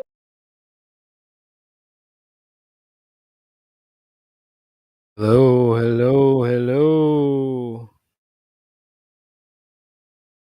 Let's pause the bot. Might stop it if we pick up some steam here. I just wanted to say hello. I see AI is running the bot at the moment, so he must be back in the background listening. So shout out to Uncle AI. Hope you're doing well out there. Let's check in with the panel. We got Wave Mixer, we got Mr. Logical, Paul V, Ethergris, and Eddie P737. I think we spoke, and then Sugar, PC Verified. How are you doing? Yeah, we're just saying hello to the panel. So if anyone wants to chime in, let me just See, AI, if you're listening out there, this is why I moved the bot to the live stream too earlier, because you guys had a nice queue going and want to quite ruin that. So anyway, some people are joining. We got Goat of Keck, no rolls. Typically what we do, guys, if you don't have any rolls, the VC check-in 1. And there's somebody in there right now who can help you with permissions to speak here. Some more people popping in. There was a problem. Valued, Flat Earther, Popcorn, and server muted. Let's just take you off server mute for now. I don't know how it always gets muted, but it happens. Could be a mic thing. I mean, we're live. You're on YouTube, so you want to make sure your mic is sounding good. You're not getting feedback. You're not brushing up on the microphone. So that's a good reason. Like right now, I can hear it's brushing up on something. So just keep in mind that kind of stuff will get, if you have like headphones, if it's like rubbing on your shirt. Right, that's what. What about, how would I do that, by the way? I was thinking about that earlier. How would I, so if I'm just going to use mobile headphones for that?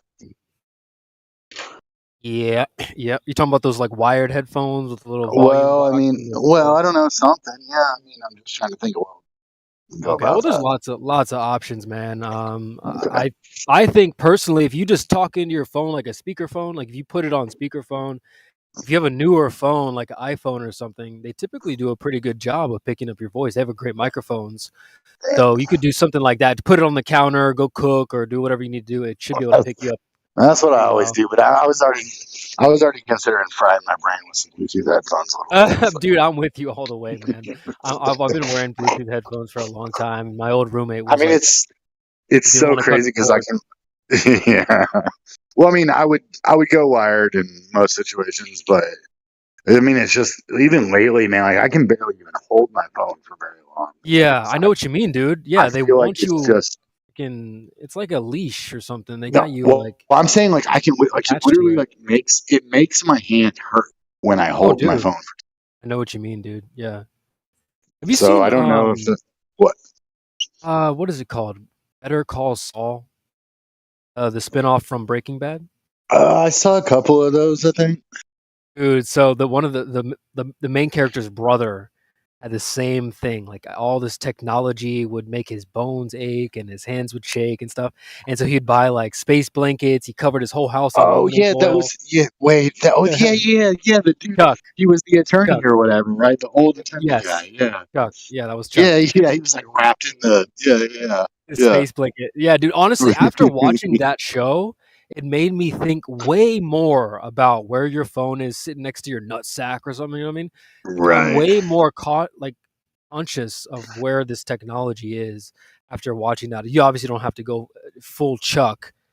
But, yeah, for real. I saw a really funny meme earlier today, actually, that showed like this whole like array of like, wireless signals going on in this person's room, and the meme said all the Bluetooth devices in my bedroom fighting over who gets the MK Ultra tonight. Yeah, that's good. I like that. But yeah, man, I've been trying to talk myself into like keeping my phone out of my bedroom at night and turning off my Wi-Fi and doing all that just to see if it makes a difference. Mm-hmm. But that's a lot of trouble as well. So, dude, we're so overloaded by everything. It's just dude, it's almost it's like scary. There's no way to avoid it anymore. So right, there is no more like it was kind of like my homie. I had a homie that like probably 10, 12 years ago refused to get a cell phone and had a landline, and until finally he just managed this little Italian restaurant or whatever, which is a super cool place. But finally his boss like actually bought him a cell phone, and he was like, well, again, I have one now, so, but I mean, you can't really do that anymore, I don't think. I mean, they're really trying to make it so. Isn't that a big part of what like the whole like 7-Eleven thing was about, was getting a phone on everyone?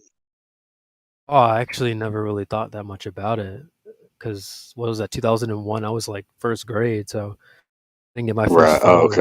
My parents still had pagers and stuff like that back then. I was in jail when that happened. I was like 17 in jail. I Okay. got arrested in high school for having a single weed in me. Did someone for So, weed? yeah. Nice, man. Nice. Rebel.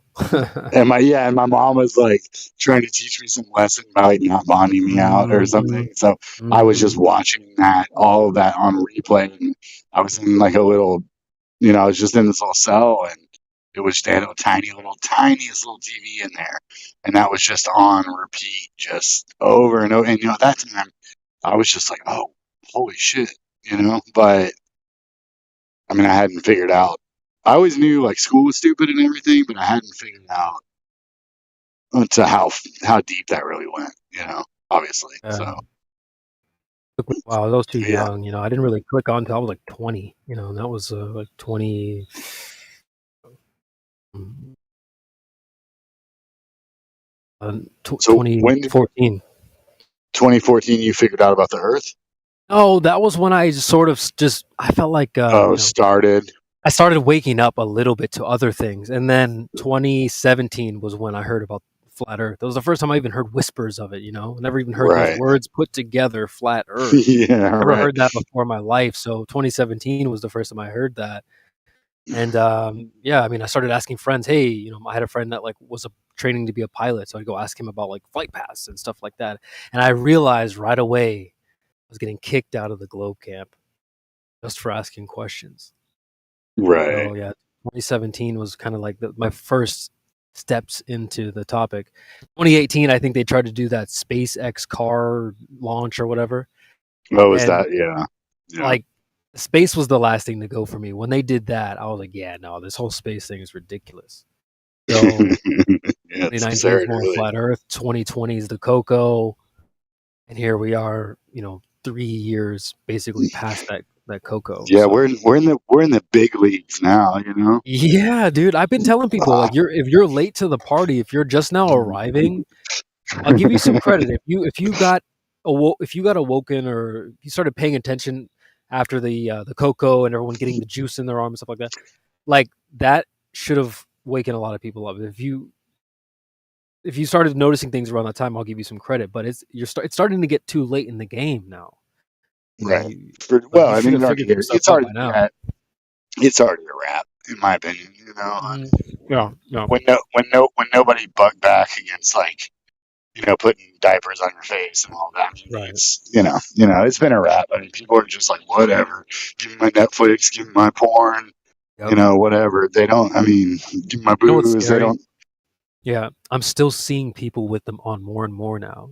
Like today, dude, I've been doing several. Really, what happened? Like, at the grocery store or something? Oh, in their cars. Yeah, dude, 2 or 3 of them in the car alone. Holy shit! Yeah, dude, it's like 110 degrees here.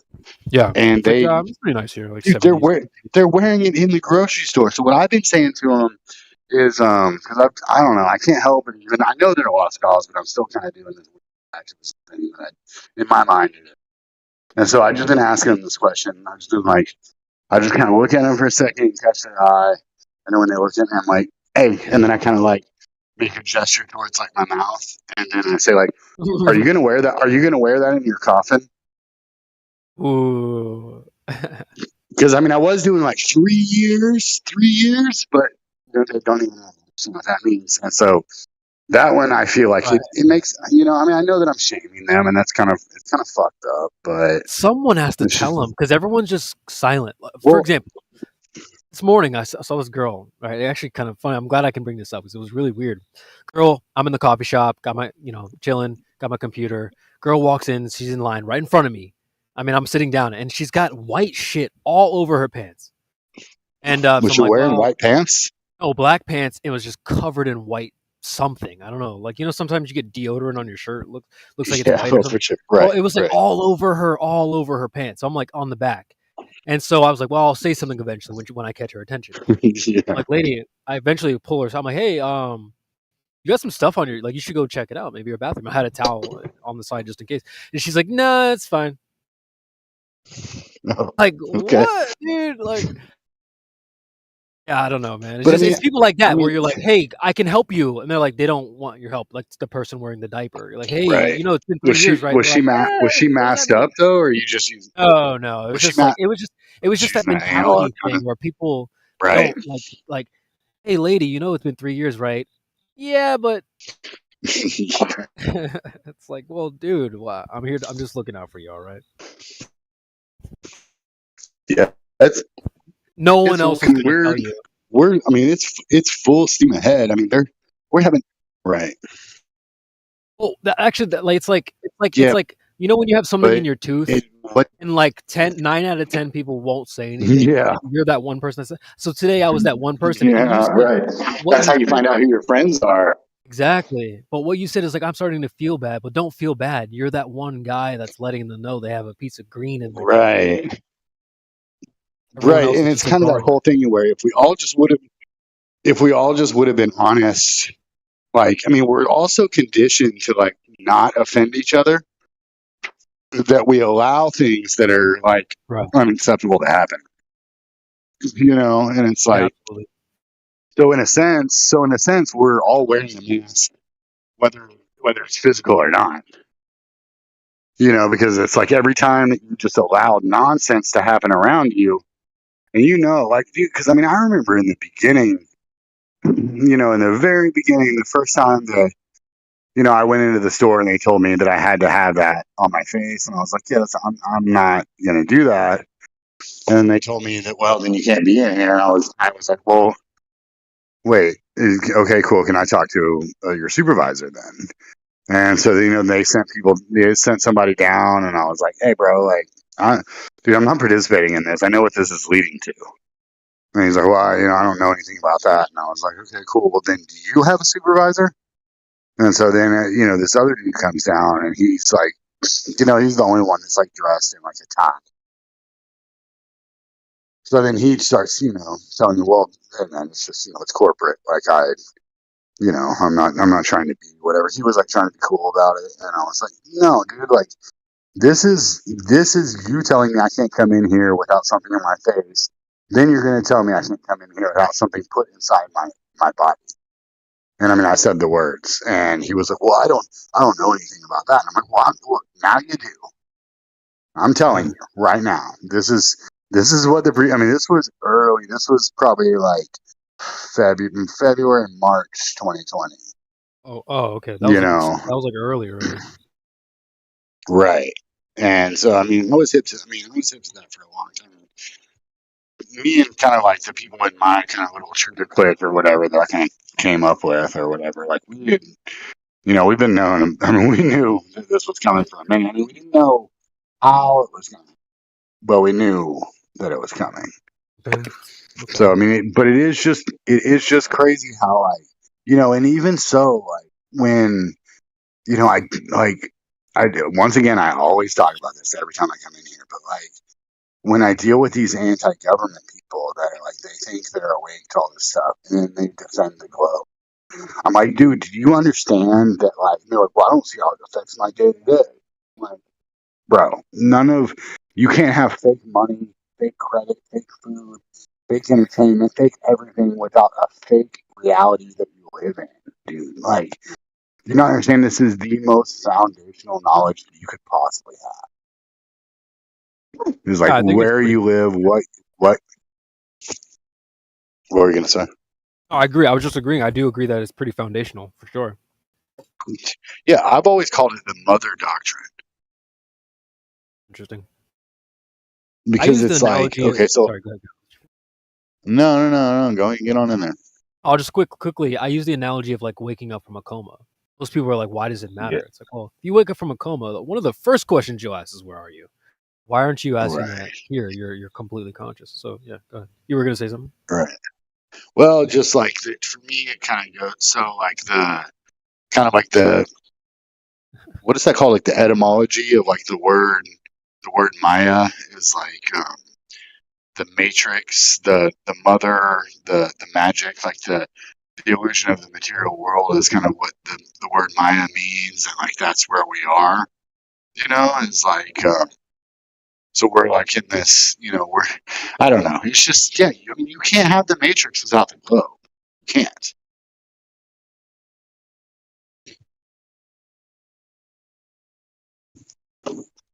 Going to respond to something in the chat here. We're talking Earth rotation.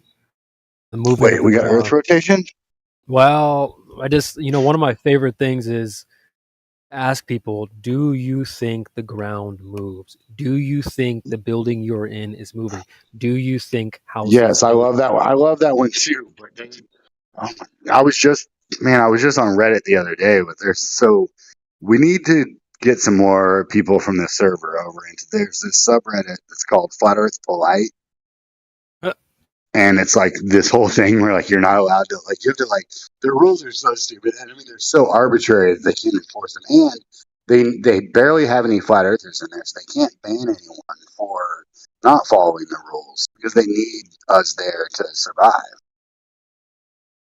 But I had a dude in there the other day talking to me about pendulums moving the rotation of the Earth, and I was like, dude,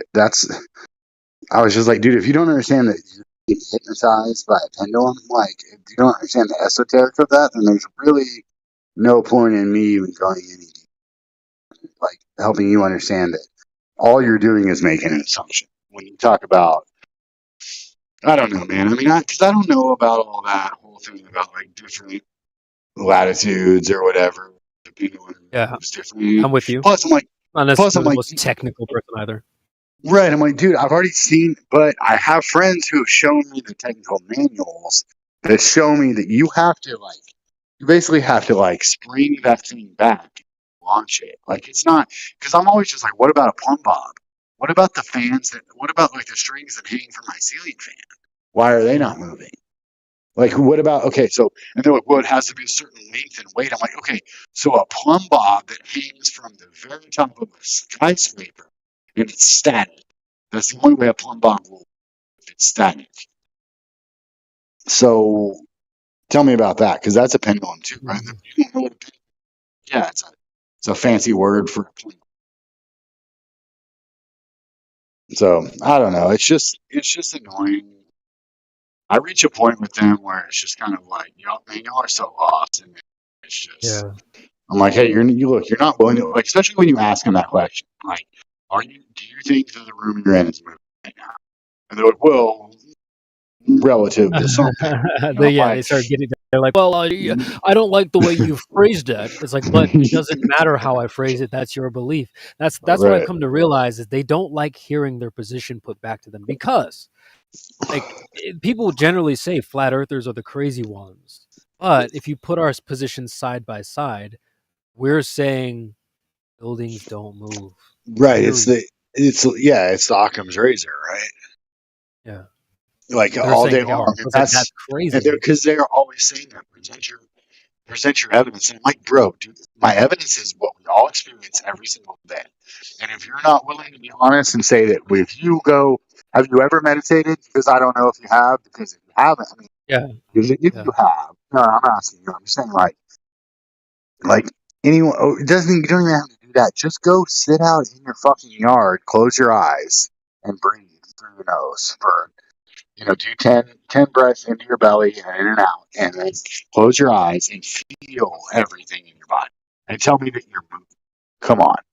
Yeah. So that's funny, bro. I used to meditate when I believed in the globe and everything. I used to meditate on my position in the universe. I would try to imagine somehow this infinite thing and I'm in the center and whatever, and it would just glitch out. And now looking back, it makes so much sense why that didn't work for me. But I do know what you mean. When you meditate, you're not just easy to understand this. It's literally, meditation is literally stillness. So you cannot meditate on a globe. It's impossible. That's funny.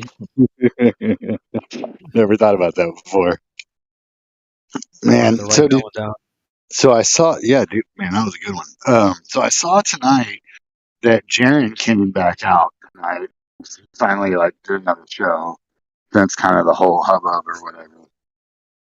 And he's now trying to say that it's stupid to argue celestial navigation on a globe, that you couldn't do it on a globe, because can do it because there's a tangent or whatever.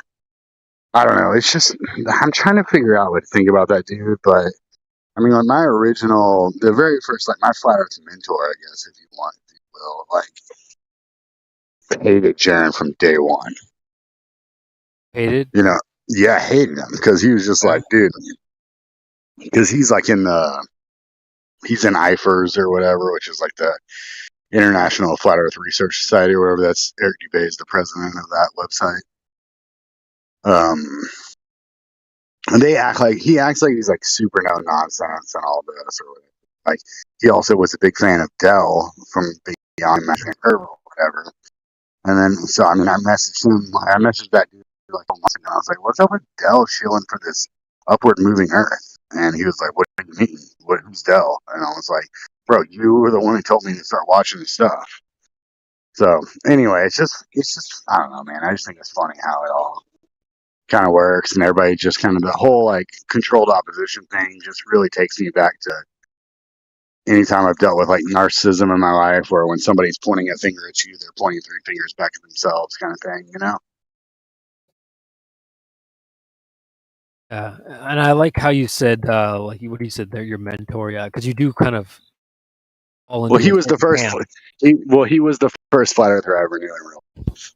Like I was into all these conspiracies, and I walked into that dude's shop as a referral from a musician friend that we had come in, and it was into all the truth and everything. And then I come in, and I feel like I told this story before, but he like slid me his phone. He was like, yeah, that's cool, and he slid me his phone, and his phone had like a flat Earth map on it or whatever, and I laughed at him. And then like a couple months later, I texted him and was like, dude, I get it. And so then we went and had lunch, and we whatever. We went down kind of playing Payday Monsanto songs, and doing all that, whatever. We just broed out about it or whatever. So yeah, but it's funny. But it's weird how everybody gets in these camps, like even with this, right? Like you got to have your little cliques. I mean, I know that we have like a kind of like a group like mentality or what I don't know. Witsit talks about that sometimes about like he has some technical term for it. It's like you have like a group preference or whatever. And I mean that makes sense as far as nature goes. It's like you want people that are going to have your back, especially now. Like, I mean, if me and you were out here in this Matrix jungle thing or whatever this is, right? Like, we're going to know that, like, hey, me and you we both get it. So we got to kind of, we got to be able to have each other's back in some sense, right? Right. Because if I get over here and I'm stranded in in something, I need you to come over and just, because sometimes all it takes is just coming and saying one word, like, hey, yeah, no, I know what he's talking about. You know what I mean? Like, it doesn't have to be some, right? Like, it's a lot of times that is really all it takes is just one other person just being like, well, even asking a question, like even being like, hey, well, I don't know about what you're saying is enough. Mm-hmm. So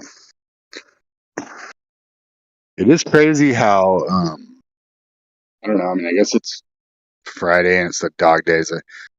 It is the dog days of summer now, right? So that's when. Hey, did that? Do you know? Did that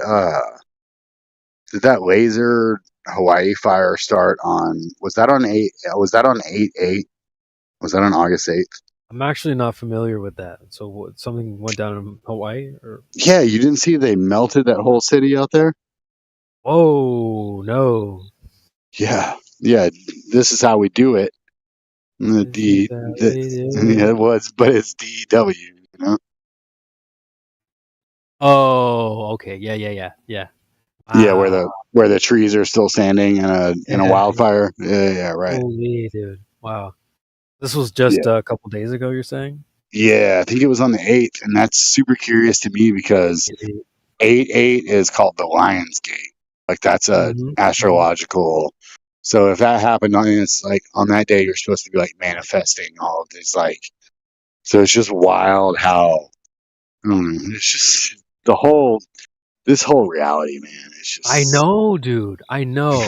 And that's I feel like if I could wave a magic wand over all the Globers, it would not just cheat and give them understanding of the flat earth. It would just be that one thing, that this place is more mysterious than they've let on. Yeah, and because that's what they want to try to. I don't know if they still do, but I remember Glober's always talking about like, well, your flat Earth is stupid and boring. It's 2D, and like, and I'm like, no, dude, it's You have it's no idea. I'm like, bro, it's fractal as fuck. It's like, Right. there's all of these layers to it that, they're like, oh yeah, well, you're just stuck in here. You're just stuck inside a snow globe, and I'm like, no, bro. That's not what I'm saying. That's not what I'm saying. It's like Exactly. It's so much deeper than that. Yeah, and it's way more mysterious than that. Yeah, man. My opinion, And at least. that's also why I do in a sense I agree with Jaron about that science doesn't prove things, because it's kind of like saying a fact checker tells the truth, because the truth, I mean, the reality is always, it's fluid, it's shifting. From my perspective, like I kind of think it's like the closer we get to it, then it shifts and it morphs and it changes. I mean, I could be wrong, but I mean that's kind of how I feel about it, just through my experience anyway. So Maybe some of those things that we've come to solidify, such as the scientific method, are ways to be consistent in such a liquidous world. So. But I agree that like fractal is a great word for it. I think that was a good word to lead into it. It's something that I feel like Globers just do not appreciate as much as we do. Look at the sky, and they have stories attached. Oh, moon, rock, right, sun, right. Ball of gas. Yeah, and stars, other stars. And they all have rushing nesting dolls on their shelves. Yeah. And they don't understand When I look at the stars, I'm like, what?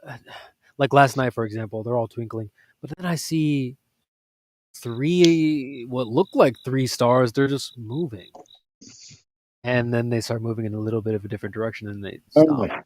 Hang so on. I'm freaking out. Like, what was that? Dude, we know what they're doing. We know what those are. We know where they are. I got an app on my phone that can tell me. It's like they believe. They're the type of people that when their app on their phone tells them it's raining outside, and they go stand out there and they feel nothing. They're like, no, it's raining, Mike. Oh, let me get my raincoat. Right. Well, like I had rain for 4 minutes the other night, like 2 nights ago, and it was the first one in like a month, and it's been like 100 degrees the entire time. That's what made me think about it. Was like my mom was texting me saying like she sent me like a forecast or whatever. It's like, is it actually gonna rain tonight? And I was like, no, hell. And then about an hour later, I was like, hey, I texted her. I was like, hey, my phone says it's raining, but my body says it's not, because my phone was telling me it's currently raining right now. And then I went outside and I felt no raindrops. And then like 30 minutes later, I was like, I'm standing outside and it's pouring on me. And she's like 2 miles away from me. I was like, well, it's dry as a bone here. So it's just, yeah, dude, it's like in the Truman Show, right? Like where you've got like that one rain cloud following him around. I don't know. I mean, I just don't put anything past this reality, honestly. Yeah, that's a great movie. I think that it's like more. It's probably closer to that than what they're telling you on TV, at least. This place is really, really interesting. The fact that I saw last night, I still can't really wrap my mind. So what happened? What happened? Tell me about it. I'm just outside. I don't, I'm not on my phone. I'm sober. I'm looking at the sky, just kind of appreciating, it's clear skies. How dare you? Okay, so I know, right? I see a shooting star. Boom. But not only, when you skip a rock over the water, it kind of like it bounces, right? You get like 2 contact points or more. And so what I saw, it looked like I got it was like shooting star, boom, boom. I saw it. I flashed twice. I'm like, whoa, okay, well, that's interesting. Seen that before. But like, I don't know, maybe 5 minutes later or less, I look up, I'm like, well, okay, well, I see like 3 stars moving essentially. What look like stars, they're moving, and then they sort of move in different directions and then stop. I mean, it sounds like I'm making this up, but I really was like sitting there with my neck cranked to the sky, like, what was that? No, I yeah. had no answers for that, and that's just part of that mystery that I'm referring to. It's just what was that? It's not. I don't expect you to have an answer, and anyone in this panel. Maybe you could share testimony and say, "Oh, I've seen something like this." Blah blah blah. I mean, I have It's seen not like some we have crazy. answers to what that was. Right. Yeah, man. I mean, I just think this. I don't know if anybody listening. Back in the day, I used to listen to the Quantum of Conscience.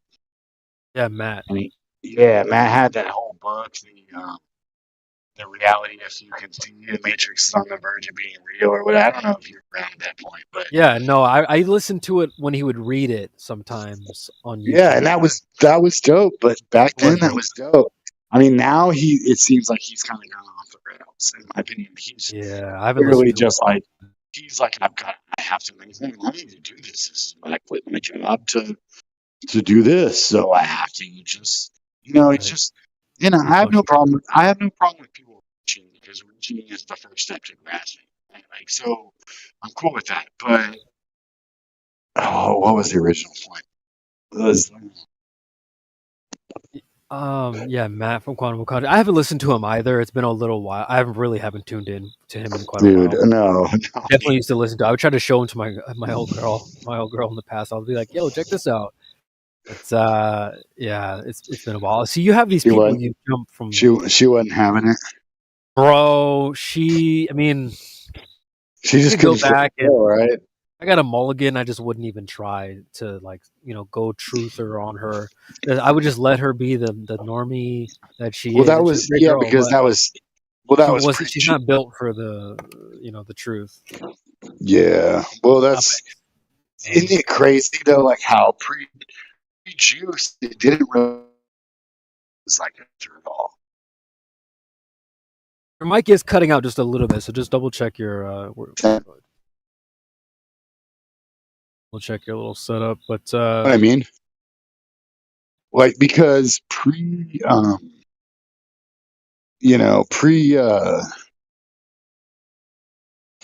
like the soup that everyone drank, right? Like you could it didn't matter if a chick was a normie, you didn't care, right? You were just like, Now, oh yeah, you're fun, you're hot, you're fun, you're hot, like we vibe, whatever. But it doesn't even matter. Like, yeah, obviously this isn't gonna you're not gonna be my wife, but like we can at least whatever. Hang But out, have a good time, yeah. But now it's like, oh yeah, now you have to have like a criteria list. Are you juiced up? Did you ever have a dick? Okay, bye. Is your hair blue? Okay, sorry, you gotta go. Right. Do you believe the earth is a globe?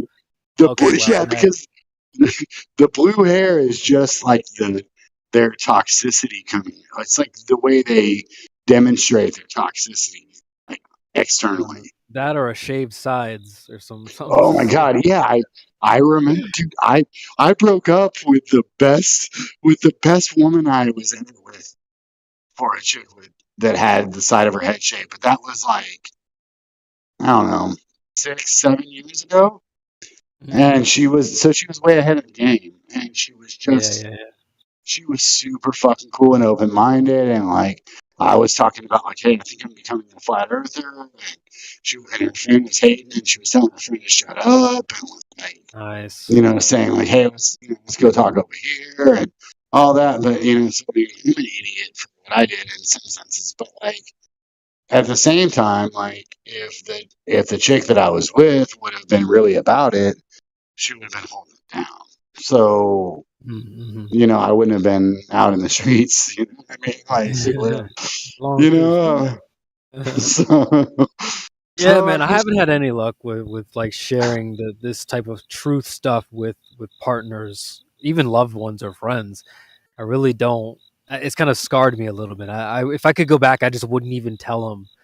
You know what I mean? But then again, like, what is that? I've always been a vulnerable, sort of. Oh, you're right. I know, and I appreciate that about you, man. Yeah. And like, what? Like, we already talked about this. It's kind of the same thing as if we wouldn't say something to somebody about having something in their teeth. Yeah, in their teeth. Yeah, exactly. We just let them walk around. I mean, it's in that fucking, what song is that where it's like, that's fucking teamwork? I don't know. The fucking, what is that? You know what I'm talking about, right? I don't know, but what you said is hilarious.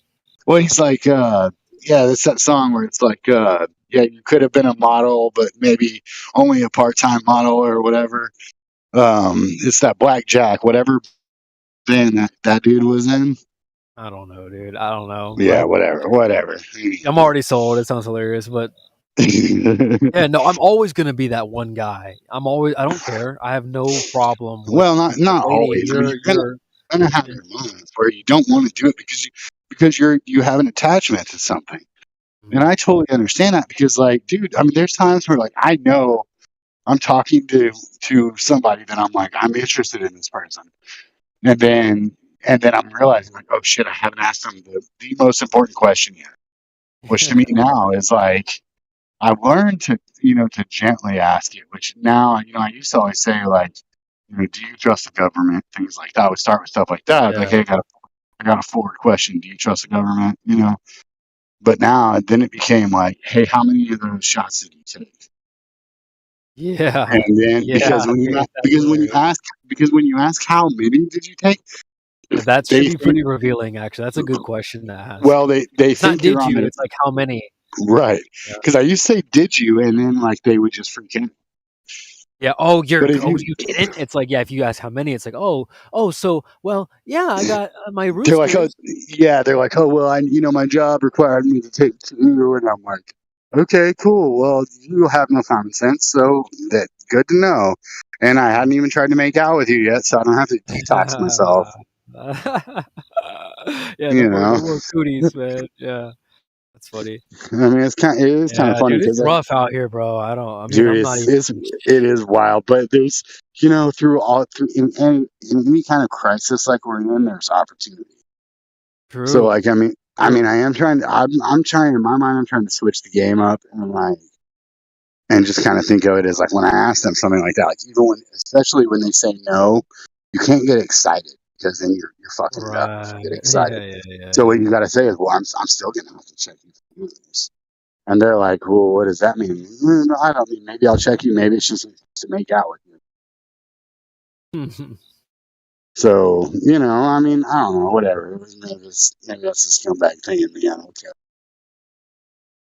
Oh, but man, I mean, birds and the bees, right? Yeah, right. It's so crazy how that whole part of everything about. We don't need to get into that, but like it is funny how everybody's always trying to act like they got some different motive for whatever. Like, why are you even having this conversation? Right. We all know how it is. Come on. Right. So, but it's just, Everyone wants to be different, man. Everybody wants to be different nowadays. Right. I'm special. No, you're not. So, we're all in the same boat together. Okay, so like, I see someone just joined. I'm not looking at the screen, but welcome. If you want to chime in, let us know. Don't worry about the crickets; they won't bite you.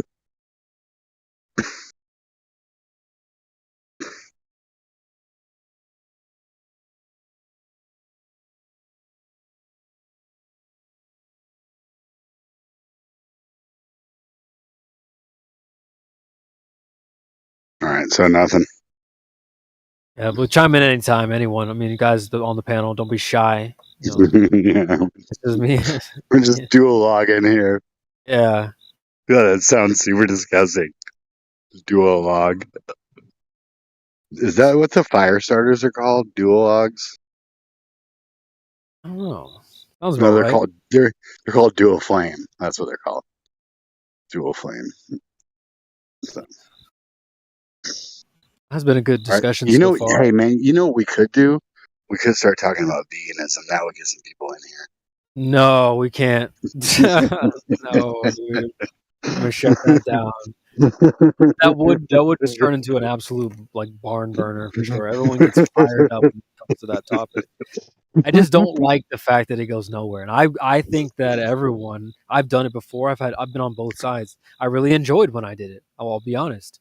My mindset, I was Yeah, meditating. straight I up, was same. Likewise. very like Yeah. I felt like a light, a light spirit. It was very good. I enjoyed my time. But then I also so funny. Like literally in a day, I like got a new job and they presented me with like steak and pork, like all this stuff. And I was like, you know what? I'm gonna go ahead and I did my little phase. I'm gonna go ahead and try this, and then I put on like 20 pounds of muscle. I got like the biggest I've ever been in a good way. I've always been kind of like never been like a fat. I've never ever been fat ever. I've always had a hard time with gaining weight. So I put on like tons of muscle. Got huge, and so I'm like, all right, well, I'm gonna eat steak now. But I definitely enjoyed my time as a vegan. I think I did like octo, I had eggs and honey and stuff like that. But I definitely enjoyed it a lot. So, but it was more for my mind though. My body, I wasn't looking my Right. Well, I mean, it is true that like those, like the raw vegan, like the fruitarians or whatever those people are called, or like the bodybuilders that are over on that side they're way skinnier. I mean, By the way, my computer might die here in a moment. If I cut out, I apologize. I can't charge it while I'm on it. So well, go on and go charge it then.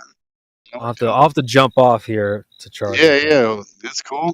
No worries. I mean, we just started the vegan debate, so I mean, there's not a debate. There's actually not even a debate. I don't think it's a debate either. I think you should just do what you want to do and whatever works. I mean, I think if don't change it at any time. If you're eating meat now, then just understand that you're consuming the soup the entire time. What do you mean by the soup? What do you mean like the pharmaceutical soup? Because just go learn about it. It's not that hard to figure out. That's scary. Yeah, it's super. It kind of goes back to what like our original thing we were talking about, like the cell phones, like saturated with that. Well, there is no escape from the fact that unless you're getting from someone who's like a local farmer. I mean, there's just no way to do it unless we all just. I mean, it would require a giant revolution. Revolution. I never was a proponent of because that word means a circle. Right. So I'm not trying to revolve back into this bullshit. I'm not trying to do that. Dude. I'm not trying to do that for my daughter either. Like I'm trying, bro. You gotta lay down. Hey, sorry, talking to my dog. Anyway, but like we need a revelation. We need a mass revelation, and we were on the way to one, and that's why they pulled all this shit because everyone was figuring out about their little kitty fucking island operations. And so there's now we gotta run this 201 out there. We gotta run this 201 out there, and we gotta strip you of your wealth. We gotta shut down small business. We gotta do all these things so that you'll never like they can find aliens, but they can't find the client list for Epstein. Come on. Right, dude. Yeah, that what? Like, yeah, that was That's around the easiest time. way to debunk aliens, right? It's just so funny that they're presenting that now, like in the mass media, mainstream. I remember looking into that as like a, on the Zeitgeist movie or whatever, and like I'd watch YouTube videos and stuff. Yeah. I'd be like, "What aliens?" Like, and if you told your friends like, "Yo, I watched Alien video," you're crazy. But now it's on CNN, so it's absolutely insane that's. We've come to that, but you're right. I remember looking into stuff like that, the islands and the Hoopsteins and all that stuff, right? And that was like, I was like, well, I was looking into like the music industry and all these like dark things, and I'm starting to think like, well, I can't figure out the right. You can't get down to the nitty gritty. Figure out why they're doing what they're doing. Adrenochrome, like why? It doesn't make sense to me. trying to figure out like the quote devil's plans or whatever. I don't really use that Right. terminology, but I couldn't think of another word. But trying to figure out those plans don't make sense. So that's when I started delving more into flat Earth. Right. A lot more, something more positive, something I can learn or teach. Yeah, I completely understand. Like I've said that for years, is that like flat Earth is like my safe space. It's like it's my place I can go when like the actual reality feels so fucked up, because I know that it's the key to it all. It's definitely And one step along the way for sure. It's because what it does is it weeds out a lot of people, doesn't it? right. You could think that someone's like, yeah, this guy's figured it all out, but then he's like, yeah, and the Earth is a globe. You're like, oh, okay, next. Right. So it weeds a ton of people out. It makes you realize that it's a pretty small select group, and that's not necessarily a bad thing. I don't think we're as small as we once were. True. Because I mean I'm like a 2012er. So Damn. yeah, I mean it's been a minute, dude. And like I mean there was a time where, and it's kind of wild just how it's evolved. Where, like, you could, if you said a single thing about it to somebody back in the day, they would just immediately just like scoff at you. And then my response back then, I used to be like, hey, have you ever actually met a flat earther in real life, or you just heard about them on you just know to make fun of them? Daddy government told you to not play with them. Right, exactly. So you just know that, and now it's come to this whole thing with hate speech and censorship and all of this. We're like the only group that it's acceptable to bully anymore. Yeah, dude, isn't that weird? Yeah, exactly. Daddy government told them you're not allowed to play with the flat earthers. You come by, you tell them to kick rocks. Well, like yeah, that's right. kind Like of their it's hate attitude. speech. It's hate speech until they learn there's a flat earther involved. They're like, oh no, that's the victim. Yeah. Okay. Oh, he's a yeah. You guys are dumb and like whatever. One of those. It's funny how that works. Usually they say one of those is what. Well, you're one of those, and I'm always like, yeah. Is that me? I'm like, no, somebody that thinks, and then like when somebody says like, why do you feel that way, or why do you believe that? I'm like, first of all, it's not a belief, it's knowing. Second of all, like it has to do with my experience. I mean, it's just part of me wants to be like, hey, give me 6 hours of your time. Let me deprogram. But I know that that's not. So I'm just like, dude, like it's really just basic common sense. Like if someone's trying to tell me what's going on violates what I sense every second, then to me, I when they're proven liars, I'm not going to believe it.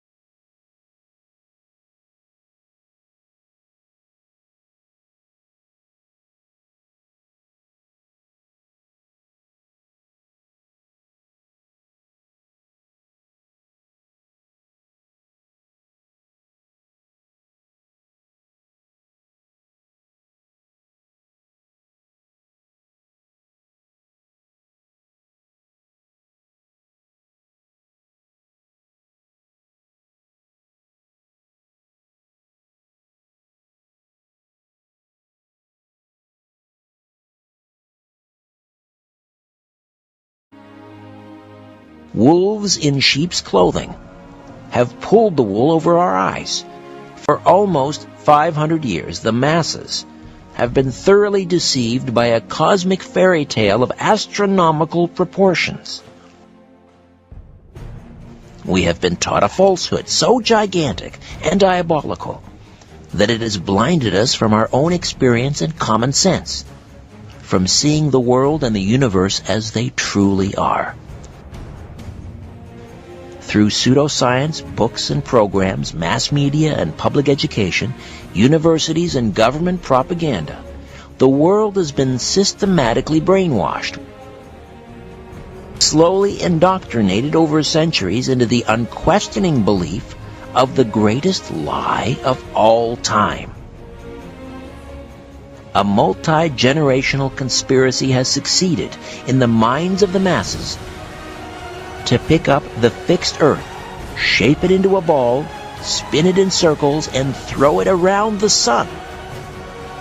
The greatest cover-up of all time, NASA and Freemasonry's biggest secret, is that we are living on a plane, not a planet. That Earth is the flat, stationary center of the universe. Eric Dubé is an American living in Thailand, where he teaches yoga and part-time while exposing the New World Order full-time. He is also the author of 4 books and president of the International Flat Earth Research Society. He joins us via Skype from his home in Thailand. Eric, welcome to The Conspiracy Show. How are you? I'm great. Thanks for having me on, Richard. Did I pronounce your last name correctly? Is it Dubé? It's Dubé. Terrific. It is, yeah. All right. My dad's a big fan of your show. He listens to every one. So, hey, Dad, I'm sure he's listening right now. Absolutely. Shout out to Dad. Thank you. Now, may I ask, is your mother still living? She is. All right. And Do you want to happy Mother's shout? Day to her as well. Exactly. Yeah. There you Shout out go. to my mom. She'll be hearing at some point. Probably not live like my dad is. All right. Now, let me reiterate again, make it very clear. I don't believe for a minute that the Earth is flat, but, as I say, I'm fascinated by the theory. I'm looking forward to speaking with you. I'm not here to mock or ridicule or ambush you or shoot you down. I'm going to sit. I'm going to listen. I'm going to ask a few challenging questions. Time permitting, we may also have some callers who'd like to ask you some questions. And to quote Mr. Zimmerman, then more than likely you'll go your way and I'll go mine. But let me begin by asking you, Eric, first the idea of a flat Earth. I mean, that was sort of the predominant theory up until, Aristotle in around 300 BC talked about the Earth being a spheroid. But how did this idea become resurrected? Bring us up to speed on sort of the modern day flat Earth society. Yeah, throughout history, all around the world, the flat, motionless Earth was a given. It was known until around 500 BC. Pythagoras was the first one to come up with the spinning ball model. And as you mentioned, Aristotle later came up with some more proofs, in quotations, for the spinning ball model. It didn't really pick up speed, though, until around 1500s when Copernicus wrote his book. And then with the Newton and Galileo, it picked up more speed, and now with NASA, you can't find anybody that believes the Earth is flat. Everyone believes that it's a spinning ball. And that word belief is pretty interesting when you look at this, because you say, I believe that we're on a flat Earth, but in fact, I see that I'm on a flat Earth, and I feel that I'm on a motionless Earth, and I see that everything in the sky revolves around me. I also see that the sun and the moon are the same size. But I've been brainwashed to believe something very different from what I see. I've been brainwashed to believe that the completely flat horizon that I always see curves at some point. I've been brainwashed to believe that the motionless Earth that I feel beneath my feet is actually spinning at 1,000 miles per hour. I've also been brainwashed to believe that the stars, sun, and moon that clearly spin overhead are actually, some of them we're spinning around, and there's this big spiral motion of planets and galaxies all spiraling, as NASA has told us. They also tell us that the sun is a big ball of burning light, and it's 400 times further away and 400 times bigger than the moon. yet when I look out in the sky, I can see them to be both the same size. So, in fact, what we believe nowadays is based on something contrary to our common sense and experience, and actually comes from philosophers like Aristotle giving us supposed proofs of a ball Earth, and NASA, Photoshop, CGI divisions giving us fake pictures, making us believe otherwise. But if we were just given to our own devices, everybody would be a flat earther, because that's how it is. It's flat, it's motionless, everything in the sky revolves around us. And that common sense perspective actually has been experimentally proven as well, many, many ways. My book has over 200 proofs. There's a book in the 1800s called 100 Proofs the Earth is Not a Globe. That was based on something called the Bedford Level Experiment. Now we're coming up on a break. What was that? The Bedford Level Experiment? Do you recall? The Bedford Level Experiment was an experiment by Samuel Rowbotham, who was another flat Earth author in the 1800s, and it was basically an experiment to test if the natural physics of water are as they appear to be, that water finds and remains level. And if that's the case, then we couldn't possibly be on a spinning ball Earth, because all the water, the oceans of the Earth would have to be curved. Yet we know that the natural physics of water is to find and remain level. So on the Bedford level there, it's just a really long canal stretch of straight water that you can do different measurements to figure out if there actually is the supposed curvature that they say there is in the Earth. They say the Earth is a 25,000 mile in circumference ball, so using spherical trigonometry, you can figure out the curvature, which figures out to 8 inches per mile when you square the mile.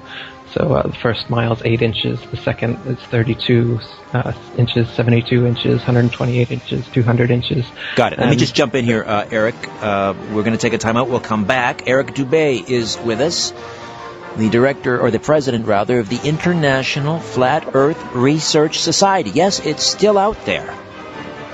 And we'll find out why he insists the Earth is in fact flat. Back with more of The Conspiracy Show. Don't you dare go away. It's flat. T-minus 15 seconds.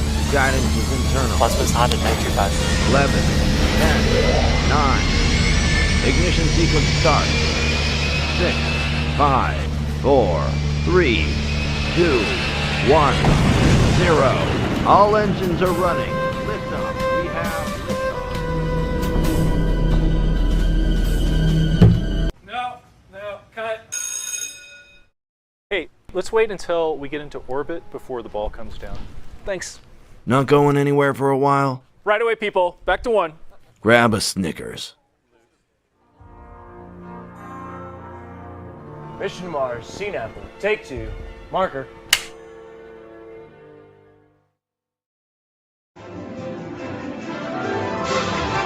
Where there's smoke, there's The Conspiracy Show with Richard Syrett. Welcome back. We have a real humdinger of an hour here. Eric Dubé is with us, joining us via Skype from his home in Thailand. And he contends, insists, maintains most confidently that the Earth is flat. He is the president of the International Flat Earth Research Society. Now, you were talking about the curvature of the Earth. If it's supposedly curving, the curvature is approximately 8 inches per mile. So if it was just 8 inches per mile, it would be a downward straight slope. So you have to use spherical trigonometry. So it's actually 8 inches per mile when you square the mile after that. So there's an exponential drop over time.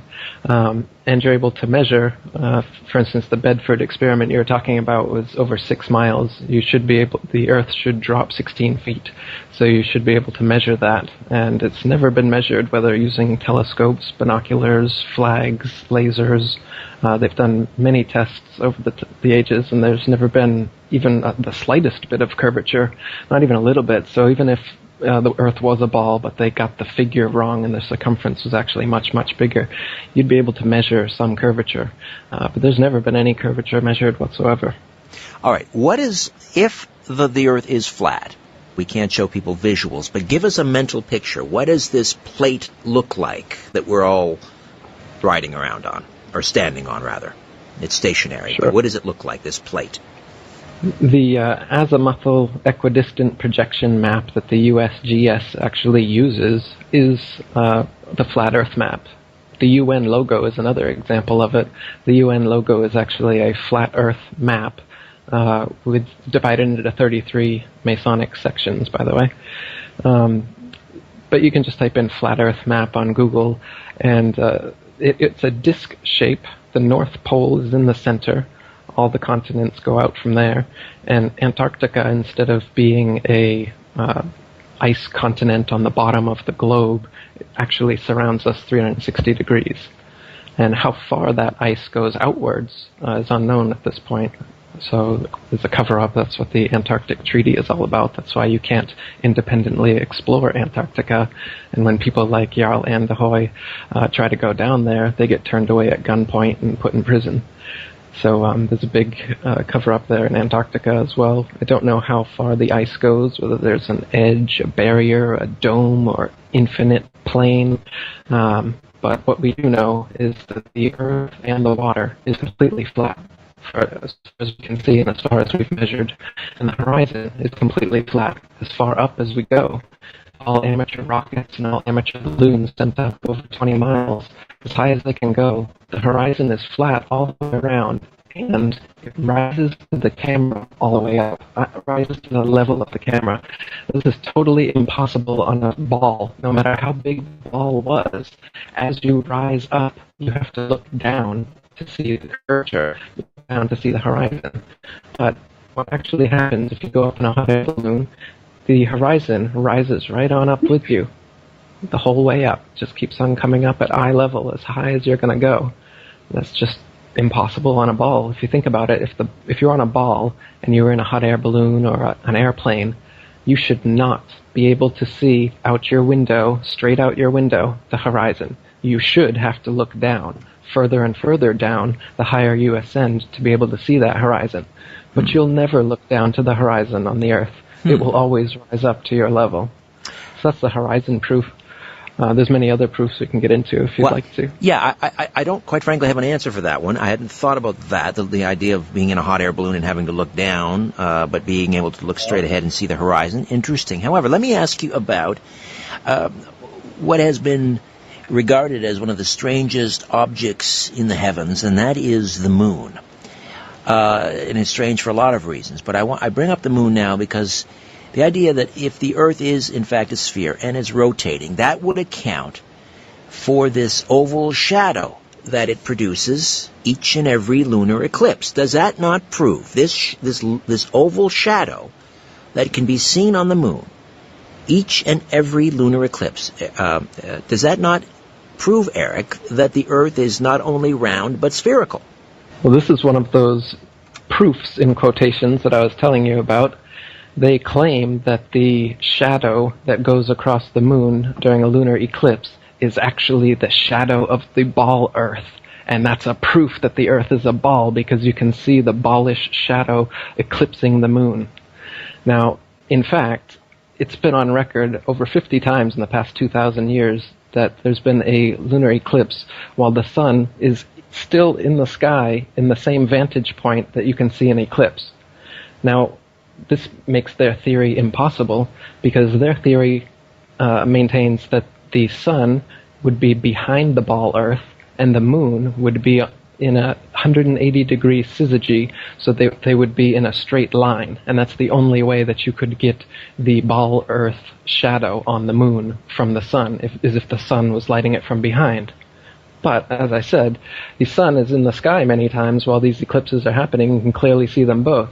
So the angle is not there. It's absolutely impossible that what we're seeing is the shadow of the Earth.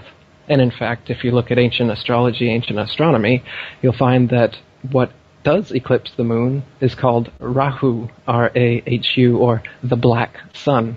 It's a third celestial body that they don't tell us about, that is the same size as the sun and the moon, that eclipses them. It's a dark body. And that's what causes eclipses, not the Earth's shadow. Are you referring to, when you mentioned this third celestial body, what some have called Nibiru or Planet X? Interesting. I haven't thought of that idea, whether they go together at all. I haven't looked too deeply into the Planet X Nibiru thing because it's all based on this spinning ball Earth cosmology, and it just seems like, Zecharia Sitchin, his Masonic work on it, it all puts me off the wrong way. It looks like more NASA style science fiction. So okay. I haven't looked too much into the Planet X Nibiru thing, but I suppose very well could be some sort of crossover in the mythologies. Are there, according to the Flat Earth research, does that then preclude the existence of other spheroid celestial bodies? Does that mean that all planets are flat, or are we the only sort of plate? Right. Well, we're a plane, not a planet. So all they did was add a T to the end, and everybody bought it. But in reality, Earth is the only physical plane, and everything above us is just a light. So there is no spherical terra firma ball planets like Mars, Jupiter, and all these things that NASA presents us with. The moon landing is fake, and it's done here on Earth. The Mars footage is fake, and then done here on Earth. All the CGI images you've ever seen of all these planets, you'll notice that there is no actual footage. Type in real planet footage or something along those lines in YouTube, and you'll not find a single real video of a planet. And when you look at planets through amateur telescopes, they just look like flat circular disks of light, just like stars. And in fact, for thousands of years, they were called stars. They're called the wandering stars, as they differ from the fixed stars in their relative motions only. The fixed stars stay completely fixed together in their constellations day after day, year after year, millennia after millennia, which is another proof that we're not on a spinning ball going all around the galaxy like they tell us, because Polaris, the North Pole star, stays exactly where it is, right above us, and all the other stars rotate in a dome-like planetarium shape eastward in a 24-hour cycle all around us. And the wandering stars, so-called, because they kind of wander their own unique paths, they're still in a general motion. They do a kind of a spirograph pattern around the sun. So, no, the sun, the moon, the stars, and the wandering stars that are now called planets are just lights. And they light up the night sky. They give us calendrical time. They divide not only the night from the day, but the years and the months, etc.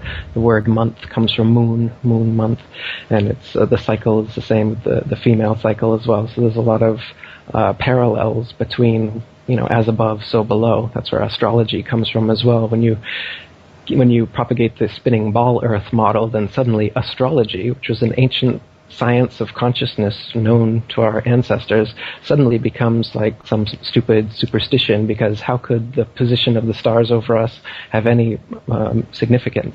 But if we are the only plane in existence, and everything in the heavens truly does revolve around us, then that denotes a special importance to not only Earth, but to humans, the most intelligent of the intelligent designers' designs.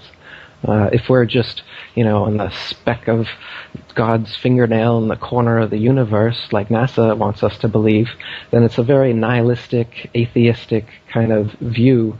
That part I agree. That part I agree, and I take a lot of flack. We talk a lot about UFOs in this program and extraterrestrials, and I don't subscribe to that theory. I think we are unique in the universe. I think this UFO ET phenomenon that we're talking about, interdimensional entities here. I think we are in a sweet spot in the universe, and I think we are alone. This universe was created for us. However, let me go back to some of these other, you call them proofs, and obviously you've heard all of these before, but I'll throw them out to you, and you can handle them as you will. And that is, of course, the old ships in the horizon argument, that you go down to the beach and you do not see as ships approaching, they don't just appear out of the horizon like they would if the world was in fact flat.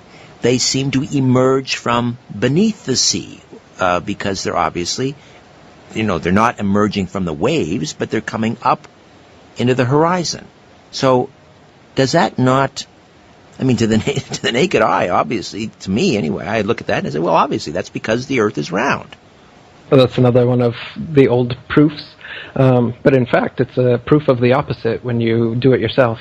Because what happens is if you watch a boat disappearing over the horizon, as you said, the hull is going to disappear before the masthead, and people have been saying for centuries that that's because it's going over the curvature of the ball Earth. But if that was the case, then after it disappeared from sight from going over the curvature of the ball Earth, you would not be able to bring it back into sight by using, say, a zoom camera, a binoculars, or a telescope. But in fact, you can let the boat completely disappear and then train a telescope on it, and you will bring the entirety of the boat, including the hull, back into view, proving that it did not descend over a wall of convex water, and in fact the horizon is the vanishing line of perspective from your point of view, and that's why you can zoom in on it, or if you rise in altitude you can see more, or on a clearer day you can see more, see further. The horizon is not the curvature of the ball Earth, as we've been told. It is simply the vanishing line of perspective, the law of perspective, as any artist would know. It's the same reason, railroad tracks seem to converge on each other off in the distance, this kind of thing. All right. Or in a hallway as well. The ceiling and the floor converge, yeah. All right. Same now, idea. You mentioned the constellations earlier, and let me just throw this one out again. And just to remind people, Eric Dubé is with us, the president of the International Flat Earth Society, or Flat Earth Research Society, joining us here on The Conspiracy Show from his home in Thailand. And before I get to the next one, and we are approaching another break, and I want to talk about some of these things you've already mentioned, but we'll come back to them. When, for you, did this realization happen? I mean, you grew up, I'm guessing, in a public school system. You had the same sort of, as you call it, propaganda, brainwashing. What was the aha moment for Eric Dubé that the Earth was flat? It took years of researching before I finally said, yep, it's for sure. Because what it's like when you're researching the flat Earth, it's like you've got your hands out, you got the ball Earth in one hand, you got the flat Earth in the other hand, and you think that there's a lot of proof for the ball and not so much proof for the flat Earth. And then you start to look into it, and you find all of these proofs for the flat Earth, and then you find all these debunked supposed proofs for the ball Earth. And then your ball Earth hand just starts getting weighted down with lies, and your flat Earth hand just rises up until you realize that we've been completely lied to, and the Earth is in fact flat. So I would recommend this process will certainly happen to everyone who reads my book, The Flat Earth Conspiracy, and I've gotten rave reviews saying so.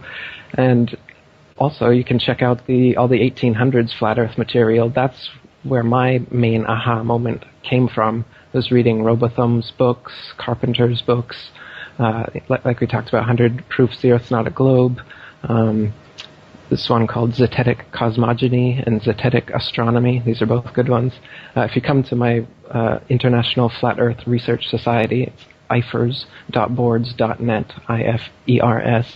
I've got all those books there and many other materials that you can look through. How many members do you have? How many members do you have at the International Flat Earth Research Society? I just restarted it. As you mentioned, the International Flat Earth Research Society was the first Flat Earth Society in the 50s, and then Leo Ferraris came along in the 70s, and then his is the only one that existed in the form of the Flat Earth Society online. And so I just restarted the International Flat Earth Research Society just a few months ago. So we've got about 500 members and about 800 guests visiting every day at the moment. But any scientists, astronomers that are part of your organization? Yeah, we just had one join. She went to school for astrophysics, and she didn't finish her degree, she said, and she's quite glad now that she started looking into everything. Interesting. All right, Eric, stay put. We'll come back on the other side. The flat Earth. Believe it or not. Come back and listen to some more of my conversation with Eric Dubé right here on The Conspiracy Show. Big Brother is listening, and so are you, to The Conspiracy Show with Richard Serrett. Welcome back. Eric Dubé joining us live from Thailand via Skype, talking about the flat Earth. I was on my lovely bride, the mighty Aphrodite, is in Greece at the moment, and we were on FaceTime at about 5 o'clock this afternoon, and she was getting ready for bed. It was midnight in Greece, so we have time zones. The idea of time zones. Do not Eric, the existence of time zones. How can we have time zones if the Earth is flat? I mean, we should all be seeing the sun. I mean, if the Earth is not rotating on its own axis, then we should all be experiencing, the same daylight at the same time, shouldn't we? The sun is not 93 million miles away, as we're told, nor is the Earth a ball spinning around it. In fact, the Earth is a flat plane, and the sun is a disk that spins over and around the Earth in circles every day. Same with the moon. If you can imagine the yin-yang sign, the Chinese yin-yang symbol is actually a symbol representing the sun and the moon's path over the flat Earth. So imagine the yin-yang spiraling in a circle. The sun, you can't see the sun all over the Earth from every point at all times. And time zones are caused by its motion over the flat Earth, over and around it. So every 15-degree demarcation point around the circle is 1 hour, and it will do this 24 times a day. So time zones are caused by the sun moving over and around the Earth, not by the Earth spinning around the Earth spinning, as they say. All right. Gravity. We have to talk about gravity. And if the Earth is a sphere, then, no matter where you're standing on a sphere, because it's a consistent shape, you have exactly the same amount of sphere under you. So the center of gravity doesn't change wherever you are on the sphere. But if you're on a plane, a flat plane, think about, spinning a dish around or something like that, a dinner plate. The center of mass in a flat plane is more or less in the center. Are we in agreement so far? The center of mass? The center of mass of a flat plane is in its center, more or less. But it's not spinning, though, right? It's stationary. And the mass is distributed all over the Earth. I don't know how much more mass there would be at the very center than in Antarctica or in the continents. So I wouldn't quite say that, no. That's true. If it's not spinning, then the center of gravity would be consistent. Okay. Right. Now, gravity doesn't exist. Gravity is just their catch-all term for what they can't explain. So they say that the reason that the oceans, buildings, and people don't fall off the underside of the ball Earth is because of gravity. It holds us on. They say the reason that you don't feel the 1,000-mile-per-hour spinning atmosphere going eastward all the time is because gravity pulls the atmosphere along with the spinning ball Earth just so perfectly so you don't feel it. They say gravity causes the moon to orbit the Earth and the Earth to orbit the sun, and gravity actually is what caused the sun and the moon and the Earth and everything to form in the first place in their materialistic cosmology, where they try to get rid of God and they use gravity instead, another G word, and gravity is actually what created the planets and the sun and the moon and everything, and gravity caused the Big Bang, and gravity pulls the ocean's tides. Interesting how gravity supposedly pulls the ocean's tides, but it can never reach the lakes, ponds, marshes, and other bodies of water, can it? It just pulls the oceans. Nice. Gravity, that's gravity for you. But in reality, everything that nowadays is explained through gravity was already explained adequately through the laws of density and buoyancy.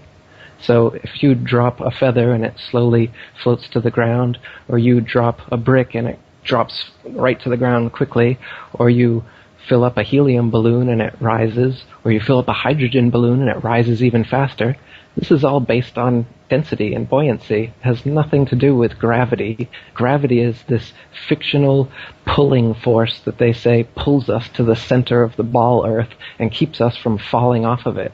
But they can't actually show you any example of some mass, by virtue of its large mass alone, causing other masses to stick to or orbit around it, as they claim gravity, this force gravity does. So gravity was given to us by a knighted Freemason, Sir Isaac Newton, who just took the pre-existing laws of density and buoyancy and applied it to the budding heliocentric spinning ball model. And that's what we're taught in schools nowadays. All right, we'll take another time out. I've been on a plane. I've, fairly long trips on a plane. And it seems planes can travel in a relatively straight line for a very long time and not fall off any edges. They can, and also theoretically, some do, actually circle the Earth nonstop. So we'll find out what that portends. What does that mean in terms of a flat Earth theory? Back with more of my conversation with Eric Dubay here on The Conspiracy Show. Stay with us.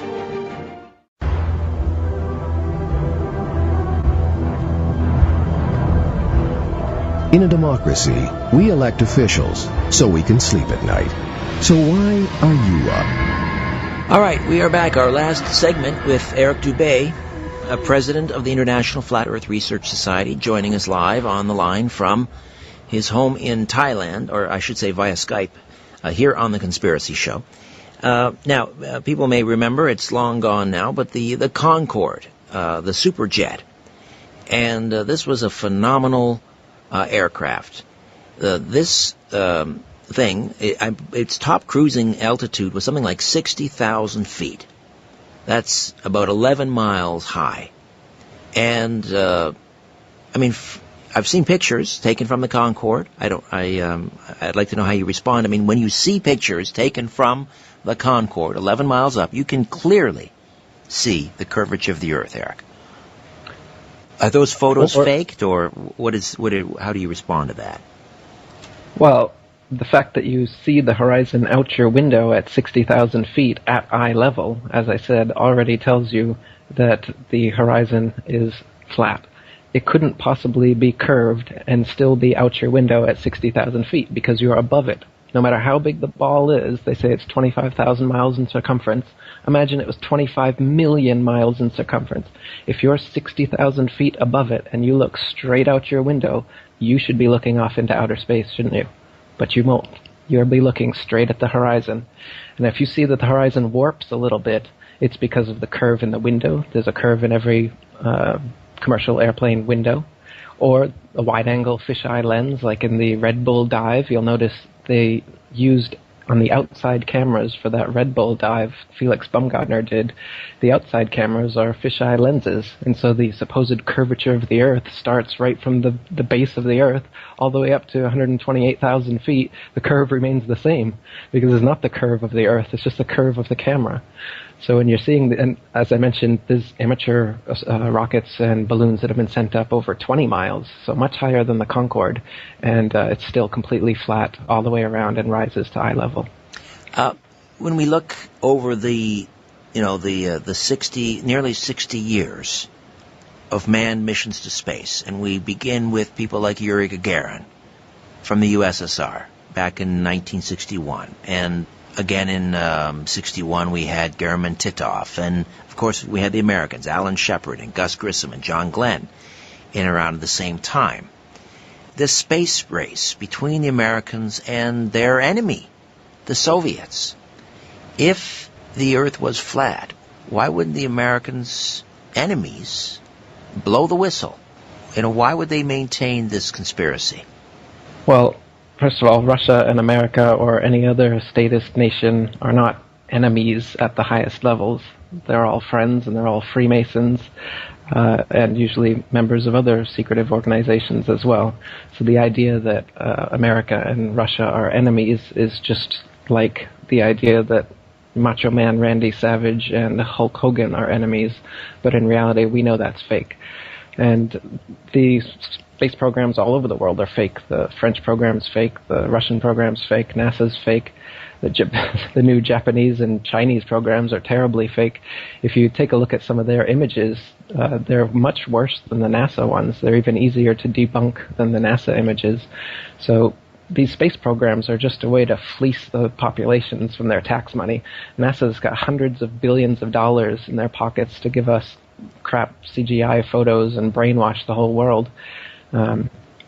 So the fact that there's space agencies all over the world that are doing this now doesn't actually mean anything, because they're all part of the deception anyway. Anyone selling you a spinning ball Earth is leading you up a creek without a paddle.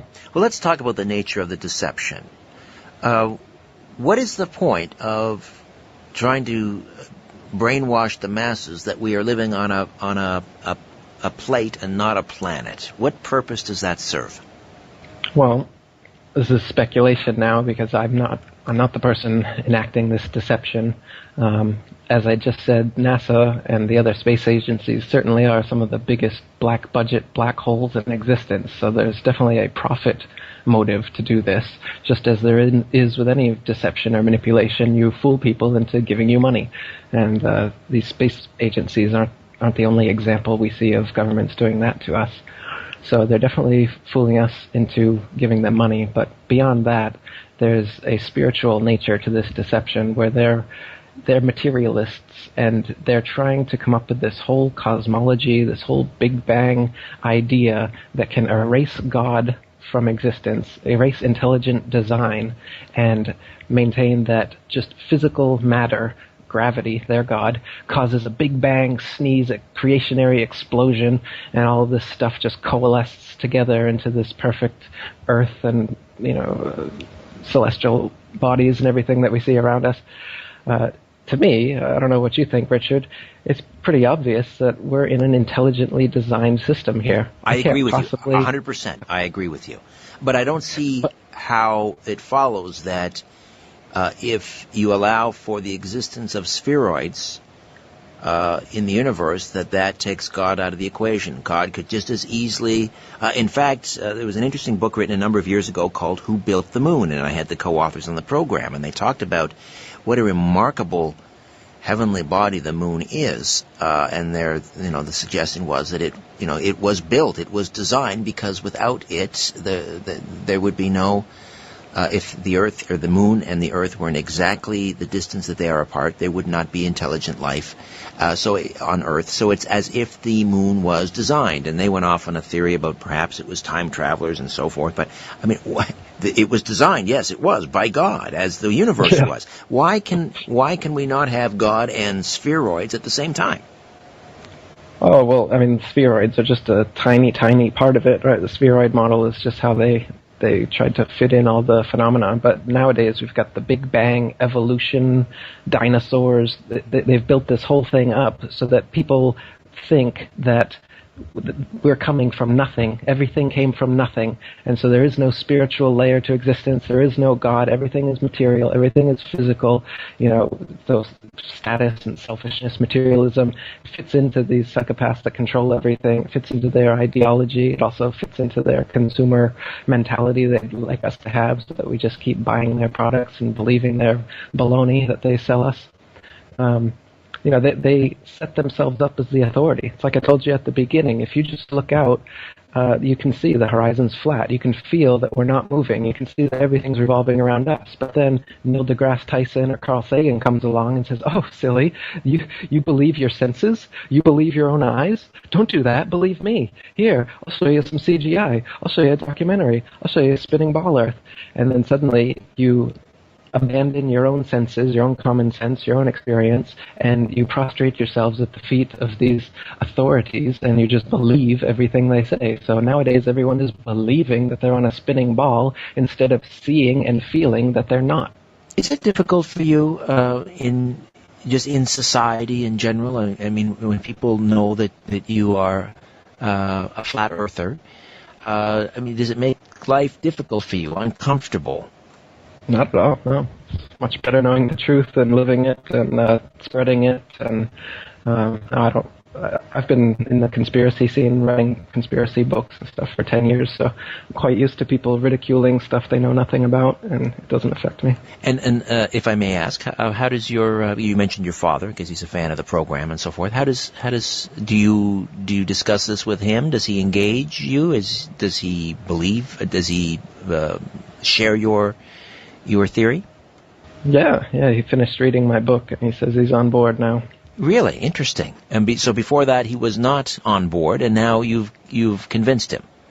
Yeah, actually, everyone that I've that's been in contact with me who has read my book is a flat earther now. I haven't heard of anyone who's read my book and still believes the spinning ball.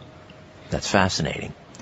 And do you, if I can use the term, do you proselytize? I mean, do you go out and try and convince other people, or do you simply allow them to come to you and ask you about it? Sure, all of the above. I make a lot of YouTube videos. I have some blogs and websites, books. I go on forums. I have my own forum. Yeah, I've definitely been proselytizing this and other conspiracy truths for a long time. Have you offered to debate, let's say, a non-flat earther, let's say at some academic institution, an astronomer, an astrophysicist? Have you ever offered to debate any of these individuals, and have they ever accepted? No, but I would be interested, especially some of the bigger NASA names like Neil deGrasse Tyson. I'd love to debate him. And you're confident that you would emerge victorious? Sure. There's not even a shadow of a doubt in your mind that the Earth is flat? No, I researched it long enough to make sure that I was correct. It's fascinating. And still researching it now today. I don't have answers for everything. Like I told you, what's beyond the Antarctic ice and stuff, I don't know. There's still mysteries to it. But as far as whether the Earth is spinning or a ball, no, it's absolutely not. What about, I mentioned the transit, these long flights. Airplanes can now circumnavigate the globe, they would say, as one of the proofs that we are not living on a flat Earth. That you can fly around the Earth nonstop. Right. But you can fly around a flat plane as well. And so all these people from Magellan up to current plane circumnavigations are just going east to west around the flat Earth. They're not going under the supposed ball under Antarctica. There are no routes that go straight over Antarctica, as there should be, such as Australia to South America and some other routes like this. The straightest line path, if we are on a spinning ball Earth, is to go straight across Antarctica. But they never do that. They take the long route around. And when you ask them, why do you take the long route around instead of just going straight, they say, it's too cold. The planes can't handle it.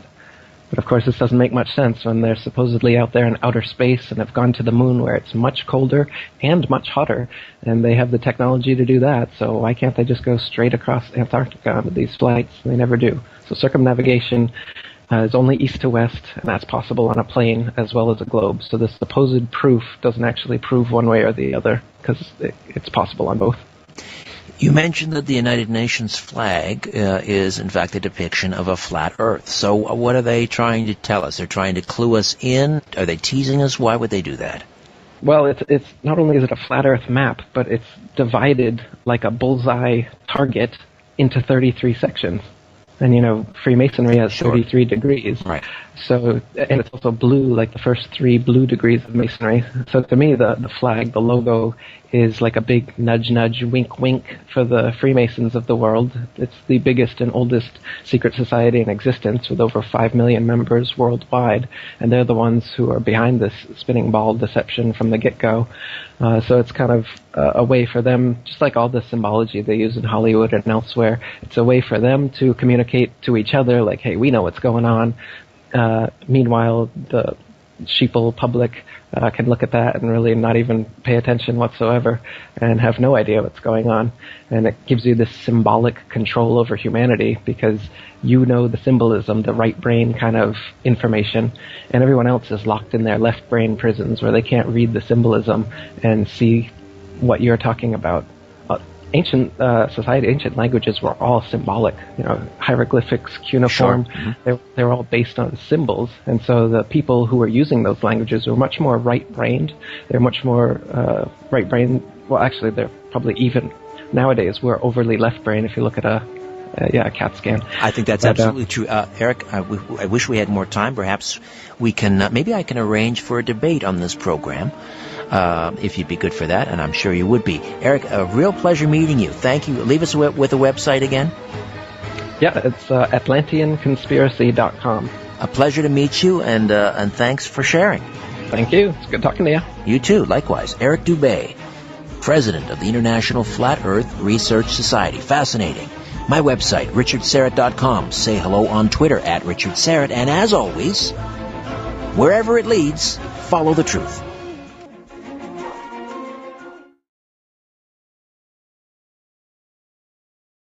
Say shit. If this gonna be that kind of party, I'm gonna stick my dick in the mashed potatoes.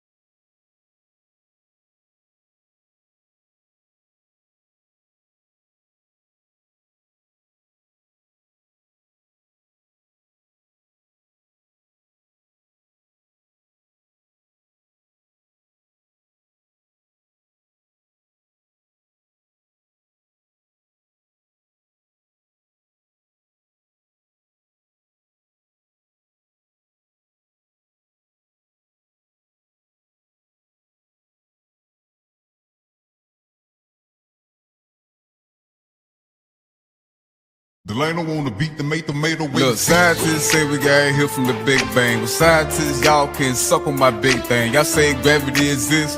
Bullshit. If it's heavy, it's gon' fall just like dropping the brick. Suck my. Look, scientists say we got here from the Big Bang. But scientists, y'all can suck on my big thing. Y'all say gravity exists?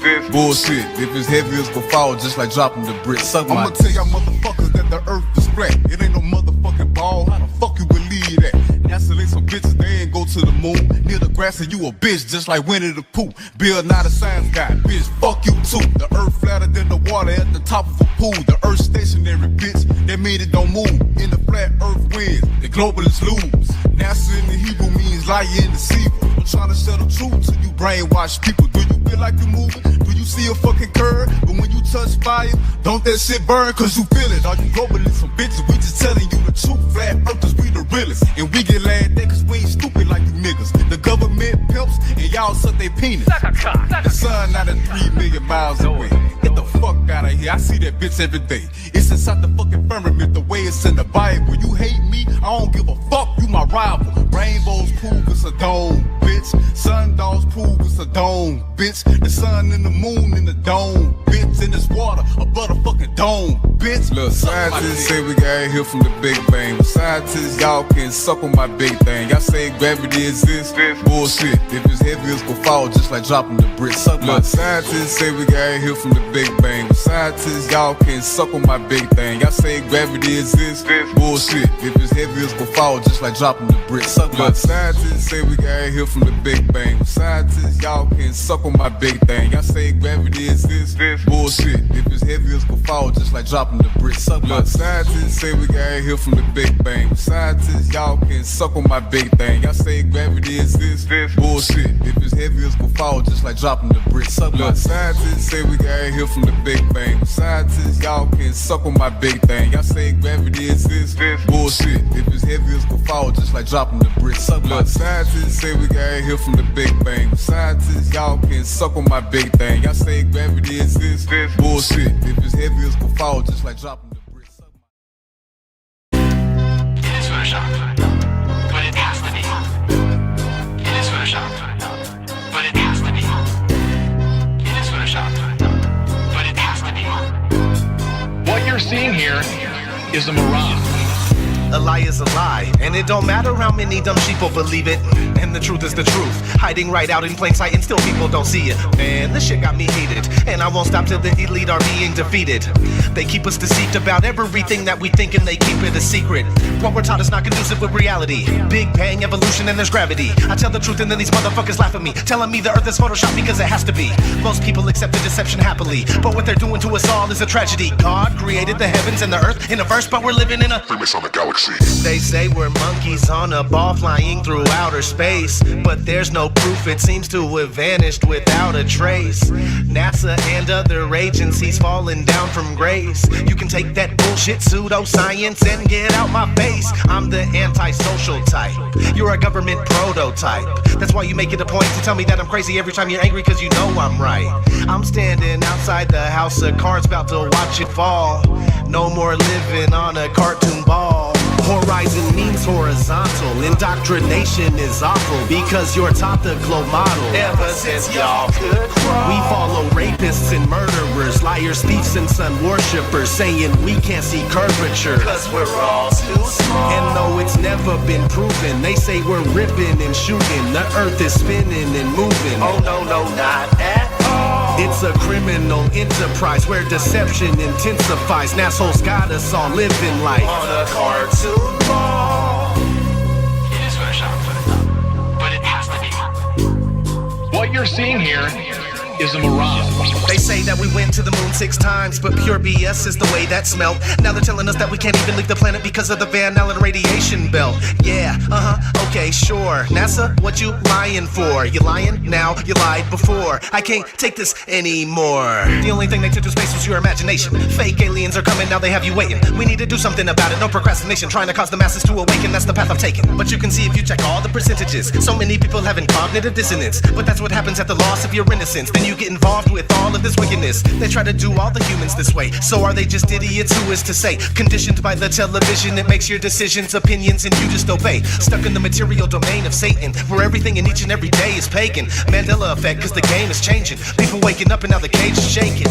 The earth is flat, and that is a universal fact.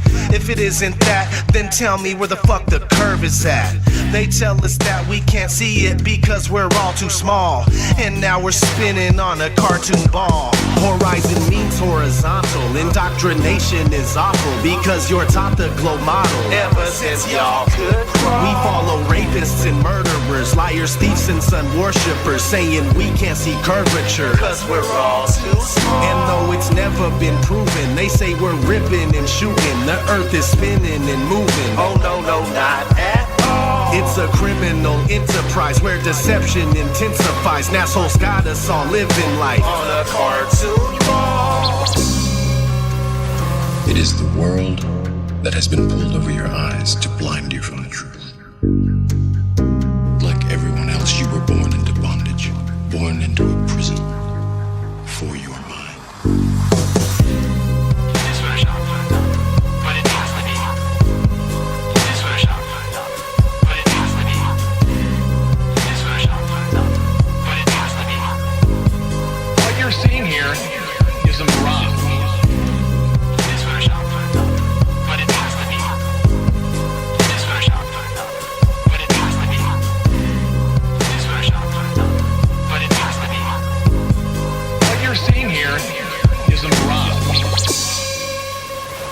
We accept the reality of the world with which we're presented. It's as simple as that.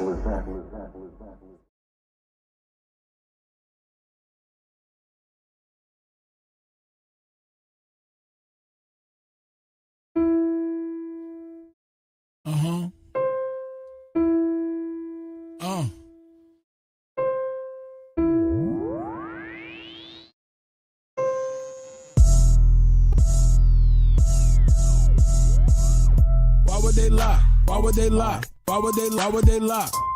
Why would they lie? Why would they lie? Why would they lie? Why would they lie? Why would they lie? Why would they lie? Why would they lie? Why would they lie?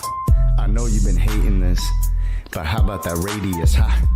What is he saying though? Broken geometry. Okay. I just pointed out, now you're at hominy. Went to your mommy be trucking and driving, Globers be wildin'. They went out of style. 8 inches per mile squared, never been measured out in the wild. Why would they lie? That's what they cry when it just can't be denied. Defending the government, slave till you die. You ain't got no reply. That stuff is flat. Who told you that? Like I can't trust my eyes? There ain't no curvature, and the swan is black. But nice try. Why would they lie? Why would they lie? Why would they lie? Why would they lie? Why would they lie? Why would they lie? Why would they lie? Why would they lie? Why would they lie? Why would they lie? Why would they lie? Why would they lie? Once you go flat, matter of fact, you never go back, you never go back. Why would they lie? Why would they lie? Why would you ask such a question? Coming here crying to ask why they're lying? Dude, may I make a suggestion? It seems to me in your mind that you could use some introspection. Instead of advancing your thinking, you're headed straight to a sad state of regression. People keep thinking it's our job to find them the model that they've been requesting. Meanwhile, they're walking around every day in the world never ever suspecting that the very own senses a human possesses have never attested. Something that's absolutely and completely reversed to the world manifested. How can you think that a person like me could take someone like you even serious? Why would they lie? Why would they lie? Bro, are you fucking delirious? How can we even engage in a true conversation if we can't surpass this? I'm gonna need you and your little fundy friends to pull their heads out their asses. Why would they lie? Are you fucking high? You really gotta be kidding me. The world that you've known, all on its own, has been nice and flat since the beginning, see? No 8 inch per mile square, that's why y'all scared to have this become mainstream. So as a result, we transform into nightmares, waking folks from the daydream. So proceed to ask why they are lying without verifying your story. And at the end of the day, maybe all I can say is that y'all fucking bore me. Why would they lie? Can't even deny. You're sounding just like a baby. Maybe a hero is all that you need. Maybe y'all somebody save me. Global abortion, all applauding. Cheers, big heads, small, enormous. From cradle to grave shall be like tortoise. NASA tower lies every day is exhausting. Nothing more boring than the stream they recorded.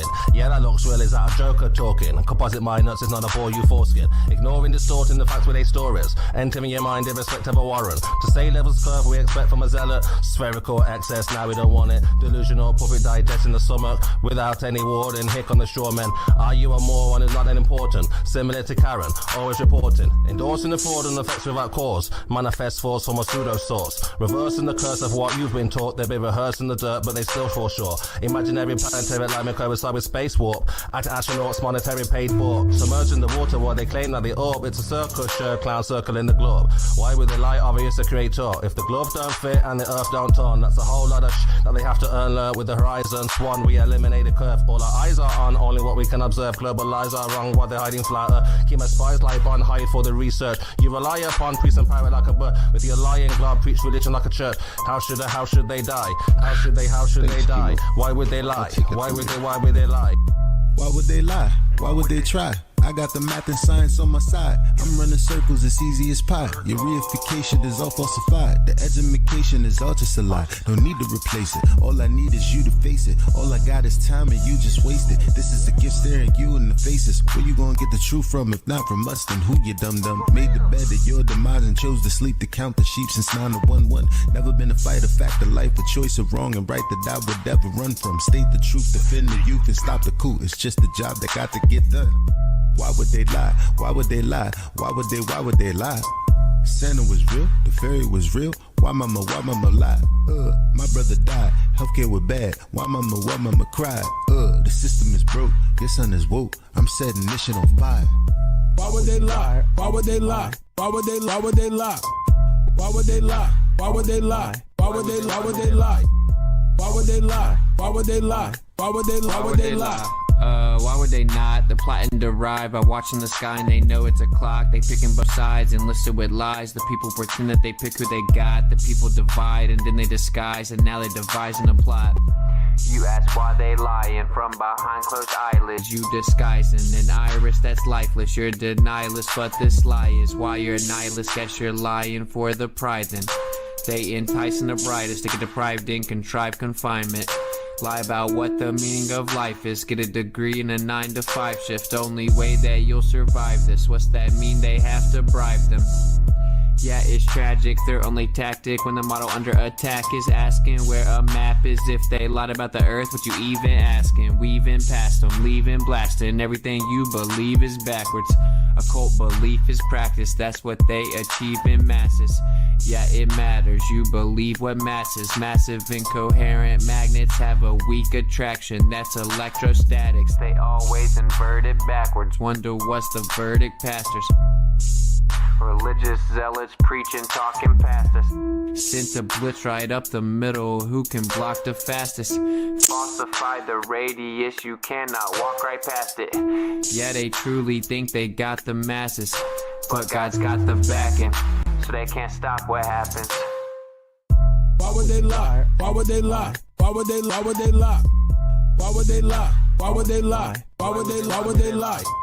Why would they lie? Why would they lie? Why would they lie? Why would they lie? OG. Why would they lie? I'll tell you why. They don't want to see you survive. They don't want to see you get live. Love on your queen till you hire you some kids and provide. They don't want to see you revive. Take an L, then come back harder than ever besides. Packing that hammer on side. I cannot help it, bro. Second Amendment on mine. They won't label you a felon. That way you can't get your hands on protection. That way they come in and fake an election. If they want Caesar assets, you can't stop or arrest them. That way the hood is simply a reflection of the design that they predestined. If you don't like it, they pop off your top like your last name was Kennedy in Dallas, Texas.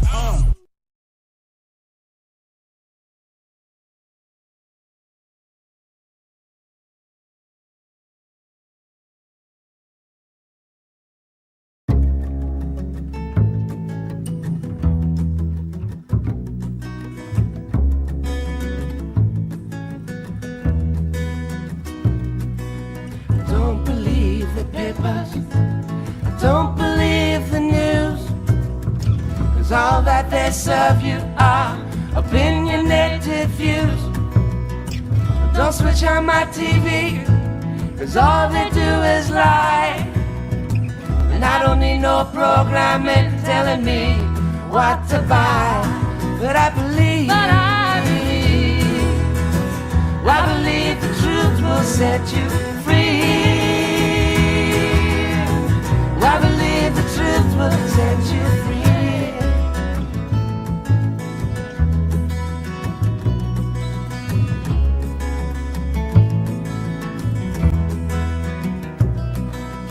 Don't believe in aliens. I don't believe in God. I don't believe in war. What are the reasons why they're for? Don't believe celebrities pretending to be what they ain't. Make poverty history, they say, posing as saints. But I believe, I believe the truth will set you free. I believe the truth will set you free. I believe the truth will set you free.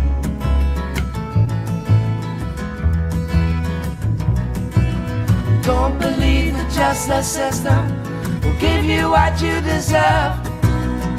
It's all around bad judges and Lucifer they serve. Don't believe banks are honest, they fleece you to the bone.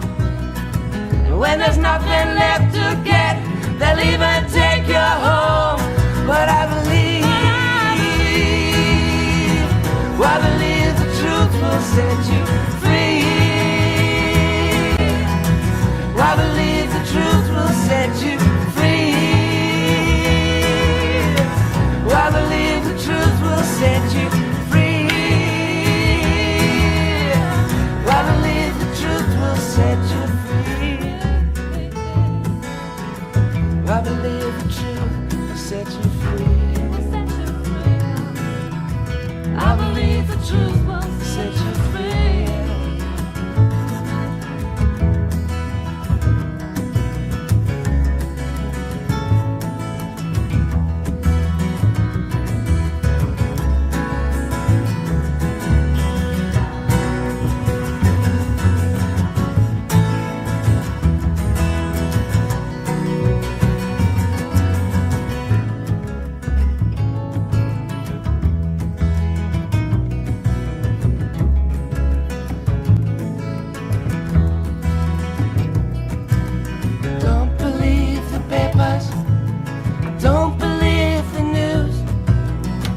Cause all that they serve you are opinionated view.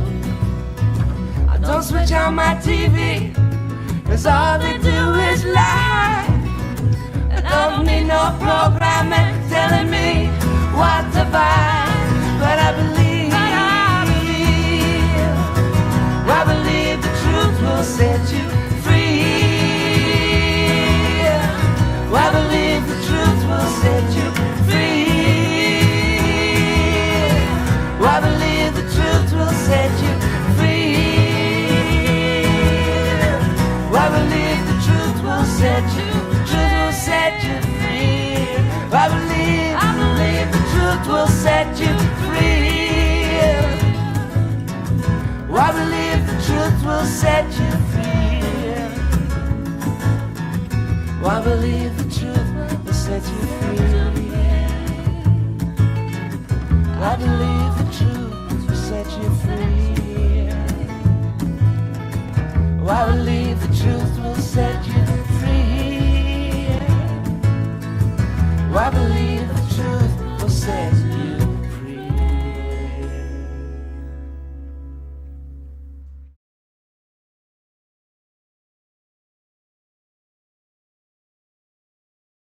Yeah.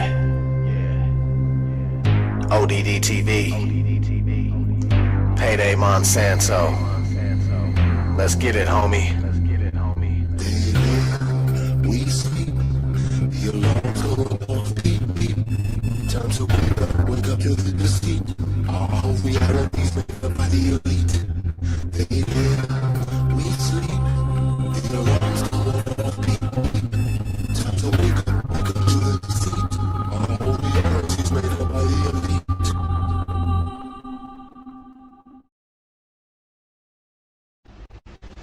They live, we sleep, the alarm's going off, beep, beep. Time to wake up to the deceit. Our reality's made by the elite. They live, we sleep, the alarm's going off, beep, beep. Time to wake up to the deceit. Our reality's made up by the elite. I came to kick some ass just like Roddy Piper. These motherfuckers that walk among us, they got me hyper. But don't be chewing that bubble gum, it's got aspartame. It's a chemical directly targeted at your brain, just like the fluoride that they put in the water supply, and all the geoengineering we got in the sky. I'm trying to tell you, and I hope that you're hearing me clearly. This ain't no bullshit speculation, conspiracy theory. They live and they're controlling every move you make, from the apartment that you live in to the juice you drink. They give you television to help you ignore this prison, while feeding you genetically modified organisms. They want us like the Walking Dead, just obey and consume. Don't worry about anything, keep awaiting your doom. To all my warriors out there, this is indeed my call. It's time to put a fucking end to this elite cabal. They live, we sleep, the alarm's going off, beep, beep. Time to wake up to the deceit. Our whole reality's made up by the elite. They live, we sleep, the alarm's going off, beep, beep. Time to wake up to the deceit. Our whole reality's made up by the elite. When they try to prove their spinning ball Earth, it's remarkable. All their arguments are absolutely fucking farcical. It's clearly been shown your problems aren't resolvable. Your theory has been blown into tiny little particles. Pharmacological drugs that got the masses on, preclude them from putting their rowdy body Piper glasses on. And even when they do, they're unable to gaze too straight, because for most of them it's way too late for them to see past ignition. And they will not be listening to anything outside their paradigm imprisonment. They are in constant and nonsensical certitude, brainwashed by devils to revel in their servitude. It's idiocracy, pure hypocrisy. Waking these dummies up used to mean a lot to me, but nowadays I wanna tip the canoes, and as they drown, tell them this is what you get when you snooze. They live, we sleep, the alarm's going off, beep, beep. Time to wake up to the deceit. Our whole reality's made up by the elite. They live, we sleep, the alarm's going off, beep, beep. Time to wake up to the deceit. Our whole reality's made up by the elite.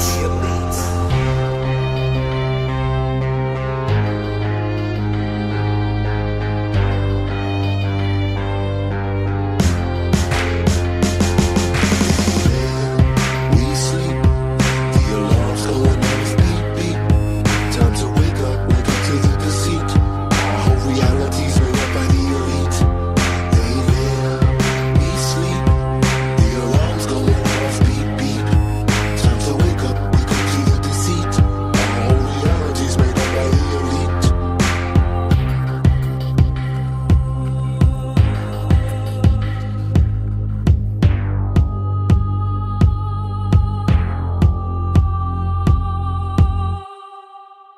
Either put on these glasses or start eating that trash can.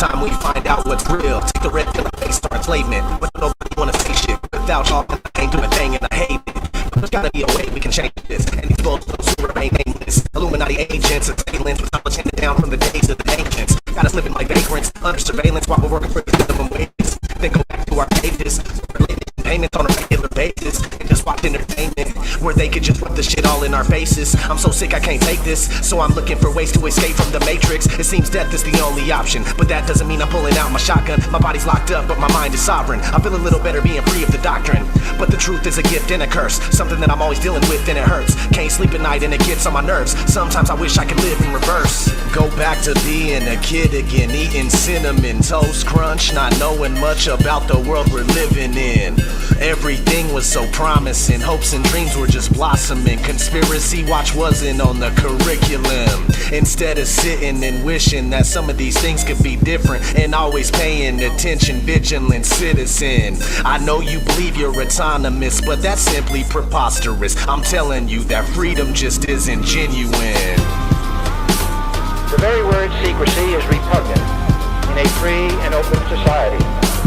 And we are, as a people, inherently and historically opposed to secret societies, to secret oaths, and to secret proceedings. We decided long ago that the dangers of excessive and unwarranted concealment of pertinent facts far outweigh the dangers which are cited to justify it. In this present crisis, government is not the solution to our problem. Government is the problem. And everybody gets mad at me for looking for the truth. It's so sad to see, but that's just the way that it has to be. ODD, TV, blasphemy. I guess your brain doesn't have the capacity to understand that freedom is a fallacy. You rather stay in the herd mentality and keep going in your false reality. Humanity is going in the wrong direction. Insanity we have down to perfection. No consciousness and a lost perception. Are we ever even gonna start reflecting?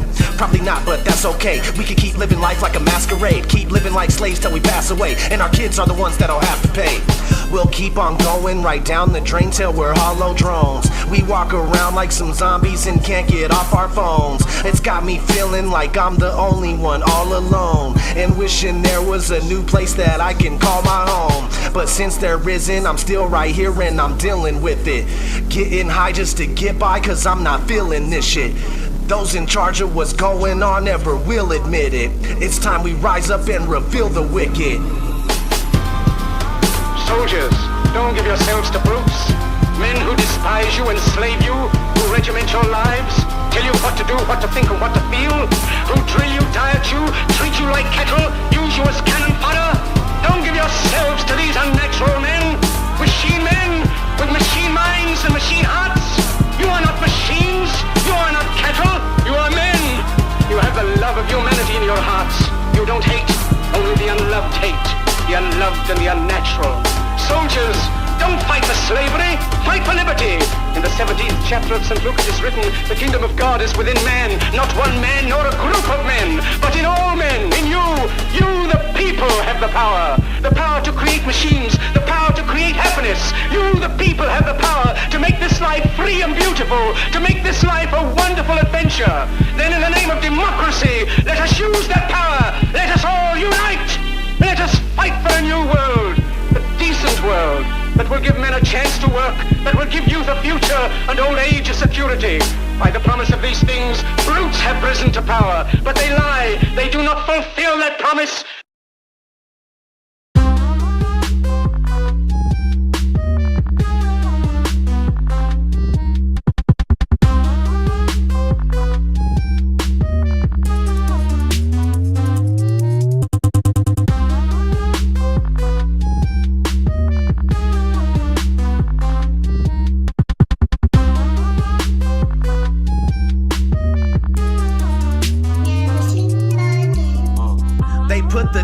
the movies and lies throughout the news. They manufacture opinions and form all of your views. Everything we think we know is actually opposite of the truth, but what do you do when reality's fraudulent? The whole system is rigged, it's an illusion of choice. You can keep screaming and yelling, end up losing your voice. What's the point? What's the point? That's what I ask sometimes. Roll a joint, smoke that joint, and then I smash some rhymes. I'm still a slave, but that boy overdose is hard to control. How far will he go? Much further than you possibly know. ODD TV, I've been doing this. I have to get deep, because half of you are asleep, the other half are just sheep.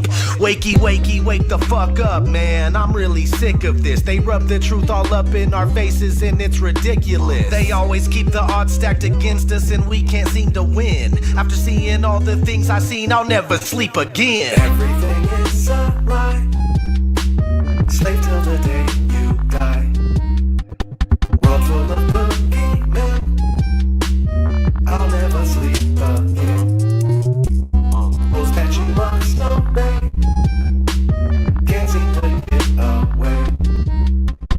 It's making my head spin. I'll never sleep again. Time to wake up. Time to wake up. Time to wake up. Never sleep again. Time to wake up. Time to wake up. Time to wake up. Never sleep again. We live in a prison cube, ruled over by the hexagon. Nothing but witchcraft and black magic spells in your lexicon. Search till the day you're dead and gone. There's gotta be some way out of here. Looking up at the sky, just watching chemical clouds appear. They got these toxic heavy metals filling up your body. You're a zombie, unaware that you serve the Illuminati. Man, how's your head feel after taking that red pill? When you learn the truth, it's scary. You can barely stand still. The Matrix is a computer-generated dreamland. Most certainly you're a worker bee for the queen, man. They lie to us about outer space and the earth is flat. They're killing us with the food they sell us. What's worse than that? You may wake up, but that doesn't mean the world's gonna change. It can stress you out, make you depressed, or fill you up with rage. We're in a cage, the whole world is nothing but a stage. And we're almost there, so be prepared for the coming age. Everything is a lie. Slave till the day you die. World full of boogeymen.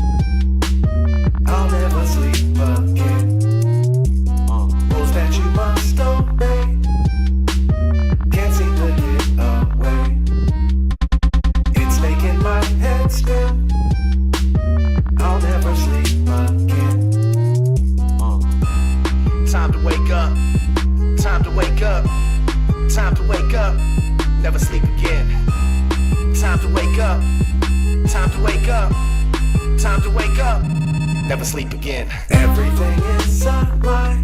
Everything, man. Slave till the day you die. There's no escaping it. World full of boogeymen. They live. I'll never sleep again. I'm an insomniac. Rules that you must obey. Obey, obey, obey. Can't seem to get away. No, I can't get away. It's making my head spin. It's not the world spinning. I'll never sleep again. Never, ever, ever. Chemicals in the sky. What the hell are they spraying, man? Nobody wonders why. Those are just clouds, bro. Organelles in my skin. This can't be happening. I'll never sleep again. I can't do it. Things are not what they seem. Everything is opposite. Wish it was all a dream. I'm wide awake, though. When will this madness end? It's not looking good. I'll never sleep again. It's just not possible.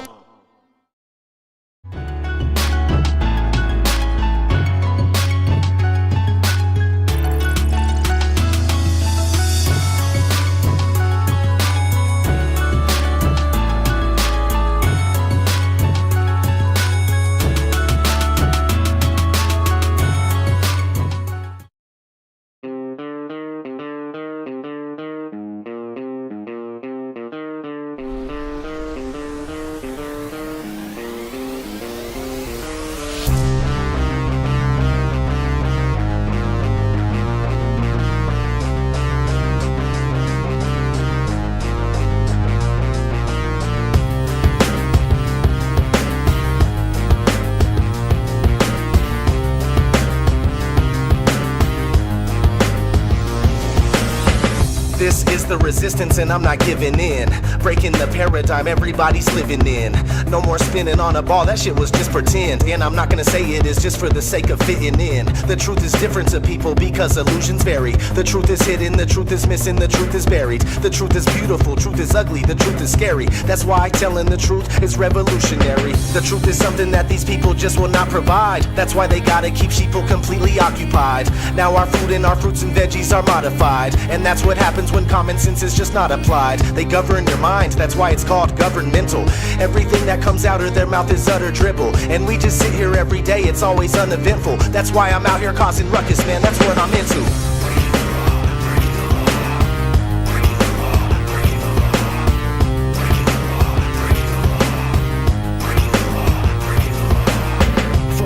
Defiant, remaining non-compliant. No, I'm not staying quiet, never remaining silent. Doing everything that I can just to create a riot. I want the truth and I'll do whatever it takes to find it.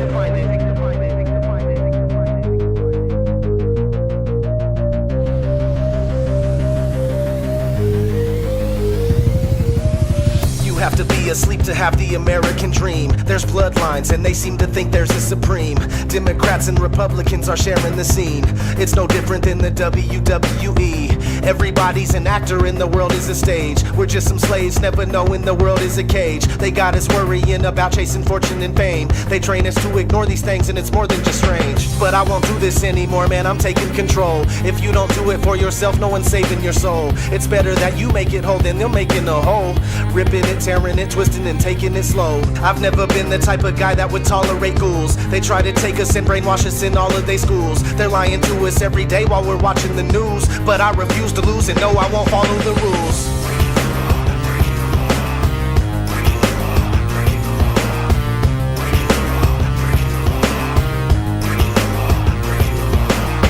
Forever I'm defiant, remaining non-compliant. No, I'm not staying quiet, never remaining silent. Doing everything that I can just to create a riot. I want the truth and I'll do whatever it takes to find it.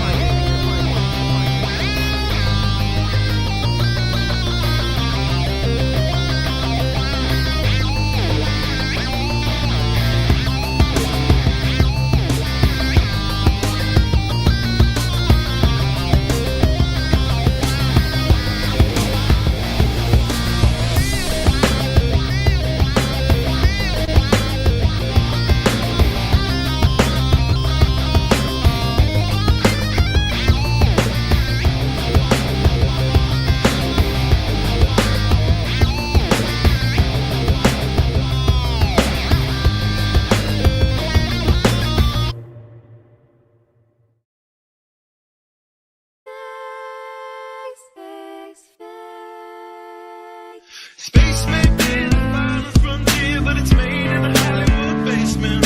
Space may be the final frontier, but it's made in a Hollywood basement. Space may be the final frontier, but it's made in a Hollywood basement. Space may be the final frontier, but it's made in a Hollywood basement. Have you ever dreamed of going up to outer space? Or maybe meeting other beings from another place? Have you ever wondered what it's like on other planets? Then you watch a science show and come to believe you understand it? You feel empowered by the knowledge and you feel enlightened. Listening to Bill Nye and Neil deGrasse Tyson. But then you wake up and you start to see the obvious. Life is just a lie and this whole world ain't what we thought it was. NASA's missions to the moon were never completed. They just filmed them in a room and people believe it. I used to wonder what it's like to be an astronaut. Now when I see them acting, I can't help but to laugh a lot. They give us cartoons and they claim that we live on a ball. But it's flat and it's not moving or spinning at all. Why you lying to us, man? That's something that we wanna know. After that you're gonna have to pack up all your stuff and go. Space may be the final frontier, but it's made in a Hollywood basement. Space may be the final frontier, but it's made in a Hollywood basement. Space may be the final frontier, but it's made in a Hollywood basement. Space may be the final frontier, but it's made in a Hollywood basement. History has been rewritten by winners of wars. The Jesuit order, Khazars, Freemasons, and more. They pulled the veil over our eyes, and it's time to awaken. Through organized indoctrination, our minds have been taken. It's time we take our power back and we rescue our people. The Vatican and the bankers are like Resident Evil. They may have had the greatest plan that was ever concocted, but Illuminati never thought that they'd ever be spotted. They're manufacturing reality all in our heads. They tell us if the earth is flat, then we'll fall off the edge. But if it is a spinning ball, we won't fall off it then. And gravity is our imaginary magic friend. Why is water always flat when unmanipulated? Why are pictures of the earth computer generated? Why you lying to us, man? That's something that we want to know. After that, you're gonna have to pack up all your stuff and go.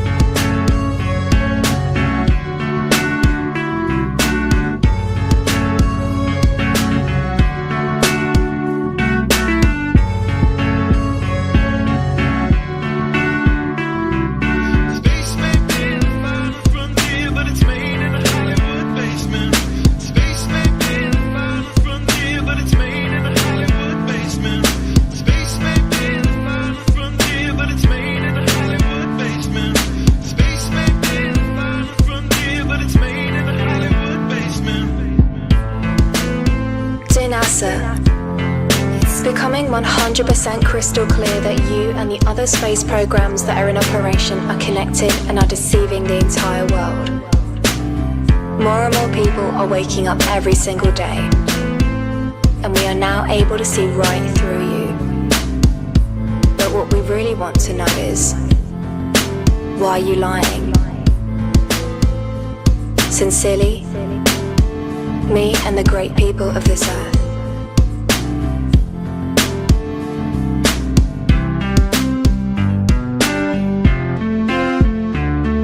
Space may be the final frontier, but it's made in a Hollywood basement.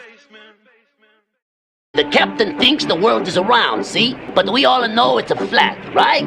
Of course it's flat. Sure, I know the world is flat. Yeah, so do I. Everybody knows that. Do not consent to the wars you use to kill the poor.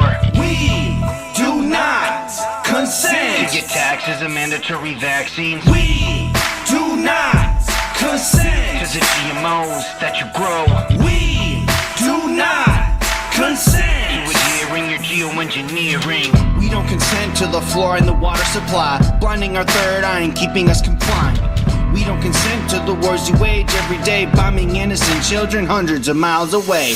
We don't consent to you hiding our true history, or your secret societies keeping it a mystery. Cause you've been lying to all of us for centuries. Now it's time we break through your green screen reality. There won't be a rock unturned for y'all to be hiding. You're unprepared for the upcoming uprising, and no denying that you've ruled for too long. And we're chipping away at your armor with each song. We use the truth to put an end to the abuse. Once you see what's to come, I wouldn't wanna be in your shoes. You think we're just lambs lining up for the slaughter, but we're here to make your new world have no order. We do not consent to the wars you use to kill the poor. We do not consent to your taxes and mandatory vaccines. We do not consent to the GMOs that you grow. We do not consent to adhering your geoengineering. We don't consent to the chemicals you're spraying above us, and we don't consent to the criminals you're paying to run us. We don't consent to your false flag attacks and shooting hoaxes. We're standing up now and letting you know we're truly focused. We don't consent to your central bank or your corporations. We practice discipline, citizen insubordination. We don't consent to the 1% having everything. We don't consent to be puppets, we're cutting every string. I know one thing for certain, they won't control me. You had to have heard the name by now, they call me OD. I don't consent to the media telling lies to me. I don't consent to them engineering society. It's time to take over this shit, so now we're locked and loaded, ready for anything that happens at any moment. We're wide awake, there's no way that we'll ever go back. Never sleep again, and we wanted to let you know that we do not consent to the wars you use to kill the poor. We do not consent to your taxes and mandatory vaccines. We do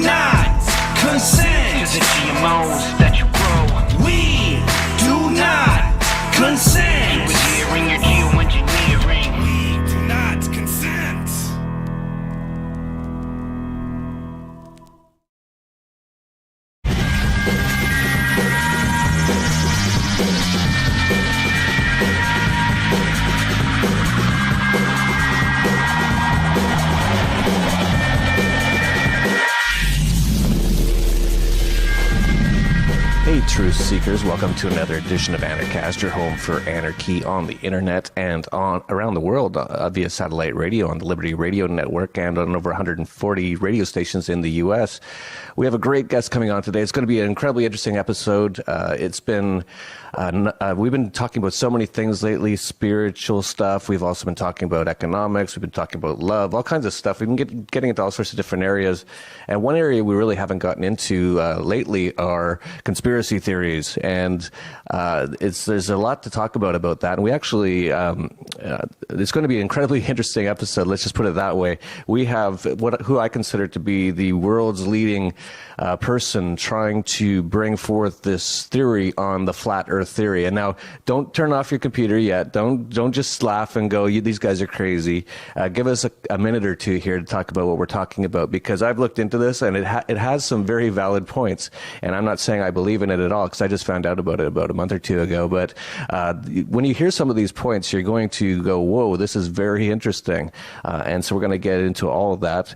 He's coming in from Bangkok in Thailand, in my old neighborhood where I used to live in that area. He's been there for about 10 years. His name is Eric Dubé. He's written numerous books, including The Flat Earth Conspiracy, The Atlantean Conspiracy, Spiritual Science, and Asbestos Head. He's very prolific. He's also very well spoken and very well written, which I found very interesting. He doesn't really come off as one of these wild, crazy sort of people at all when he's talking about these wild, crazy ideas. To some people, he comes off very professional, and you're going to see that. So stick around and at least see what he has to say, because I think you're going to find it very interesting, as I did.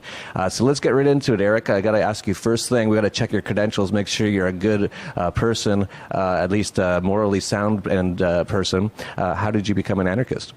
There you go.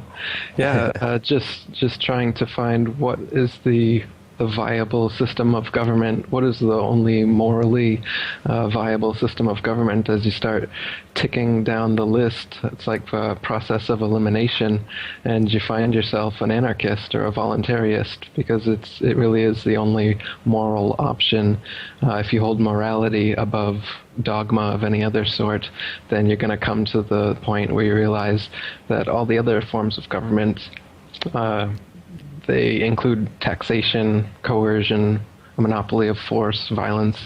And the word government itself just means govern, to control, like mental, the mind. So it's like mind control. And in reality, it doesn't even exist. It's an idea. There is no such thing as government. There's just people who believe in this idea of government and then use this fallacious power they've given themselves over everyone else. And everyone believes it. And so that's how we're kind of corralled by this belief system called government that doesn't even exist in the first place. So I'm into things that exist, and so that's why I'm into anarchy. Yeah, government is conspiracy theory. Yeah. I really want to just jump right into this because I found it fascinating. Let me give you a little bit of the background about what happened here. So many people know that I've been researching many things over the years, not as heavily as you. I haven't written any books on or anything, but I've been just looking into a lot of things. And I think the first one that just blew my mind was 9/11. And how anyone can look at what happened there and think that what the government said happened is true just goes to show the amount of mind control they have over people, because it's just physically impossible what they said happened. I'd like to see someone try to knock down 3 skyscrapers with 2 planes at free fall speeds in a laboratory experiment. Just build a model. Show me how that works. And then you go on and on. So 9/11, I'm 100%. There's not even a whisker of doubt that what the government said about it is not the truth. Once you see the evidence, you can't just think anything else unless you're completely brainwashed or totally deluded. And so I started looking into other things. I was like, well, if 9/11 wasn't what they said it was, what else isn't? And it's pretty much everything else. So I started looking into everything, and it's like every single thing was fake or some sort of a hoax or some sort of a setup. Even the Vietnam War, the Gulf of Tonkin, that's one's public, but no one talks about it, where the U.S. Army or Navy sank their own ship just to get into the Vietnam War, and that's actually been put out by them, and no one really notices. No one seems to care, as George Carlin said. They're all fairly not connected, so not paying attention. I guess the next one that really started to blow my mind was the moon landing. I'm not 100% sure it was fake, so I want to just be honest here. Like with 9/11, I will stand by it 100%. 100%, I have no doubt in my mind that was not what they said it was. Moon landing, I'm about 98% now. I've been going up 1% per year for the last couple of years, the more I look into it. And so then I had a person send me some stuff on the flat Earth theory. And I was like probably what the people watching right now are doing, going like, oh, come on. Like, they can't, like, that's too crazy. I know this other stuff sounded crazy at the time, but that's too crazy. The place where we live has been a total lie. So I ignored him, actually. And this is sort of like a friend. I didn't ignore him, but I just said, yeah, I watched a bit. I don't know. That's too much. But he kept sending it. And then I started noticing all over the internet people talking more and more about it. So I'd watch another video or read another thing and look at this evidence. And finally, after a certain period of time, I was like, is there something to this? Because what's going on here? And then I came across you, and that's where this all started with me and you, is that I saw what you were doing. I watched a couple of your videos, your interviews, and you were the most well-spoken on it and the most rational. You've written a whole book on it, and you've got so much evidence on it. So I was like, well, and I found out you were an anarchist. I'm like, oh, well, that's interesting. He's actually a morally sound and a peaceful person, which is very rare. And that's a markup in my book any day. So maybe I should talk to this guy and see what's going on. So that's where we're at. I'm going to let you talk for as long as you want on this, and I know you're going to probably be giving us some images and stuff as you talk, if you'd like. I'd first just like to preface before you talk here that Aristotle said that it's the mark of an educated mind to be able to entertain a thought without accepting it, and that's all I'm saying here. I'm not saying that I have accepted the flat Earth theory. I'm just saying I'm entertaining it. I've seen they've got a lot of good information on why this could be true. And so I'm just going to let you go with that. So Eric, take the floor a little bit here and tell us, if you want, tell us a little bit about maybe how you found out about this theory or got into this theory, and then give us your best shot at explaining to someone who's never heard this before why this theory has potential or could be true. Sure. When they first started explaining it to me in school, I do distinctly remember raising my hand and not understanding how the spinning ball Earth would keep people and the oceans from falling off the bottom, right? And they tried to explain gravity and, okay, I'm shaking my head and writing down the answers. And, over time you see the NASA images and you just go along to get along. But it was always a nagging doubt in my mind, so I brought that into my 20s when I started actually got into conspiracies with 9/11 as well. That was the first kind of breakthrough, unplugging me from the Matrix kind of event that got me into the whole conspiracy scene in the first place. So I definitely learned how to suspend judgment while you look at evidence like you were talking about, and you got to do that for this flat Earth thing, because you think you've got so much evidence and proof and that the Earth is a spinning ball. You've seen it from NASA, you've heard some proofs that your teachers have given you, you've seen the globe on the desk for years, but in fact the horizon, for instance, is always completely flat. And you don't feel any motion. So if you were just born today and looked out, you wouldn't assume that you're standing on a spinning ball. You'd assume that you were on a flat, motionless plane. So to assume that we are on a spinning ball is actually contrary to our common sense and our everyday experience. And there's also experiments that have been done to test whether we're on a spinning ball or not. For instance, amateur balloons have been sent up past 20 miles, amateur rockets as well, and the horizon rises all the way up with the camera up to 20 miles up, and it's flat all the way around. Now, in NASA images, they claim to be hundreds and hundreds of miles up, and then you start to see curvature. But if you notice, these images are often clearly CGI, computer graphic images, sometimes not so clearly. Sometimes the earlier ones were actually done through a round window, So they've used many different tricks throughout the years, but NASA is essentially Hollywood, and all the images that you think you've seen of a spinning ball Earth are faked. And all the amateur balloon and rocket footage that we've sent up there shows a flat horizon that rises all the way up. And that's impossible on a ball. No matter how big a ball is, as you rise up, you would have to look down to be able to see the horizon. The horizon would not rise up with you. That's a characteristic of an extended flat plane. And it's when you're in an airplane, you can see out both windows and you can see the horizon at eye level at 35,000 feet and higher, out both windows. But think about it. If you're on a ball, over a ball, no matter how big that ball is, you shouldn't be able to see the horizon out your plane window.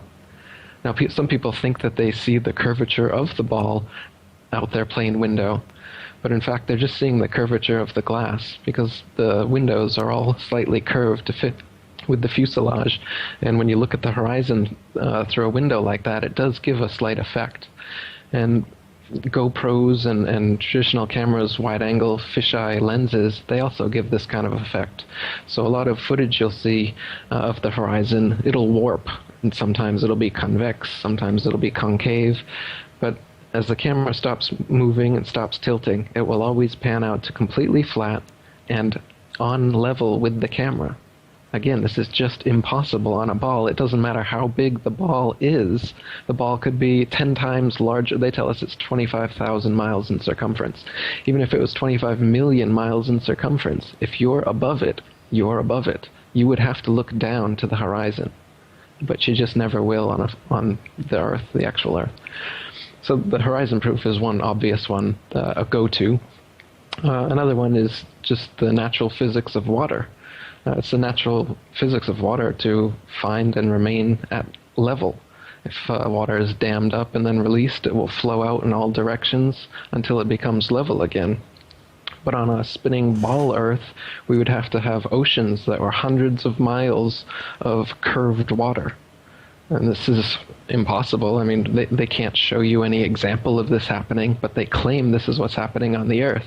And then they claim that there's a force called gravity that holds these oceans in just so, that it's strong enough to hold the oceans in, but weak enough to allow, bugs to take off and smoke to rise out a chimney. So the magical force of gravity, which was created by knighted Freemason, Sir Isaac Newton, is basically their go-to answer that explains away anything they have a problem with. Gravity is what they say caused the Big Bang somehow. Gravity is what formed the planets and the sun. Gravity is what causes the planets to orbit around the sun and moons to orbit around planets. Gravity is what causes the water to stick to the planets. Gravity is what causes the tides from the moon. You name it, gravity does it, as far as they're concerned.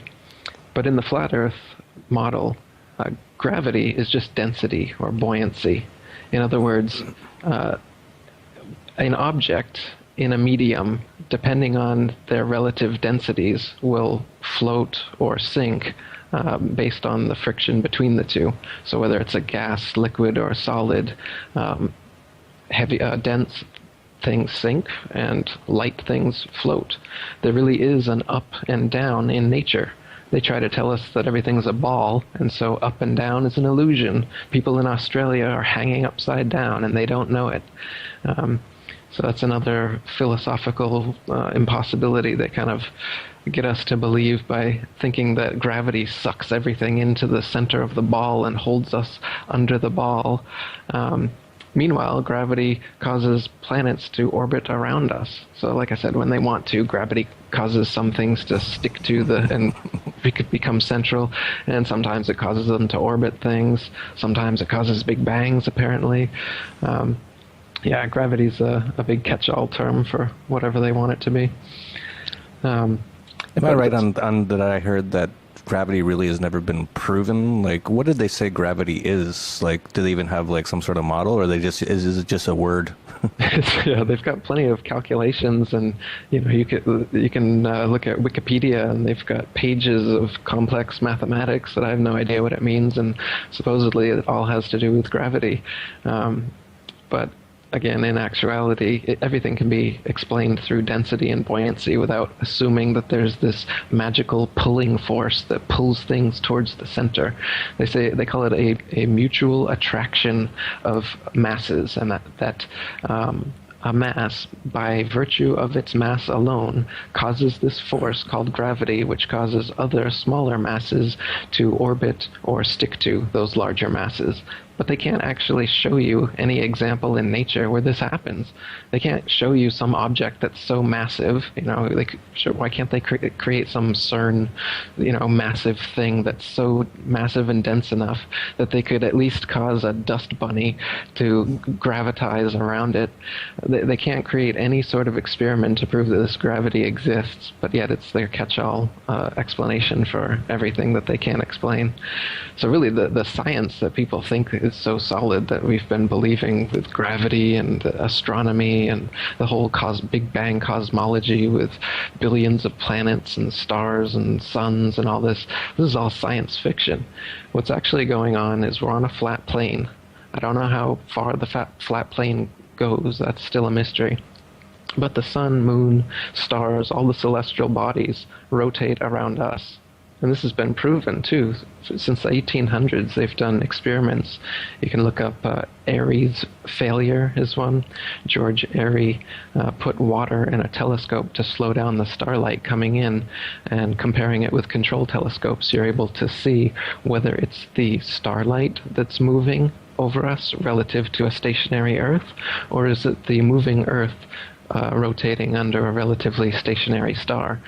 And this and many other experiments by Michelson, Morley, Gale, Sagnac, and some others in that time proved that the celestial objects in the sky are all revolving around us, and we are completely still. Those conclusive findings, however, were philosophically debunked by Einstein and his relativity theory, where he banished the absolute ether to absolute relativity and said that you can't determine what is the most central thing in the solar system, and even what is moving around what, essentially, because everything is moving and everything is relative to everything else, and we don't know where the center or the edge of the universe is. So this like absolute relativity is what I call it. It's a paradox, but through this philosophical paradox of absolute relativity, they banished these conclusive experiments that prove that the Earth is stationary and everything's revolving around us. Since then, we've had planes that can prove even further that the Earth is stationary, helicopters as well. You'd think if the Earth was revolving under us, you could just hover up in a helicopter and the Earth would revolve underneath, and then you could land when your destination got to you. But of course, they tell us that the magic of gravity holds the atmosphere to the spinning ball too, and so, relatively speaking, you're moving with the ball. Okay. But they've done experiments with projectile cannons as well as planes taking off in all cardinal directions. And if the Earth was spinning 1,000 miles per hour eastward, as they say, and the average commercial airliner goes about 500 miles per hour, your eastward destinations should come up behind you long before you ever reach them.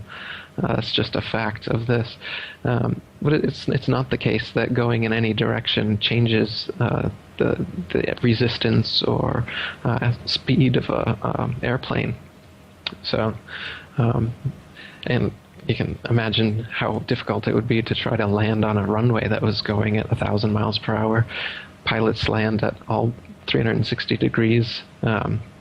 If the Earth was actually spinning tilted 23 degrees on its axis like that, the only way it would be able to come in on the runway would have to be on very specific angles, otherwise it would be totally off.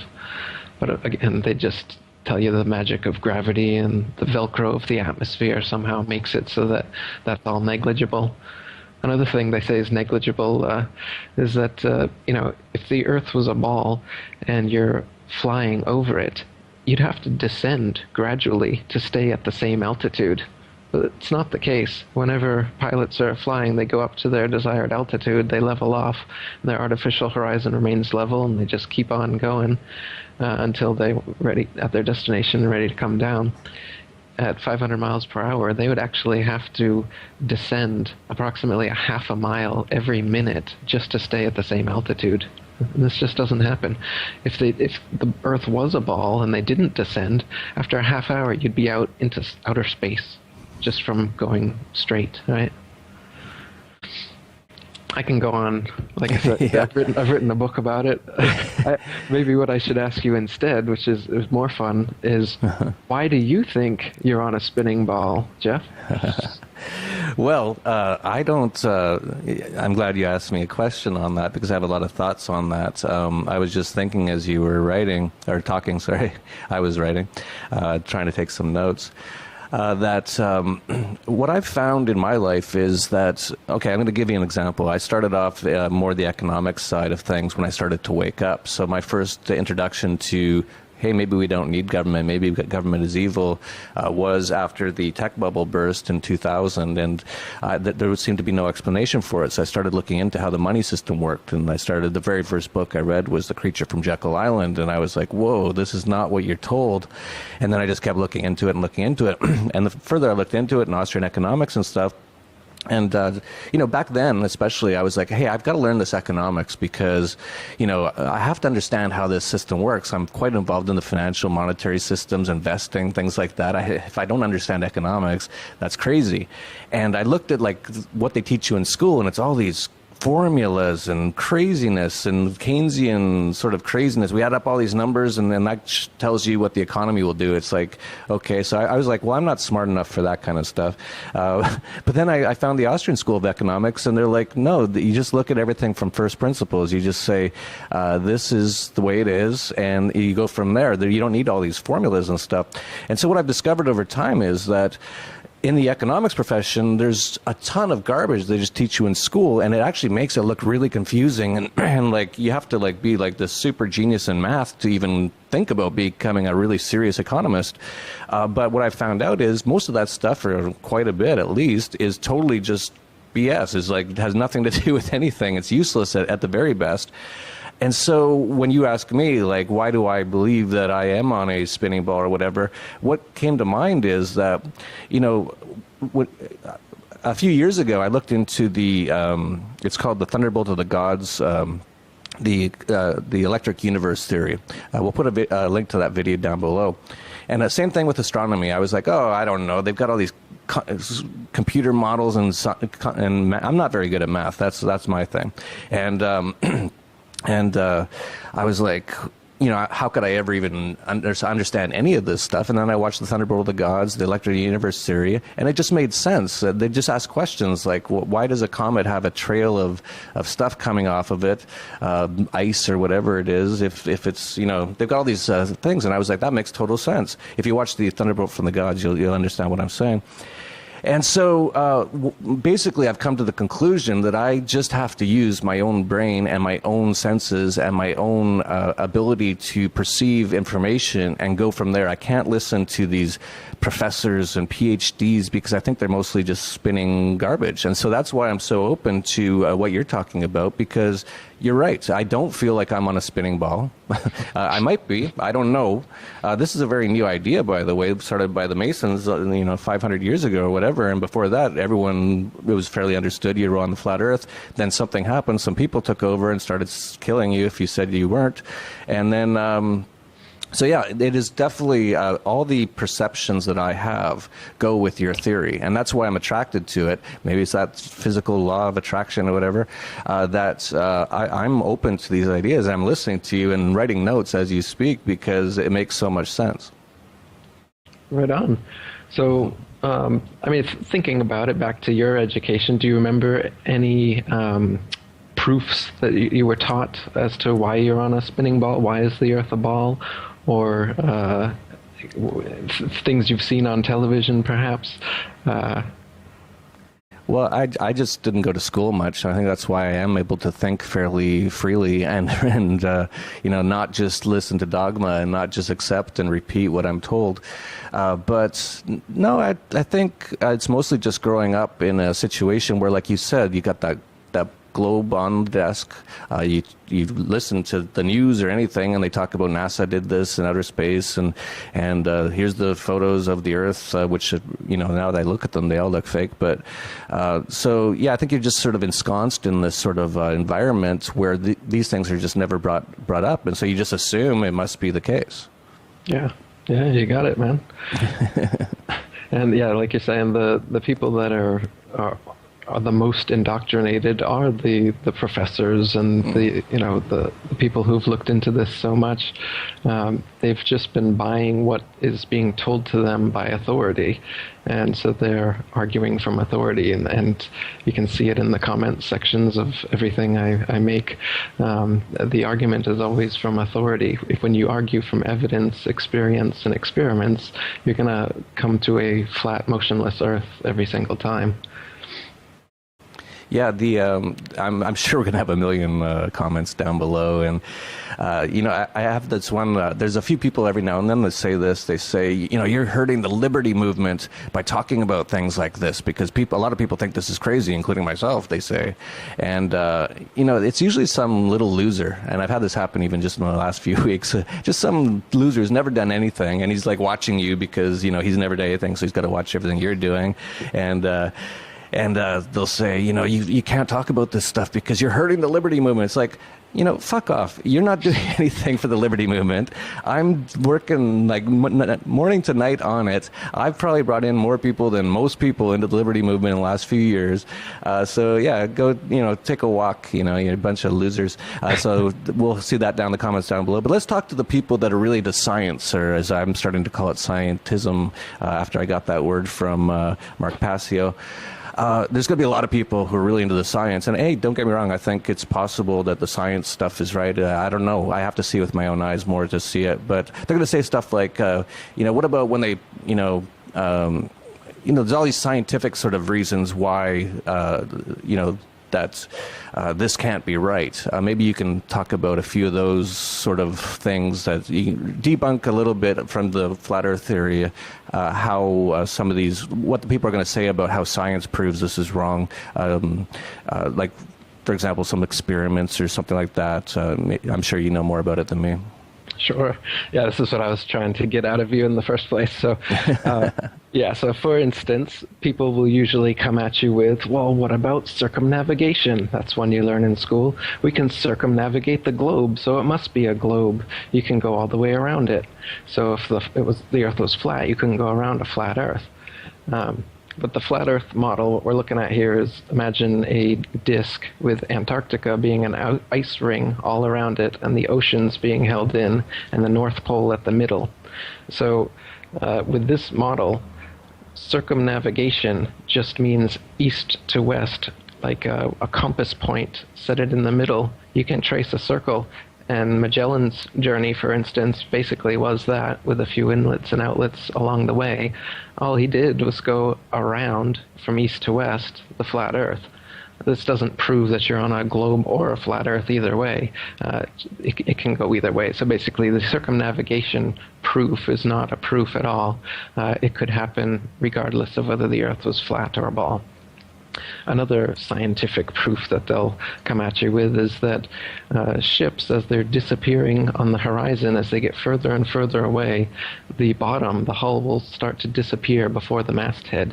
And so what's happening is it's slowly going over the curvature of the Earth. It's going over the ball. And this is, Aristotle used this. This has been a proof of the ball Earth for a long time. The ball Earth has been theorized back as far as Pythagoras 2,500 years ago, but it didn't really pick up steam until 500 years ago. But so anyway, yeah, this one is one they use a lot. But in actuality, if you use binoculars, a zoom camera, a telescope, after the ship has completely disappeared over the horizon, you can bring it completely back into view, proving that it hasn't descended over a wall of convex water. But in fact, it's just gone beyond your perspective. The horizon line is not the curvature of the ball Earth, as you're told, the horizon line is the vanishing line of perspective from your point of view. And that's why as you raise altitude or on a clearer day or with a zoom camera, you're able to see further and further along the horizon. It's not a fixed point as it would be on a ball, as they tell you. So again, this is another supposed scientific proof of the ball Earth, but when you do experiments yourself with a telescope, you can see that that's bunk, and in fact, you've proven the opposite.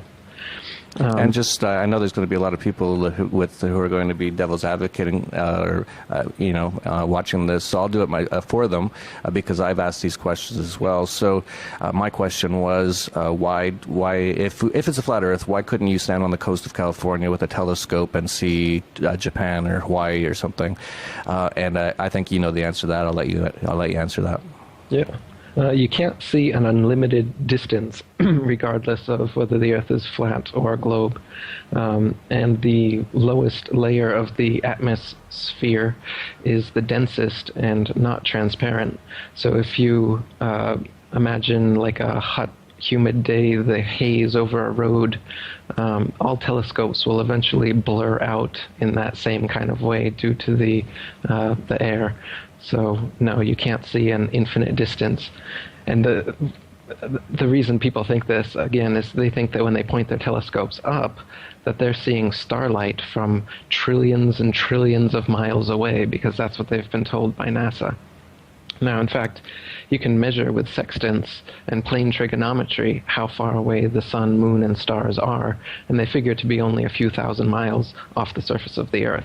But they tell you that they're, like, the closest star is 25 trillion miles away, 4.2 light years away. Their science fiction term they created to make it sound more plausible. And the reason they give these ridiculously long distances to the stars is because they have to for it to fit their model. Because day after day, year after year, the fixed stars stay fixed in their constellations as they revolve over and around us. But what they say is that the Earth is spinning, and it's spinning around the sun, and the sun is spinning around the Milky Way, and the Milky Way is spinning around the known universe. And so you've got spinning upon spinning, and it's faster and faster, all these multiple spins happening. But if this is the case, you'd see movement in the stars. So the only way they can claim that you don't see movement is to use this ridiculously huge mathematics to make the math fit. So if you say the closest star is 25 trillion miles away, then you can still say that, oh, there's no parallax change between the fixed stars every year because they're just so far away. But no, you can't see that far through even the best telescope. And by the way, the Hubble telescope doesn't exist, and all the images supposedly coming from the Hubble telescope are wonderful CGI Photoshop. Look again. Yeah, I was just looking that up yesterday. So, I'm just like looking at, okay, let's go look at what the Hubble telescope things are. I've never looked at them.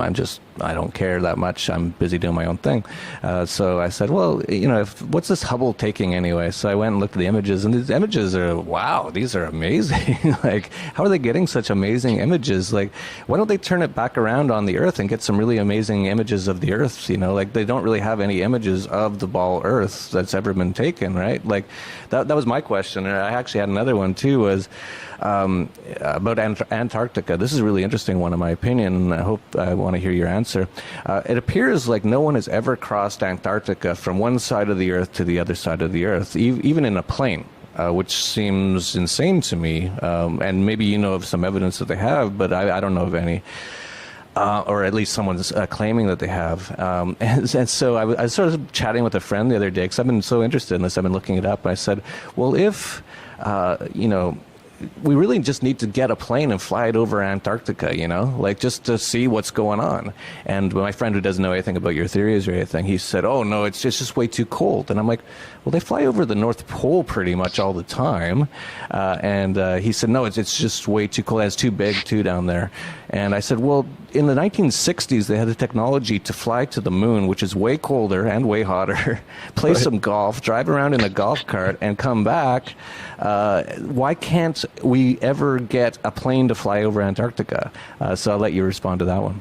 Absolutely, exactly. That's exactly what they say. They say that it's too cold, and that's why there aren't these flights. But there's flights from Australia to South America, for instance, that if the Antarctica is a little ice continent underneath the ball, as they tell us, then you should take the most direct flight. But they don't take the most direct flight in all these cases. They go around, the long way around, and the excuse they give is that it's too cold. And like you said, well, that doesn't make any sense because it's way colder and hotter out there on the moon and on the way to the moon that they supposedly went. So why is Antarctica giving them such a problem? And, they haven't gone to the bottom of the ocean yet. The more you think about it, it's like a lot of things don't make any sense. It's like, well, if they can do this, why can't they do that? And if they can do that so easily, why can't they just fly over the Antarctica? And then, of course, as you know, and you mentioned Antarctica is pretty much a no man's zone. It's a militarized zone. If you try to get in there, you'll probably be turned back. So they don't want you to know what's there, from what I can tell. That's right, yeah. People like Jarl Anderhoy have been turned away when you try to just go there on your own without one of their pre-approved tour groups. They will turn you away at gunpoint, fine you, and put you in jail. They don't take kindly to that at all. And yeah, they don't want you to expose the hoax. There's a UN treaty that's been going on since the 50s there, so they don't let anyone in there other than their pre-approved guided tours that they take people to the fake South Pole. They've got a ceremonial South Pole there at an arbitrary point along the Antarctic ice, and they take people there. It's a little barbershop red and white pole, and there's a ball earth on top of it. And they take photos there and tell people that they're at the South Pole. And it's interesting, though, you can hear on a BBC clip them talking about how, well, it's not actually the South Pole. The real South Pole is somewhere, several meters away. And so they tell us that this spinning ball Earth model is that the magnetism of the ball Earth happens from the molten metal core in the middle of the ball, and it causes the geomagnetic poles to constantly shift. So the north and south poles are constantly moving. So this is their perfect excuse that they can give for when people go to the South Pole and break out a compass and see that north isn't in every direction as they go around the pole. They can just say, oh, well, the pole's constantly moving, so there's no way that you can find it. And in the North Pole documentaries, they never break out a compass there either, nor do they give any star readings to prove that they actually are at the North Pole. So I'm quite skeptical of all the footage I've seen claiming to be at the North Pole or the South Pole. Whether they're actually there. They just show a Garmin, which is GPS, Global Positioning System, which is created by the U.S. military. And I'm not trusting the U.S. military just to show me 90 degrees north latitude on a Garmin, and I believe that they're where they say they are. So yeah, I have some serious questions about why people can't go to the North Pole or to Antarctica and independently explore it. Pilots are also not allowed to go over there independently. They have some polar routes, they're called, but they don't go directly over the North Pole, and nor do they ever circumnavigate under the supposed ball from one side of Antarctica to the other. They always go around. You can check for yourself on all these flights. If the Earth was really a ball and they can survive the cold of outer space, they should be able to fly a straight route across Antarctica. Yeah, you'd think we'd have the technology for that, to just fly a plane from South America to, I guess, what's on the other side in their theory, Africa or something. Well, I think we should push for this. Let's do like a crowdfund or something to try to do the first manned aircraft flight over Antarctica. We probably need about at least I don't know what we'd need because if your theory is right, they probably won't be coming back because they'd get so far that they wouldn't have any gas to get back. And I don't know what's out there, but probably not anywhere good to land. And who knows, but or they get shot down. That's probably the other thing, especially as it got public. So If you're a really rich guy out there, if you're a billionaire and you want to do something super cool for humanity, and you're willing to die, try to fly over Antarctica and see what happens, and try to get us that information back somehow in real time using some sort of radio frequencies or something, so that we know what you see before you die, as you either get shot down or something else happens probably. Or if you get to the other side, great, then this theory is wrong and that's it. But this is what we have to do is question these things and look at real evidence. And like you pointed out, after everything I've seen, I don't listen to anything the government says. I don't believe anything the government says, and that's where I start. So you said, oh, the government says here's your Garmin with your GPS. It's like, well, who made up GPS? Oh, the U.S. military. Okay, I don't believe it. I believe those numbers are there, and I believe they actually work on where we live to get from place to place. But as far as it being a whole theory that makes sense, and I'm just going to take it from them, no. Absolutely. Yeah, I'd like to see some experiments done like that. If people could get a drone or a plane, either the North Pole or Antarctica, or take ships out there and try to walk it out. Somebody could fund Matt Boyland. He was trying to get an expedition to go from any entry point in Antarctica in a straight line and see whether he comes out the other side or what happens. What else could people do? I'm up for anything. I would love to see people who are, once you figure out this is definitely what's going on. As far as I'm concerned, we don't actually need to do this to figure out the Earth is not spinning and not a ball. That's been decided. But as far as what's beyond the Antarctic ice, that I don't know. Whether there's an edge, a barrier, a dome, or an infinite plane and it just goes on forever. Who knows? Yeah, we should point out that it is kind of dangerous to talk about these things. There was David Cameron, the prime sinister or the prime murderer of the UK, was at the One World Government headquarters, the UN, which actually uses the flat Earth as a flag. That's very interesting. And he said that the non-violent extremism is just as dangerous as terrorism and must be eradicated using all means at the government's disposal. He references 9/11 and 7/7 truthers, examples of the type of extremism that must be dealt in a similar fashion to ISIS. And of course, the U.S. government started, and the CIA is ISIS. So, but no, this is quite serious. What he's saying is that they should kill us if we question what they're saying. And so, for people out there, if you're wondering why you don't hear a lot of these other theories, or especially this theory, it's probably because people are too scared to say it. Like if we're gone in the next few months and I die of a heart attack or something, and Eric, whatever, some strange car crashes unexpectedly, pretty much you can assume that we probably got taken out.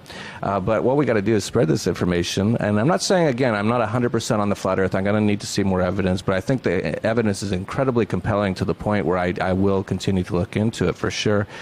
I think it is a point, though, as well, that David Cameron said that us people who are questioning what they're saying essentially is what he's saying, and actually rationally looking at the evidence. He's saying that we're as dangerous to them as terrorism.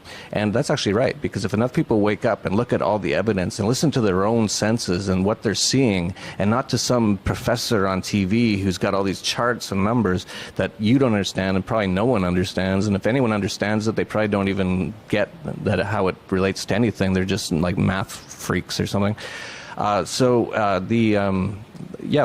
This actually is dangerous to the government, and he's right. And so they're going to try to shut it down any way they can. So we have to just get this information out there. I'm not saying, again, that I'm a flat earther yet. But the more you look into it, I'm going to have to see some real solid evidence that I can see with my own eyes to prove one way or another at this point, I think. Yeah, man. The second president of the International Flat Earth Research Society, Charles K. Johnson, he had his house burned down and all of his flat earth materials, books, correspondence, his whole library, and he swore till his dying day that it was a NASA agent that did it, who also tried to kill him on more than one occasion. So there's definitely that aspect to it. They also have controlled opposition set up to defer people away from the legitimate flat Earth. So, for instance, the International Flat Earth Research Society I just mentioned was started in 1957, and in 1970 they started out the Flat Earth Society, of Canada, and then they took off the word Canada right away. And this one was a satirical society set up to control the opposition, to make it look ridiculous. And they did a wonderful job. Their president, Leo Ferrari, would go on television interviews claiming to be a flat earther, but then doing ridiculous things like taking on a big rock and saying, I was just at the edge of the earth and I almost fell off. I lost all my shipmates, but I held on to this rock and I saved me. And so I just brought this here from the edge of the flat earth to show you.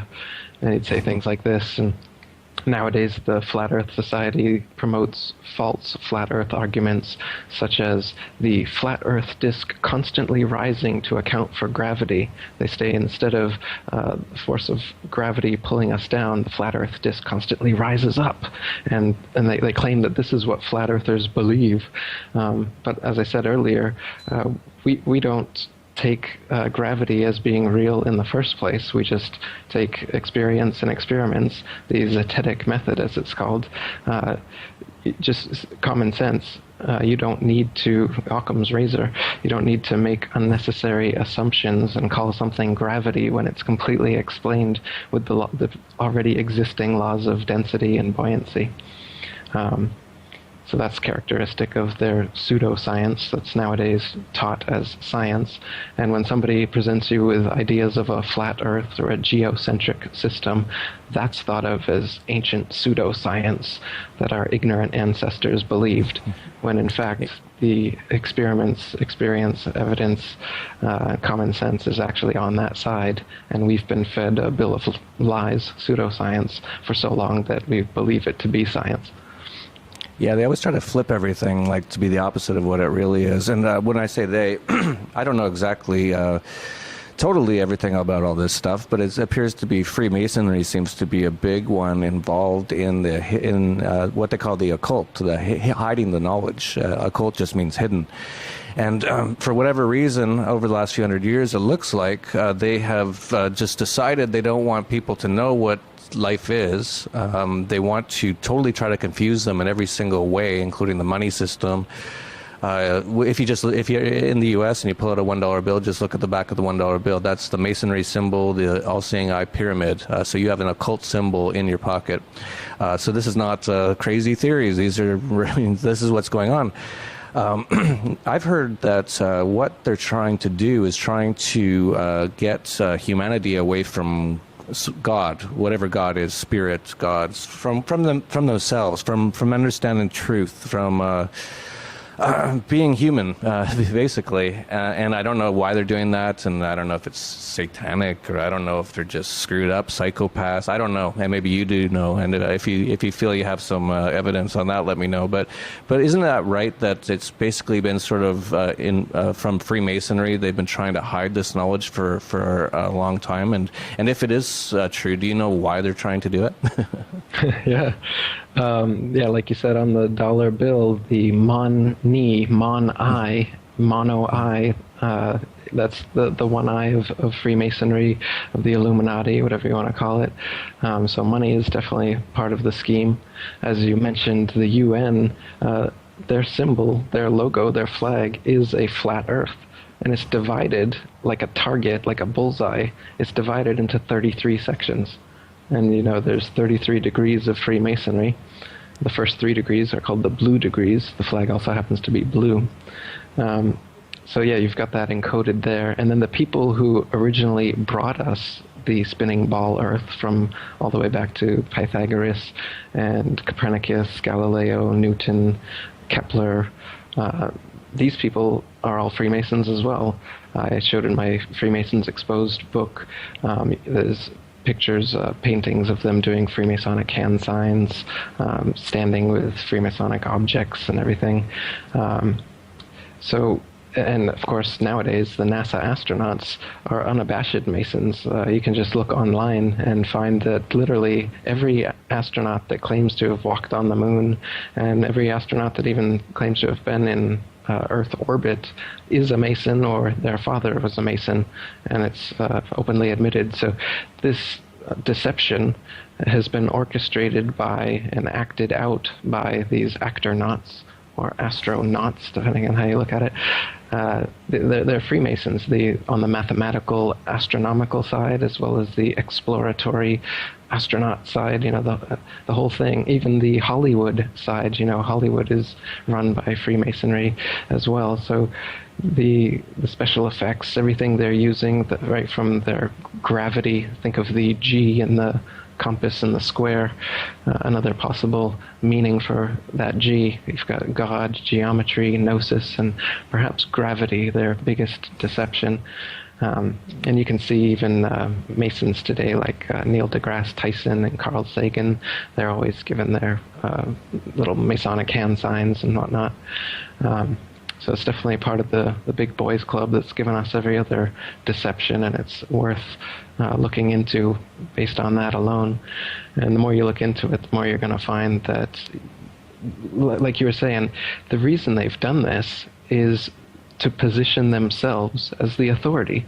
Once they tell you that because of their special telescopes and their special rockets and all these technologies that they have that you don't, that are able to see out into the cosmos and determine all of these things, that they are the authority, and so you have to go to them, you have to watch their documentaries, you have to go to Neil deGrasse Tyson, and you got to prostrate yourself at his feet and ask, "Oh, mighty NDT, tell me please, what is the universe like?" And you give up your own common sense and your own experience to him, and he tells you that you're on a spinning ball, and he tells you all the, he weaves quite a nice story, and he does a lot of nice little NLP stuff. I don't know how he does it. Well, you got the Mason hand signs going, you got the little NLP, you got the flat earthers over here, and the ball earthers over here, So they've got all their little magician tricks that they're using, from CGI to zero-G planes to underwater pools, to make you think that they're floating in outer space. But in reality, what goes up must come down. There is no point where you can just go up in a rocket and suddenly pop out into the nothingness, the vacuum of infinite space, they call it, which is a paradox if I've ever heard one. How can there be a vacuum in infinite space when it's adjacent to an atmosphere and not separated in any way? You can't have a vacuum. And how does gravity pull you back to the Earth, but then get less and less to the point that you float? How does that happen? And they say that the atmosphere is spinning because the gravity is sticking it to it. So if you figure that, the Earth is spinning at 1,000 miles per hour, but then as you go up higher and higher, the atmosphere must be spinning even faster because it's further away from the point of the center of rotation. So as you're going up in your rocket, you're going through layer after layer of constantly faster and faster spinning atmosphere hitting your rocket until finally you pop out into non-spinning vacuum of infinite space, says NASA. Interesting that we all buy this and just accept this, even though it's physically and philosophically impossible. We just watch a little CGI image and a little camera trickery. You splice a rocket launch together with something else, and then you think that they're in outer space. But again, if you use your eyes and you watch those rockets, you'll see that they don't go straight up. Every single rocket forms a parabolic curve, just like every amateur rocket, just like any projectile that you would send up. It couldn't just go straight up and keep on going until you go into outer space. It comes right back down. So, but what does NASA tell you when you ask them the question, well, why is there a parabola formed by all of your rockets? Well, that's because it's going to spin around the ball Earth before it reaches escape velocity, and then it will go out into outer space from there. Right. I've seen a documentary full of nothing but NASA rocket launch failures, and if you just watch that, I don't think you'll be able to believe that they've put a man on the moon or even put a rocket out as far into outer space as these supposed ISS images are coming from. It's absolutely ridiculous. The technology we have is nothing like the science fiction that we've been shown. Yeah, it's amazing. So much deception. I was talking, we could talk forever about this. I don't want to keep you too long. And if people really like this, we can have Eric back on another time to do it and maybe answer your questions or whatever. And if you don't like it, then that's the last time he's on because I need ratings. So, I'm just joking. So I was chatting with a friend who again was because he's a very science guy, which is fine, whatever, whatever. And he said, we started talking about the space station. And I said, why do they even have the space station? Why don't they just put it on the moon? And he was like, well, no, they want to have it there because they want to study orbits or whatever. And I said, okay. And I said, well, why don't they just put one on the moon? It was so easy like 45 years ago just to fly up, drive around a go-kart, play golf, take some really awesome, amazing pictures and then just, hop into like this little tinfoil thing and then float in outer space and then come back and then it was really easy back then. I don't know what's changed since then, but why don't they put like something on the moon, like, because now I'm hearing they're starting to talk about Mars, and they're like, we want to do put humans on Mars and start a colony. It's like, why don't you do it on the moon? It's so much closer, according to what you guys say. It's like, and it'd be so much easier. And if it's so easy to get to the moon, the guys on the space station should, just every weekend go to the moon. Why not? They're already out there. It's just like, bloop, hop in that little tinfoil thing and just, land down, no problem, go, drive around a bit, have some fun, then come back. It'd be like a nice little weekend getaway, because the hard part's really, according to them, getting outside of the atmosphere, right? So once they're out there, just take off to the moon for the weekend, but they never do. No one's ever going there. I don't know why. It's strange. That's a good point. Yeah, why haven't they been back there in 45 years? Then, if you look at the moon on a clear night during a waxing or waning cycle, you can see through it. Especially if you look during the afternoon, you'll notice that the supposed craters on the moon, you can see the blue sky right through those craters. Just look up, type in moon afternoon or something in Google and take a look. Or when you can see the moon sometime around 4 or 5 o'clock, when it's still, the sky is still blue, the sun's still out a little bit, but you still got the moon there, you'll notice that what is called craters is clearly not craters. And the supposed solid globe-shaped moon that they've presented us with cannot be the case, because you're seeing right through it. And even astronomers from the Royal Astronomical Association from hundreds of years ago have have written periodically having seen stars and planets through the moon. So like the popular Islamic flag and the symbol you see on mosques, for instance, with a crescent moon and a star occulting it, that actually happens. You can see that happen. So the moon, it appears, is its own unique light. It's semi-transparent and self-luminescent, whereas they tell us it's a spherical terra firma body that reflects sunlight. But you can prove that this is not the case, and that the sun and the moon are actually the same size as they appear. That's another thing. We were talking about things that you can see with your eyes, but then are told to be different by so-called science. They tell us the sun is 400 times bigger and 400 times further away than the moon. And from our faulty parallax perspective, we just see them appearing as exactly the same size. But no, one's really big and really far away. But if you're just using your own eyes, you would see that they are the same size. And the horizon is flat, and the Earth isn't moving, and everything in the heavens does revolve around us. Like you said, why haven't they been to the moon? Because you can't go to the moon. The moon is just a light. It's not a spherical, terra firma, Earth-like body that you can land masons on. Yeah, we should keep this a little shorter, because I think if anyone's watched this far, they already know most of this stuff.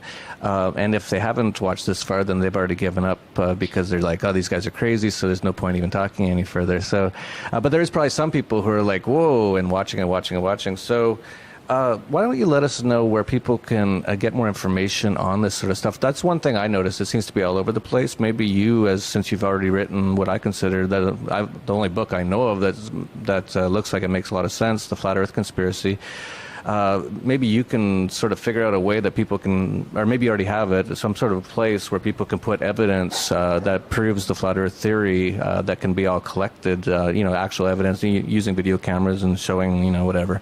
It obviously could be fake, but some sort of repository for this information that you can build off. But anyway, let people know where they should go if they want more information on the flat Earth and about your books and everything else. Yeah, I actually just restarted the International Flat Earth Research Society that I was talking about earlier that ended after he died and his materials were all burnt down. So I started it up again as a forum, and I've put on all the materials that I have on there, and everybody on there is collecting their own experiments and evidence as well. So I definitely recommend going over there if you're interested in learning more about the flat Earth. It's ifers.boards.net, which is ifers.boards.net. My website is atlanteanconspiracy.com. I have a flat Earth section on there. You can see a bunch of research I've compiled there. And my book, The Flat Earth Conspiracy, you can get from the website as well. I have a documentary called The Flat Earth Conspiracy you can see on YouTube. Go to my YouTube channel, Eric Dubé, and actually I have a lot of documentaries on the Flat Earth and other related subjects. That's a good place to go if you're wanting to look into some more of this information. Check out Eric Dubé, ERICDUBAY, on YouTube. That's great. And I have to say, after talking to you in person, I'm even getting closer to pretty much being a flat Earth person.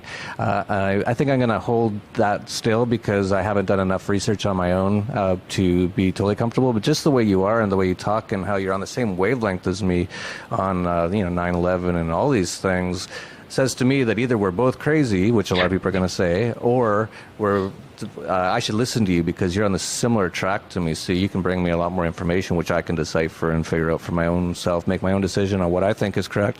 But in fascinating stuff. I'm really glad to have had you on. I think we're probably going to end up having you on again if you're open to it because already we're up to an hour here, and we want to make this quite a good video as well, so we're going to put in some graphics and stuff. So this could be quite a bit of work for a lot of people involved here to kind of show you what Eric's talking about. So let's keep this one to about an hour now. And like I said, if you like this, if you're interested, you want more, please comment anywhere you see this on Facebook or on YouTube and just say, yeah, I want to hear more about this. And if not, no big deal. It was just information. We're just trying to figure out what's real and what's not. And there's a lot more unreal out there than we appear to know. So we're just digging into all that kind of stuff, and now we're the terrorists. So welcome to 1984. And so, if you like this information, share, like, subscribe to this channel. Download this. This may get taken off YouTube, and that should be a sort of a little bit of hint. YouTube owned by Google, I believe, with the slogan, "Don't be evil." I think it's should be don't expose evil is really what it is. And so, yeah, like, download this, put it on something that can't be destroyed by an electromagnetic pulse, which they could totally do at any time. All this kind of stuff. They want to hang on to their control of this reality grid. And the more that we can just get information out there, the better. So please like, subscribe, share, and download this video and keep it. And re-upload it. I don't care. Re-upload it anywhere on any video channel because they will probably be starting to ban a lot of these pretty soon if people start talking about it. And so that's it for Anarchast, your home for anarchy on the internet. Peace, love, and anarchy.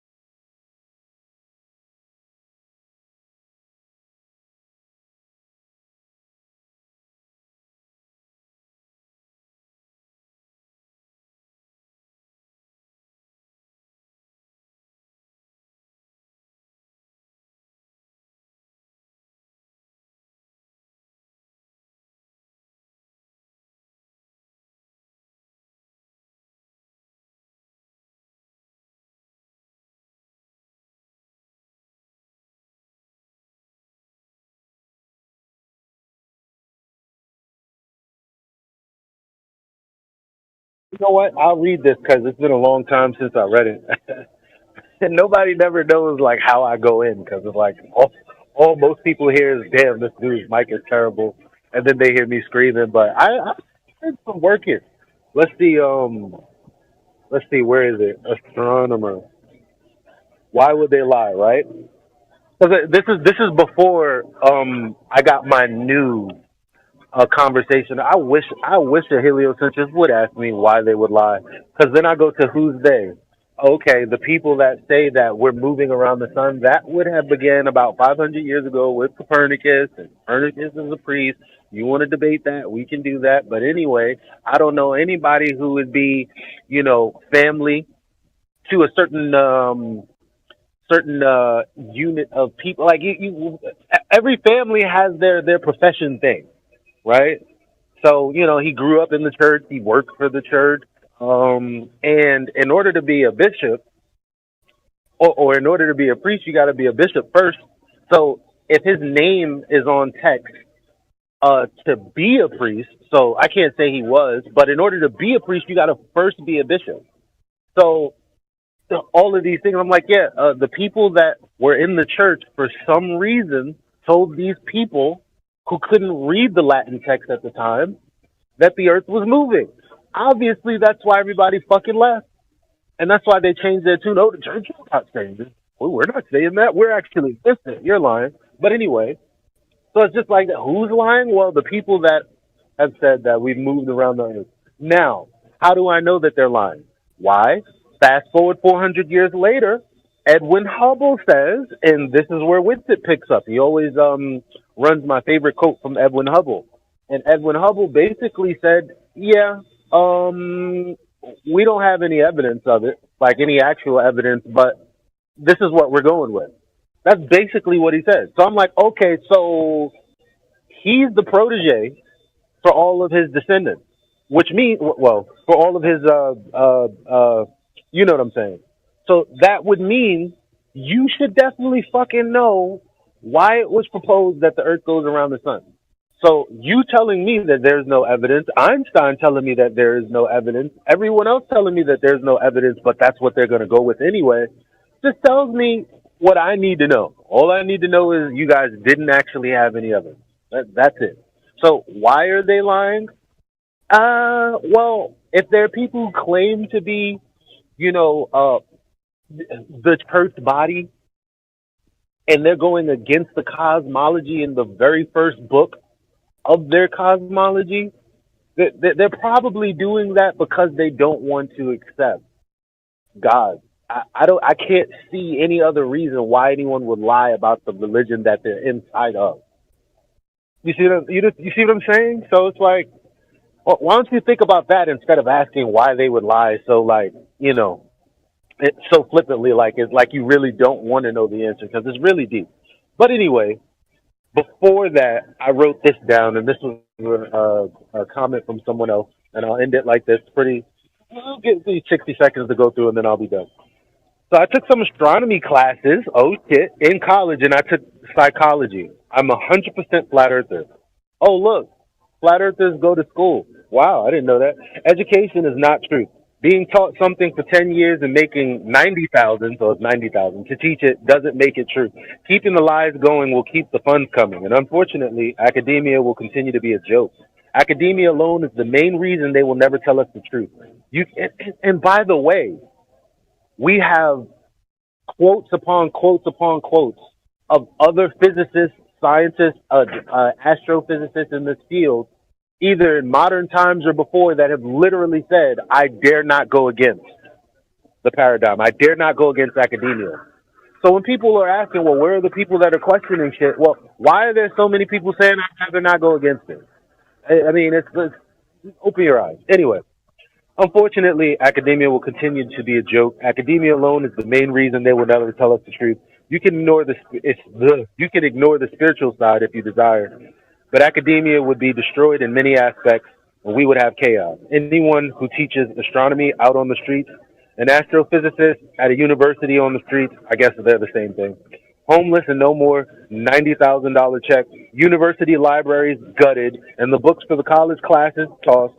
libraries would be imperiled, the entire educational system, Rockefeller system, it goes twofold. One is for your education, and two is Rockefeller, y'all.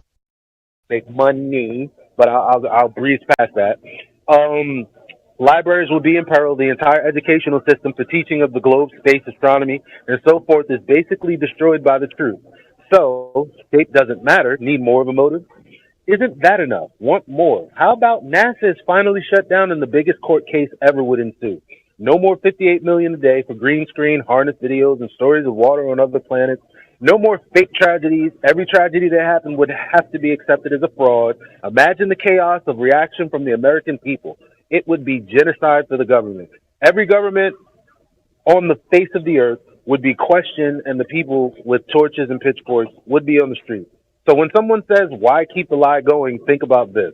It doesn't take much effort on your part to just open your eyes. All right, listen.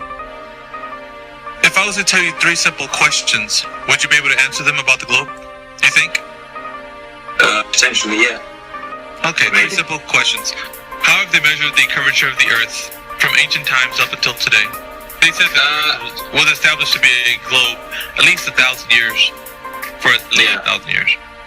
Yeah. Well, I couldn't tell you the scientists because I haven't got anything up in front of me. But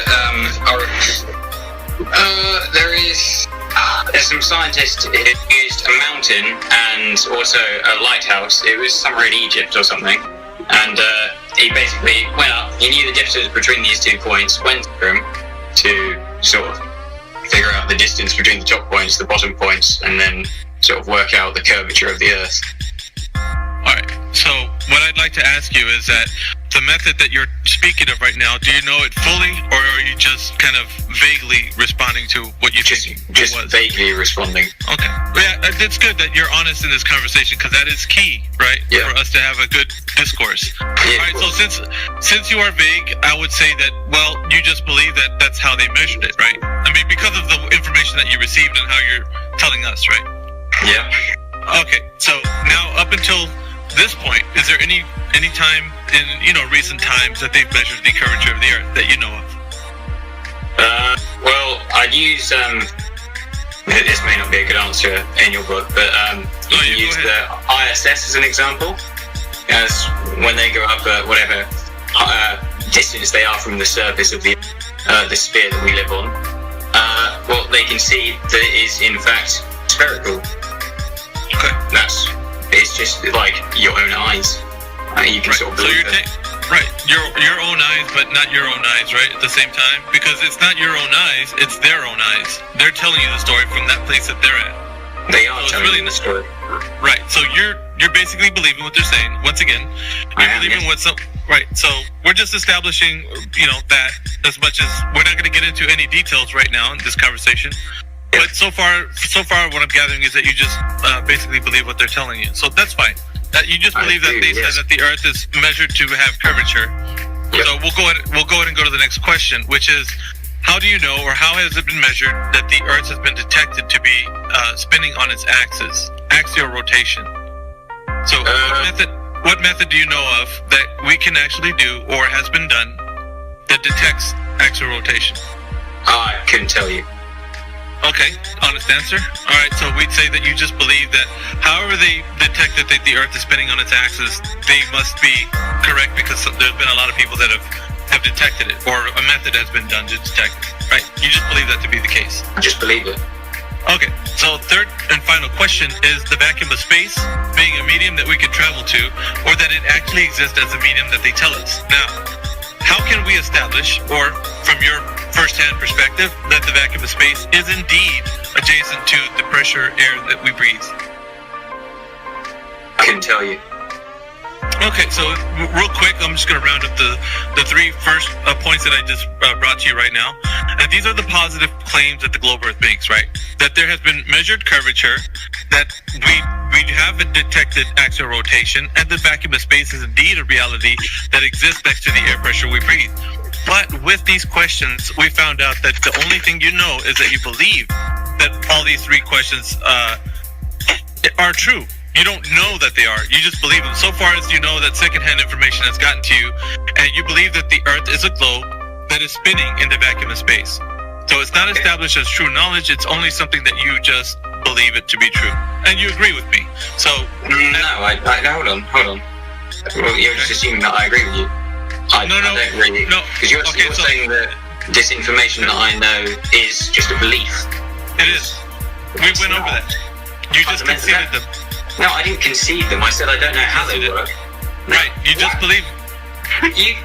What the fuck? Yeah, you just said you conceded. You believed all three of the points. I'm glad it kind of hit you right now.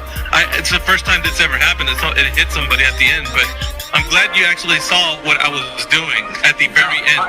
I just said that I don't agree with everything. That just happened.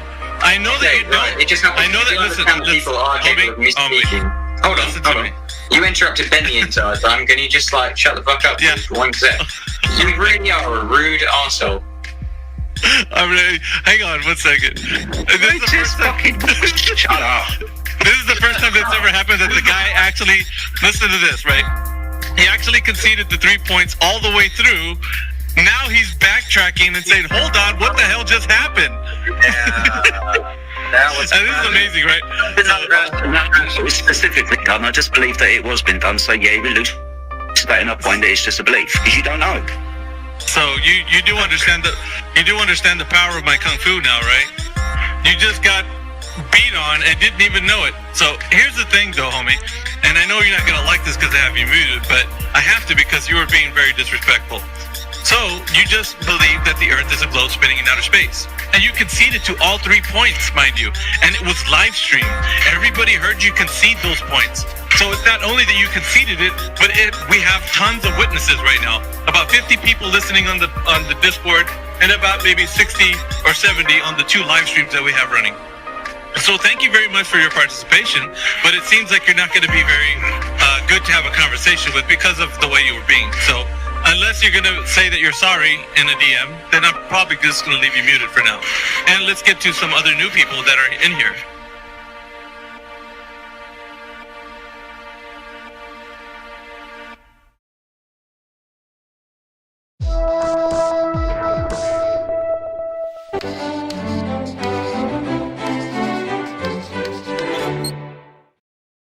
Hi, I'm Josh Clark and this is Brain Stuff, and I'm here to answer a very pressing question. Have you ever been standing at the edge of water, say like an ocean, and looked out on the horizon and said, I wonder exactly how far away that horizon is? You know, where the sky meets the sea, that's the horizon.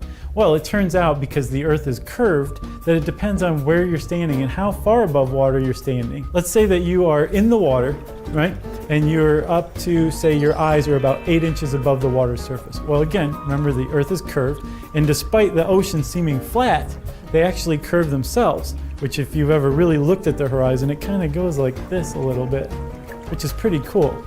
But it also goes like this, right? So if your eyes are 8 inches above the water, right then you're about a mile away from that horizon point where the sky meets the ocean as far as you can tell. If you're standing up above water and you're like I am about 6 feet tall, that means your eyes are about 5.5 feet above the water's edge, which means that you're about 3 miles away from the horizon. Isn't that amazing? Going from 8 inches above water, 5.5 feet above water, is the distance between 2 miles between you and the horizon. Mind-blowing if you ask me. If you like this video, there's plenty more where it came from. You can subscribe to us on this YouTube channel, you can like us, you can just spend the rest of your life watching Brain Stuff videos. I advise it.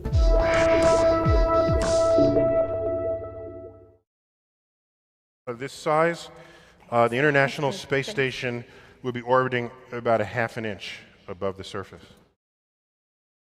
And that dude who jumped out of a perfectly good balloon,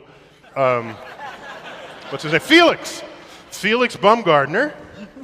He would have been about 2 millimeters above the surface of this globe.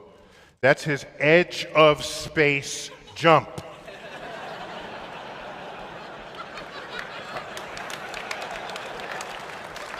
Now, you know, I don't. It's fine. He wants to. I don't have a problem if he does it. But the honesty of it would greatly diminish what I think people thought he was actually doing. And not only that, they made sure to photograph him standing there with a really wide-angle lens, which curves horizontal lines. So in the photo, you see this curvature of Earth's surface, and he said, wow, he's in space, look at that. No, he's not. At that height, you don't see the curvature of the Earth if you are 2 millimeters above this beach ball. You just don't. That stuff is flat. I'm going to talk about a mind virus, and I'll describe it to you in a way so you can understand. So I'm going to ask you 2 questions. If you can just respond to me in the most honest way possible, and then we'll see if you can understand what I'm talking about here. So first question would be Flat Fact 64. Are we talking on Discord? To my knowledge, we are, yes. Okay. Are you 100% sure we're talking on Discord?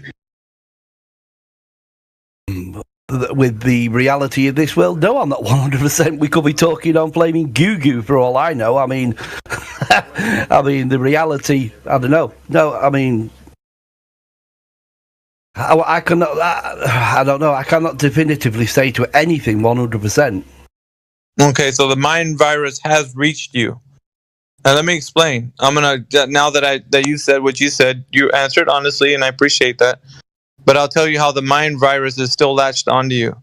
This mind virus that you can't know anything to be 100% sure is going to keep you from the truth.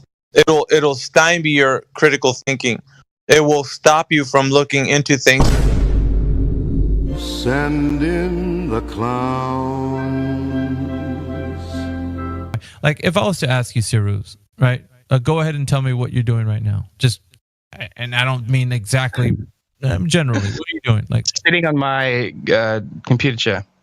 Okay, if I was to say you're 100% sure of that, what would you answer? No. You're not 100% sure that you're sitting down? Not 100%. Like 99.99999999999%. Oh, okay. Bomb has been planted. Let me get a question in for Riverboat. Hey, welcome to the server, by the way. Can you for 100% guarantee that you're sitting down in a chair talking on Discord? Nothing's 100%, man. Oh, okay. That's all I needed to know. What kind of shit is that? So let's go to the second follow-up question, which is only 2. There's nothing really big. Are you 100% sure you're talking on Discord? I know that's redundant, but please answer the question. Am I 100% sure? No. There you go. Audience, that is it. Mr. Sensible, your goose is cooked. What are you doing right now? Just tell me what you're doing. That's as simple as that. What are you doing right now? Be honest. Like, I don't have to know, but I believe I'm sitting down on my chair, and I'd say that's yeah. But just, sir, you're not going to tell me, and that's, yo, I believe. Okay. He just said he believes he's sitting in a chair. Yeah, he said that.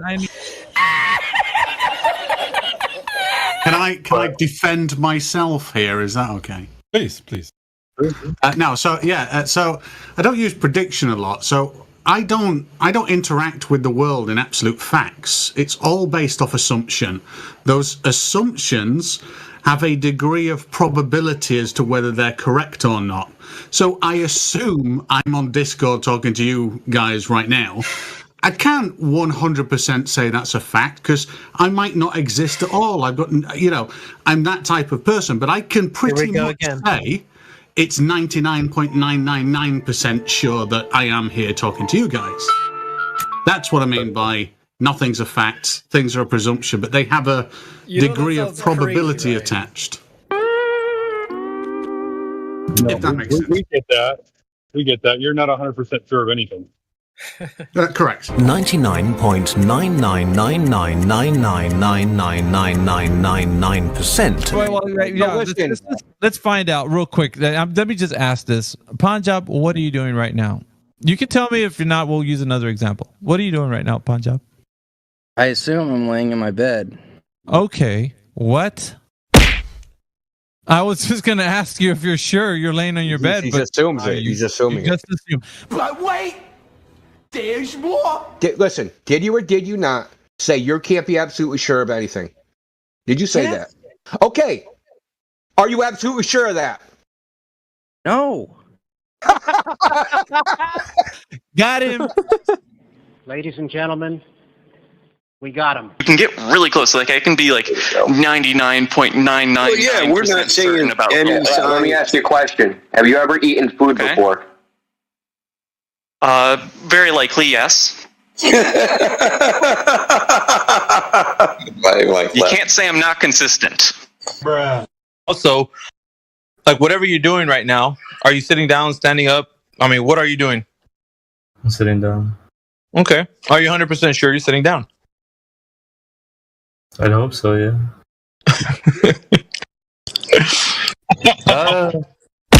Okay. No further questions, Your Honor. Are you 100% certain that you are speaking with us on Discord right now or not? Oh, fuck. Tough one. No, it's not. It's not tough. So you can say you're talking on Discord, right, Crepuscule? Yeah, I suppose I'm talking on Discord, yeah. Suppose? Wait. Well, why was there hesitation, and why now is it you're supposing that you're talking on Discord? Tell me about why you think that. Because I could be just a dream in the mind of God. Who knows?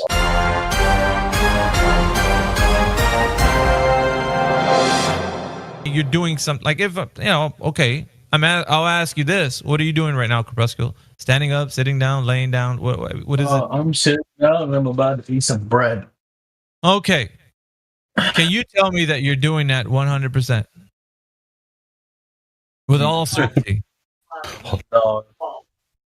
Hello? What did you say? No. I said no. Why? Because I know that I can't fully trust my senses because I'm somebody who's literally delusional. I've literally had false memories. So you're the wrong person to ask that. Shut up, bitch! I'm not 100% with anything. Right, but I am more than 99% sure. Excuse me. You're not 100% that the Earth is a globe. I'll tell you nothing's 100%. Nothing's 100%. What? Nothing's 100%. What are you talking about? Okay, so let me ask you a question. Just because you said that, you need to answer this question. This next one I'm going to ask you.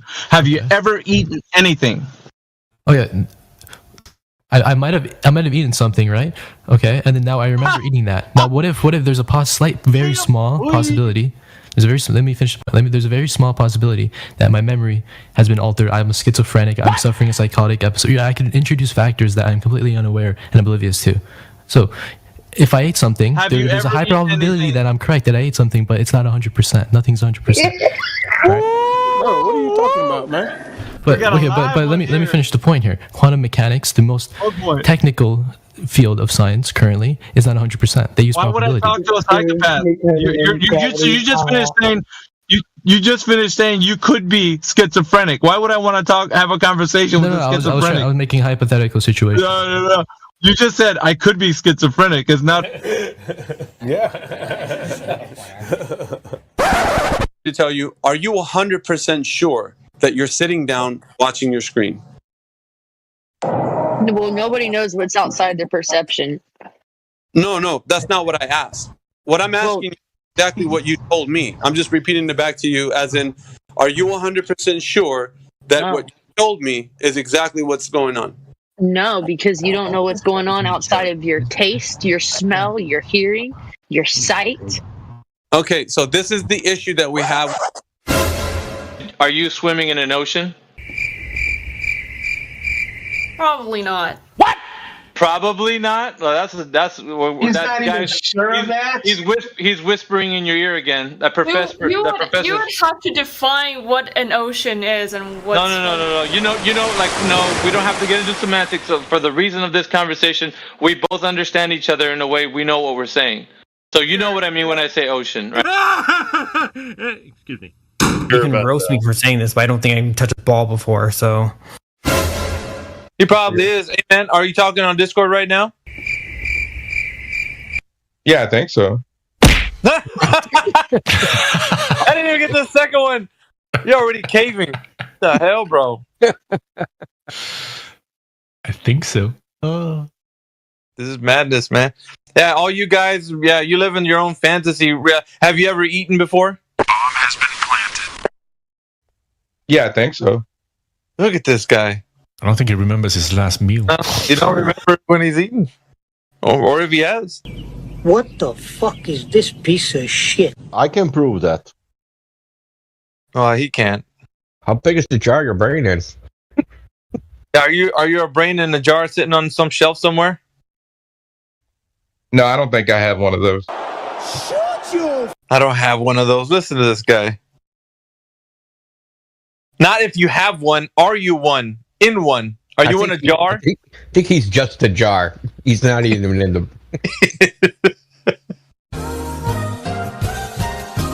Are we talking I just said on I believe Discord I'm on right Discord. now? Are we talking I on believe Discord? so, yes. Okay. Are you 100% sure that we're talking on Discord? I can't be, necessarily. There you go. Could be plugged in to a simulation, something like that. There you go. Are you sure about that? How about, what are you doing right now? Are you sitting down, standing up, Deck? I'm sitting down right now. How sure are you of that? Are you 100% sure you're doing that? I'm pretty fucking sure. As sure as I can be about anything else. There's damn good evidence, isn't there?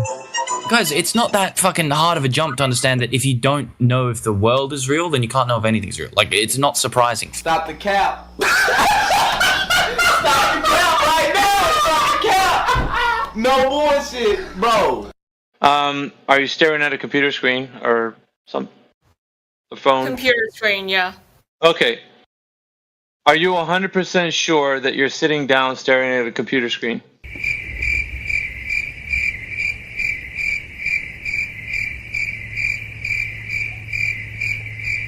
I mean, that's a pretty philosophical question. Not really. No, it's not really. It's not really. Definitely folding for the globe. A few moments later. As a logically thinking human, you would then tell me, well, I'm sitting down and I'm staring at my computer screen, right? And then if I was to follow up and tell you 100% certainty, do you know that you're doing this? Without the professor's voice in your ear, what would you tell me? Sure. I'm 100% sure. Right, and what would give you that inclination to tell me that? In my defense, I'm a social sciences student, so again, right, my inclination would be to say that based off my conception in my mind of reality, the way my brain interprets its sensory input. There you go. Because of your senses, you start to realize the world around you, and you're able to navigate. So you're telling me exactly what's going on. Ego, are you 100% sure that you're speaking to us on Discord right now or not? No. Bruh. Oh, there you go. Fuck. Yeah. There you go, Levelist. These fucking people, dude. These relativists, dude. What the fuck is going on? I'm telling you, bro. You don't know until you know, and now you know. That in my epistemology, I don't believe you can have absolute knowledge. What epistemology is that? Shit for brains? No. Let him finish. Let him finish. You don't think you can have absolute? Your epistemology is what? I'm a fallibilist. Oh, okay. So you don't think you can have absolute knowledge? There's no objective truth. Well, I think I can know that I exist. And I think I can know that certain logical truths are like true. Have you ever eaten before? I think so, yeah. What? From 1 to 100%, how sure are you that the Earth is in fact a spinning globe in a vacuum with a radius of 3959? I'd say 99.2, something like that. Shut up, bitch! Oh my god! It's all over. It's all over for him. I don't know if you realize it, but it's over. Hold on, not yet. Clear? 24/7 Flat Earth Discord. Go get VC verified. You tell us, what is the curvature? That sea level 8 inch per mile square, that stuff. Because now 10 miles is flat, but you shoot to curve, something like 66 foot of drop with accent, I can tell you in Italian, I can tell you in Croatian, it doesn't matter, it's the same, See, Sasha, here's the thing. Usually, it's not your accent is fine. It's that sometimes you rush some words. That's the problem. Oh, I rush. Let's talk about the Earth rather than rushing to sea level. You know. Russian. I've dated many foreign girls. I understand accents. You are living on UK, you know, like me. That's Ireland. All around, it's sea level. Yeah, I've also lived near the Thames River. I know how fog affects how things look. Yeah, can you live with that? You can live with that because you know people saying that water is curving. The only problem is because water doesn't care what people say. No, you're completely right. Water doesn't curve, but tides and waves do exist. Yeah. Yep. That's not what we're talking about. We're not talking about elevation change. We're talking about curvature. Awesome. And being as water doesn't curve. No, water doesn't curve without an applied force. You guys are absolutely correct. The thing about that is, forces are applying to water all the time. Awesome. Are you going to talk about gravity again? I said forces, not just gravity. Yeah, and forces. Not just gravity.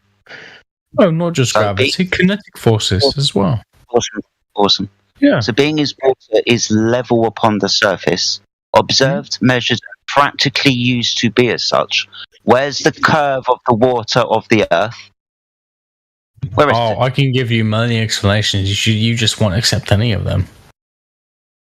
Here we go, many. We want one. Absolutely. We want one proof that you can prove the horizon in the picture. In the picture. We're using an example. Of the picture. Show us the curve in the picture. Where is the horizon at 1.225 miles? Show it to us. Calm down, Uncle fucking... Okay. Calm down, Uncle. Go back home. Honestly, you've outstayed the family gathering event. Back to what I was saying. No, just you try to address the actual argument here instead of waffling away like a weasel. A weasel? What do you guys have against weasels? They're beautiful. Talk about weasels instead of the lack of curvature. Good idea. Let's just avoid that at all costs. Weasels are great. Anyway, to point out the forces that are applied to water, there's more than just gravity. You guys know this, right? Gravity is one of them. Yeah. Gravity is not a force, is it? Guys, stop fucking spurging out, okay? Do you guys need to go to care homes? You guys need somebody to fucking look after you and give you your meds? Excuse me. Gravity is not a force. We had this conversation earlier. Would you? I know gravity is an apparent force. Gravity is not an actual force. It's a phenomena that produces effects very similar to a force. Yes, we can agree on that. That's the bending and warping of space-time, non-Euclidean geometry. You're going to apply to your curved surface. The bending and warping of space-time produces an apparent phenomenon that is an apparent force. Yes. Awesome stuff. So where is the curvature of the Earth then? Pardon? Where is the curvature of the Earth then? Where is it observed? Where is it measured? Where is the curvature of the Earth? Everywhere on Earth. Awesome. Can you point to it, please? I can just point to the Earth. Awesome. So underneath me, that's flat. That's curving, is it? It's not flat. No, is it not? Have you got a direct measurement of that? I don't have the direct measurement, but it sure as fuck isn't flat. What can I say? Well, yeah. Well, being it is observed, measured, and practically used to be flat, that's not a problem. And I'm also talking to somebody who couldn't point to the horizon in a picture earlier, so most definitely wouldn't be able to point to the curvature of the Earth now, would you? No, I can't point to the curvature of the Earth because it's apparent. It's not a real thing that actually exists in the universe. You're absolutely right. Like the horizon? You don't say. Guys, you understand? Curvature is an aspect of something. It doesn't it's not an actual physical thing that exists on its own. Yeah. So wait. What does apparent mean again? Apparent is. You know what? No, I'm going to go for the Google definition because now you guys are fucking like. Yeah. Hold on, sorry. We'll be patient. Okay, guys. So apparent, clearly visible, or understood to be obvious. 5 seconds. The next time somebody comes in and asks a question, like Heretic, please don't jump in and start making comments. Right, so Heretic has asked a question. He's going to get a direct response from this man. Nobody else is going to jump in with that 10 pence worth. Do you get me now? Question, response, please. Smell juice. So apparent means clearly visible or understood to be obvious. Shut up. Seeming real or true. Can this guy shut up? Prove the globe, silly goober. Well, guess what? I'm gonna piss on your fucking nan. Anyway, seeming real or true, but not necessarily so. Similar to the word ostensible. Okay, so quick question: could you restate that statement you just said about the curvature of the Earth, where you said it was apparent, not actual? It's not actual. So it's apparent, clearly visible or understood to be obvious, seeming real or true, but not necessarily so. Absolutely. It seems to be Wait, so. quick question. Is the curvature of the Earth apparent or not? It's apparent, obviously. So it's actual? No, it's not like real, right? okay, visibly it's apparent. Yeah. Okay, but that would mean that it appears that way, but is not actually that way. Yeah, if you look at the horizon, it appears the curvature is so. But if you use measurements that observe not the curvature itself, but the effects of curvature, then it necessarily must be true. Well, wait, hold on. I just realized I got a little ahead of myself because I just realized that even in that sentence, you're misusing the word apparent, or at least from my perspective, you are. It's more subjective at that level. So I would say subjective. We will cling on to that word. Continue. So it appears the base word. All right. So I would say the Earth does not appear to be curved, but you would say it appears to be curved, right? Mm-hmm. All right. But you do understand that apparent does not mean actual, meaning that something can appear to be one, but it does not mean it is that way. Mm-hmm. All right. So I just want to make sure we're clear on that. But then the question arises, do you have a direct measurement of the surface of the Earth detecting curvature?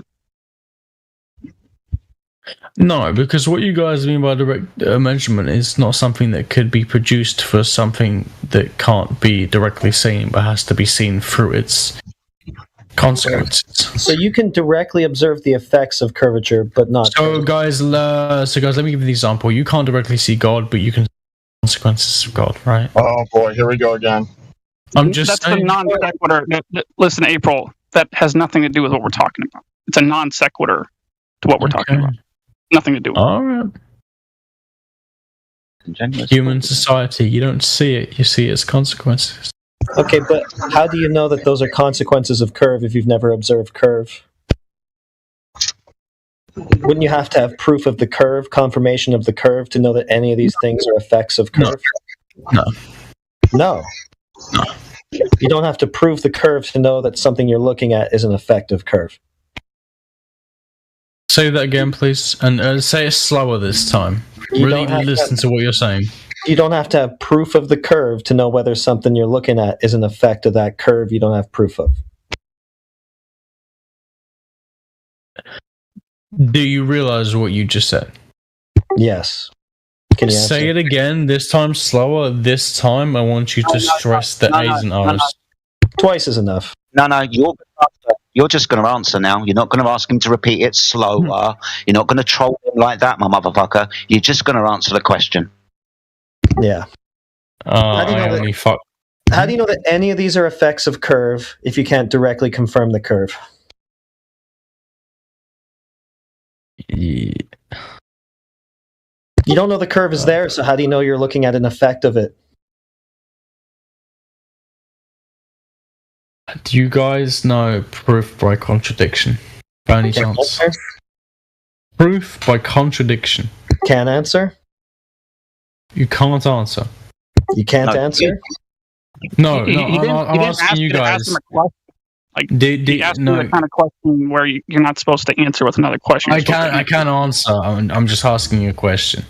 You can't answer. Okay. Yeah, so you don't know that you're actually looking at the effect of any curve. You just imagine that to be the case. Because you don't know there's any curve there to know that there's any curve having any effect on anything.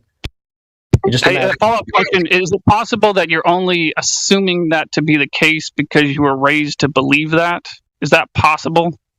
No, I'm an extremely open-minded person. Most of the beliefs I was raised with, I don't currently have. I often have beliefs in opposition to the things I was raised to believe, actually. So I'm very much a person who can change their mind. Well, that's good, but that doesn't answer my question, technically. Well, no, it's not good, because most of the things that I believe in are not things you would agree with, so you would say, oh, it's disgusting, you change your mind, but, anyway. I get that, but the question, you still didn't answer the question, technically. The question is it possible that you're only assuming this or that effect or whatever to be an effect of curvature because you were raised to believe that? Is it possible that you only believe that because you were raised to believe that? No. It's not possible? No. You're going to say that? Really? Mm-hmm. Well, that doesn't sound very intellectually honest to me, but whatever. Oh, it sounds quite intellectually honest. How do you validate curve as the cause of any of these effects? By having a basic understanding of non-Euclidean geometry. Okay, someone else is gonna have to take this. I got a call, 1 sec. So you mean you affirm the consequent then? No, here's the thing. I understand that the universe has geometries that aren't Euclidean, and the universe also has geometries where results are based on things being literally light years away. And I also understand the universe has some effects based on geometries that are based on vector spaces. These are just begging the question fallacies. This has nothing to do with trying to prove the curve. Say that again? These are just begging the question fallacies. You're just begging the question because your whole religion is nestled in your cosmos that you believe in. Therefore, your religion is true and your Earth is curved. Okay, can you explain begging the question fallacy? I know what it is, but I need you to explain it because I don't believe you fully understand it. And I want to when your conclusion is in your premises, it is called the begging the question fallacy. He does know it. That's good. And so why is your conclusion within your cosmological paradigm? Explain that one for me, please. Why you were just saying how you know about the non-Euclidean geometry and the cosmos and all this bullshit. Like this has nothing to do with proving the curve on the Earth. It absolutely is. No, this is you talking about. Well, no, you're begging the question by assuming that the Earth doesn't require proof because your beliefs contain the Earth as a globe. That's not logical. It is. You just misunderstand what logic is. It's called being irrational. It's called the begging the question fallacy. It's not logical. No, it's not. No, it's not.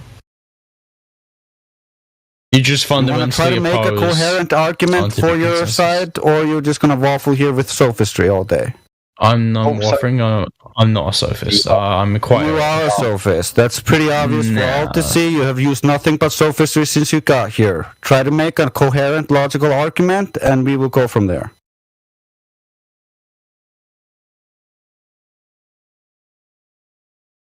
We're waiting. Waiting for what? Your logical argument instead of the sophistry you say you don't. Arguments about what? I'm so, like, you guys have me so disorientated all the time. Yeah, we gave you a modus tollens argument, and you said you couldn't see the horizon. You don't know where the ground and the sky are. You're retarded. Yeah, we know. You call me retarded? That's not very nice. I assume you're trying to offend me. I know it's not very nice, but that's just my opinion of you after having listened to you using nothing but sophistry and not a single ounce of fucking logic. I'm actually mentally disabled. You're being very mean to me. You're a bully. Well, maybe you should go then.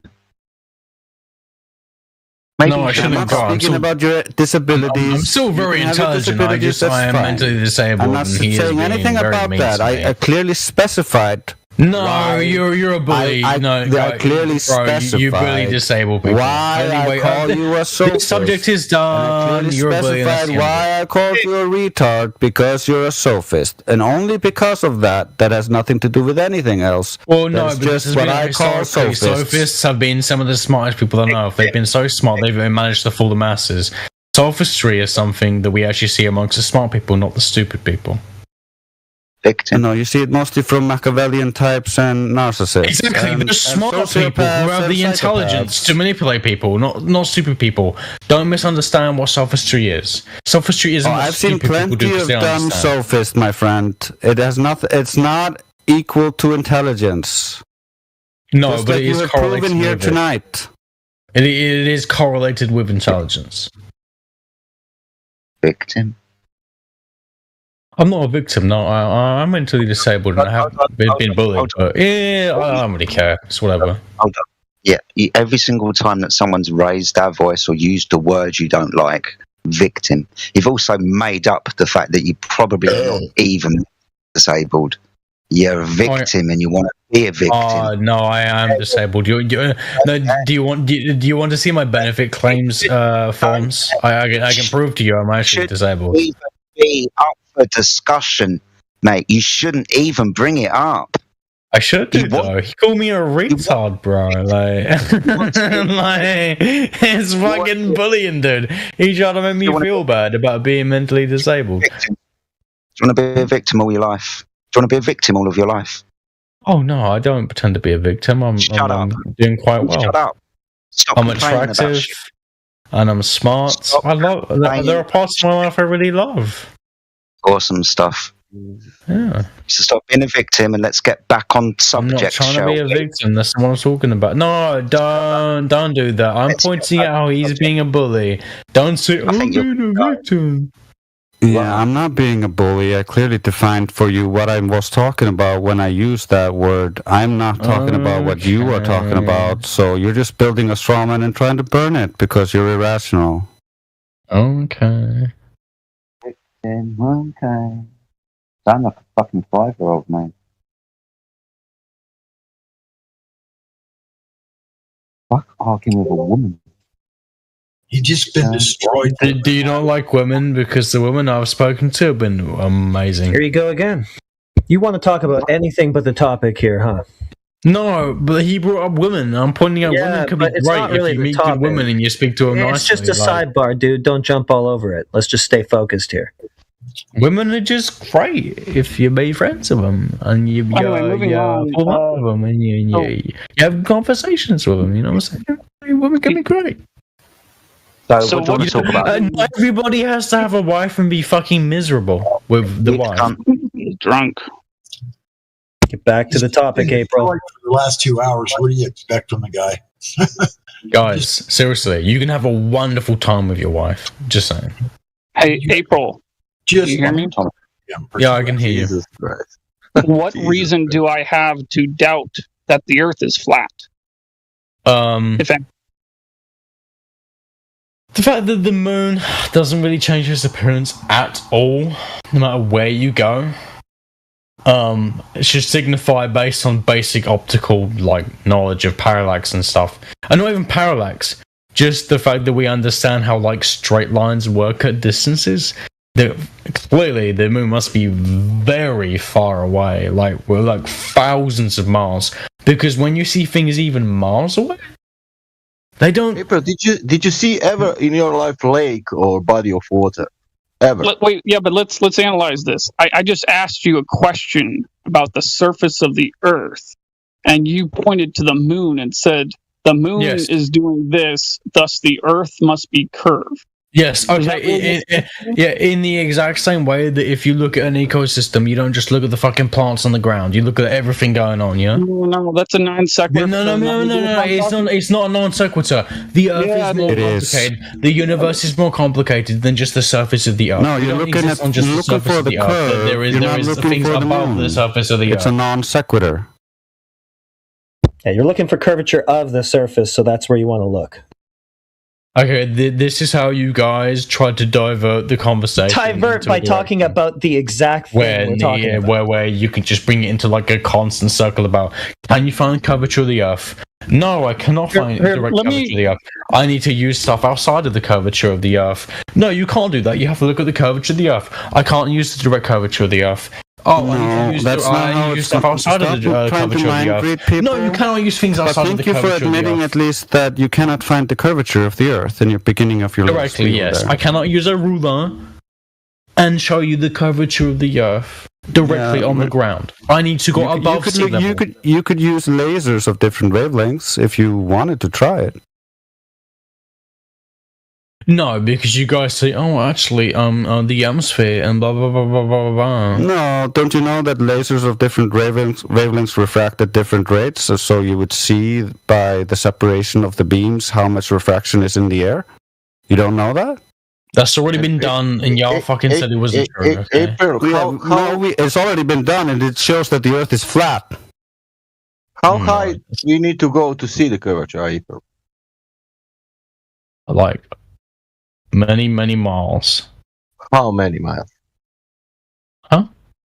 How many miles? I don't know. It depends. What eyes do you have? You are saying now.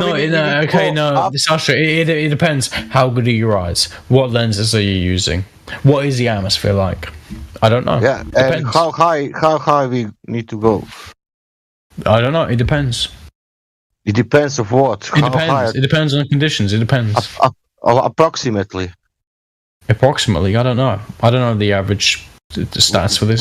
What is the first height when you can start to see the curvature? I don't know. You don't know. I don't know. Yeah. Okay. I can Google it. Maybe it will give me an answer. Maybe it won't. I don't know. Oh, you think that everything is on Google? Yeah, pretty much. Yeah. Does Google saying also how lake it's curving in reality? Yeah, there were plenty of wiki pages on it. Yeah. Okay, there are plenty of non-wiki pages on it. Okay, April. That means that you will Google and believe that what some people think about that lake, or you will believe that lake. Go to that lake and see yourself. Maybe it's not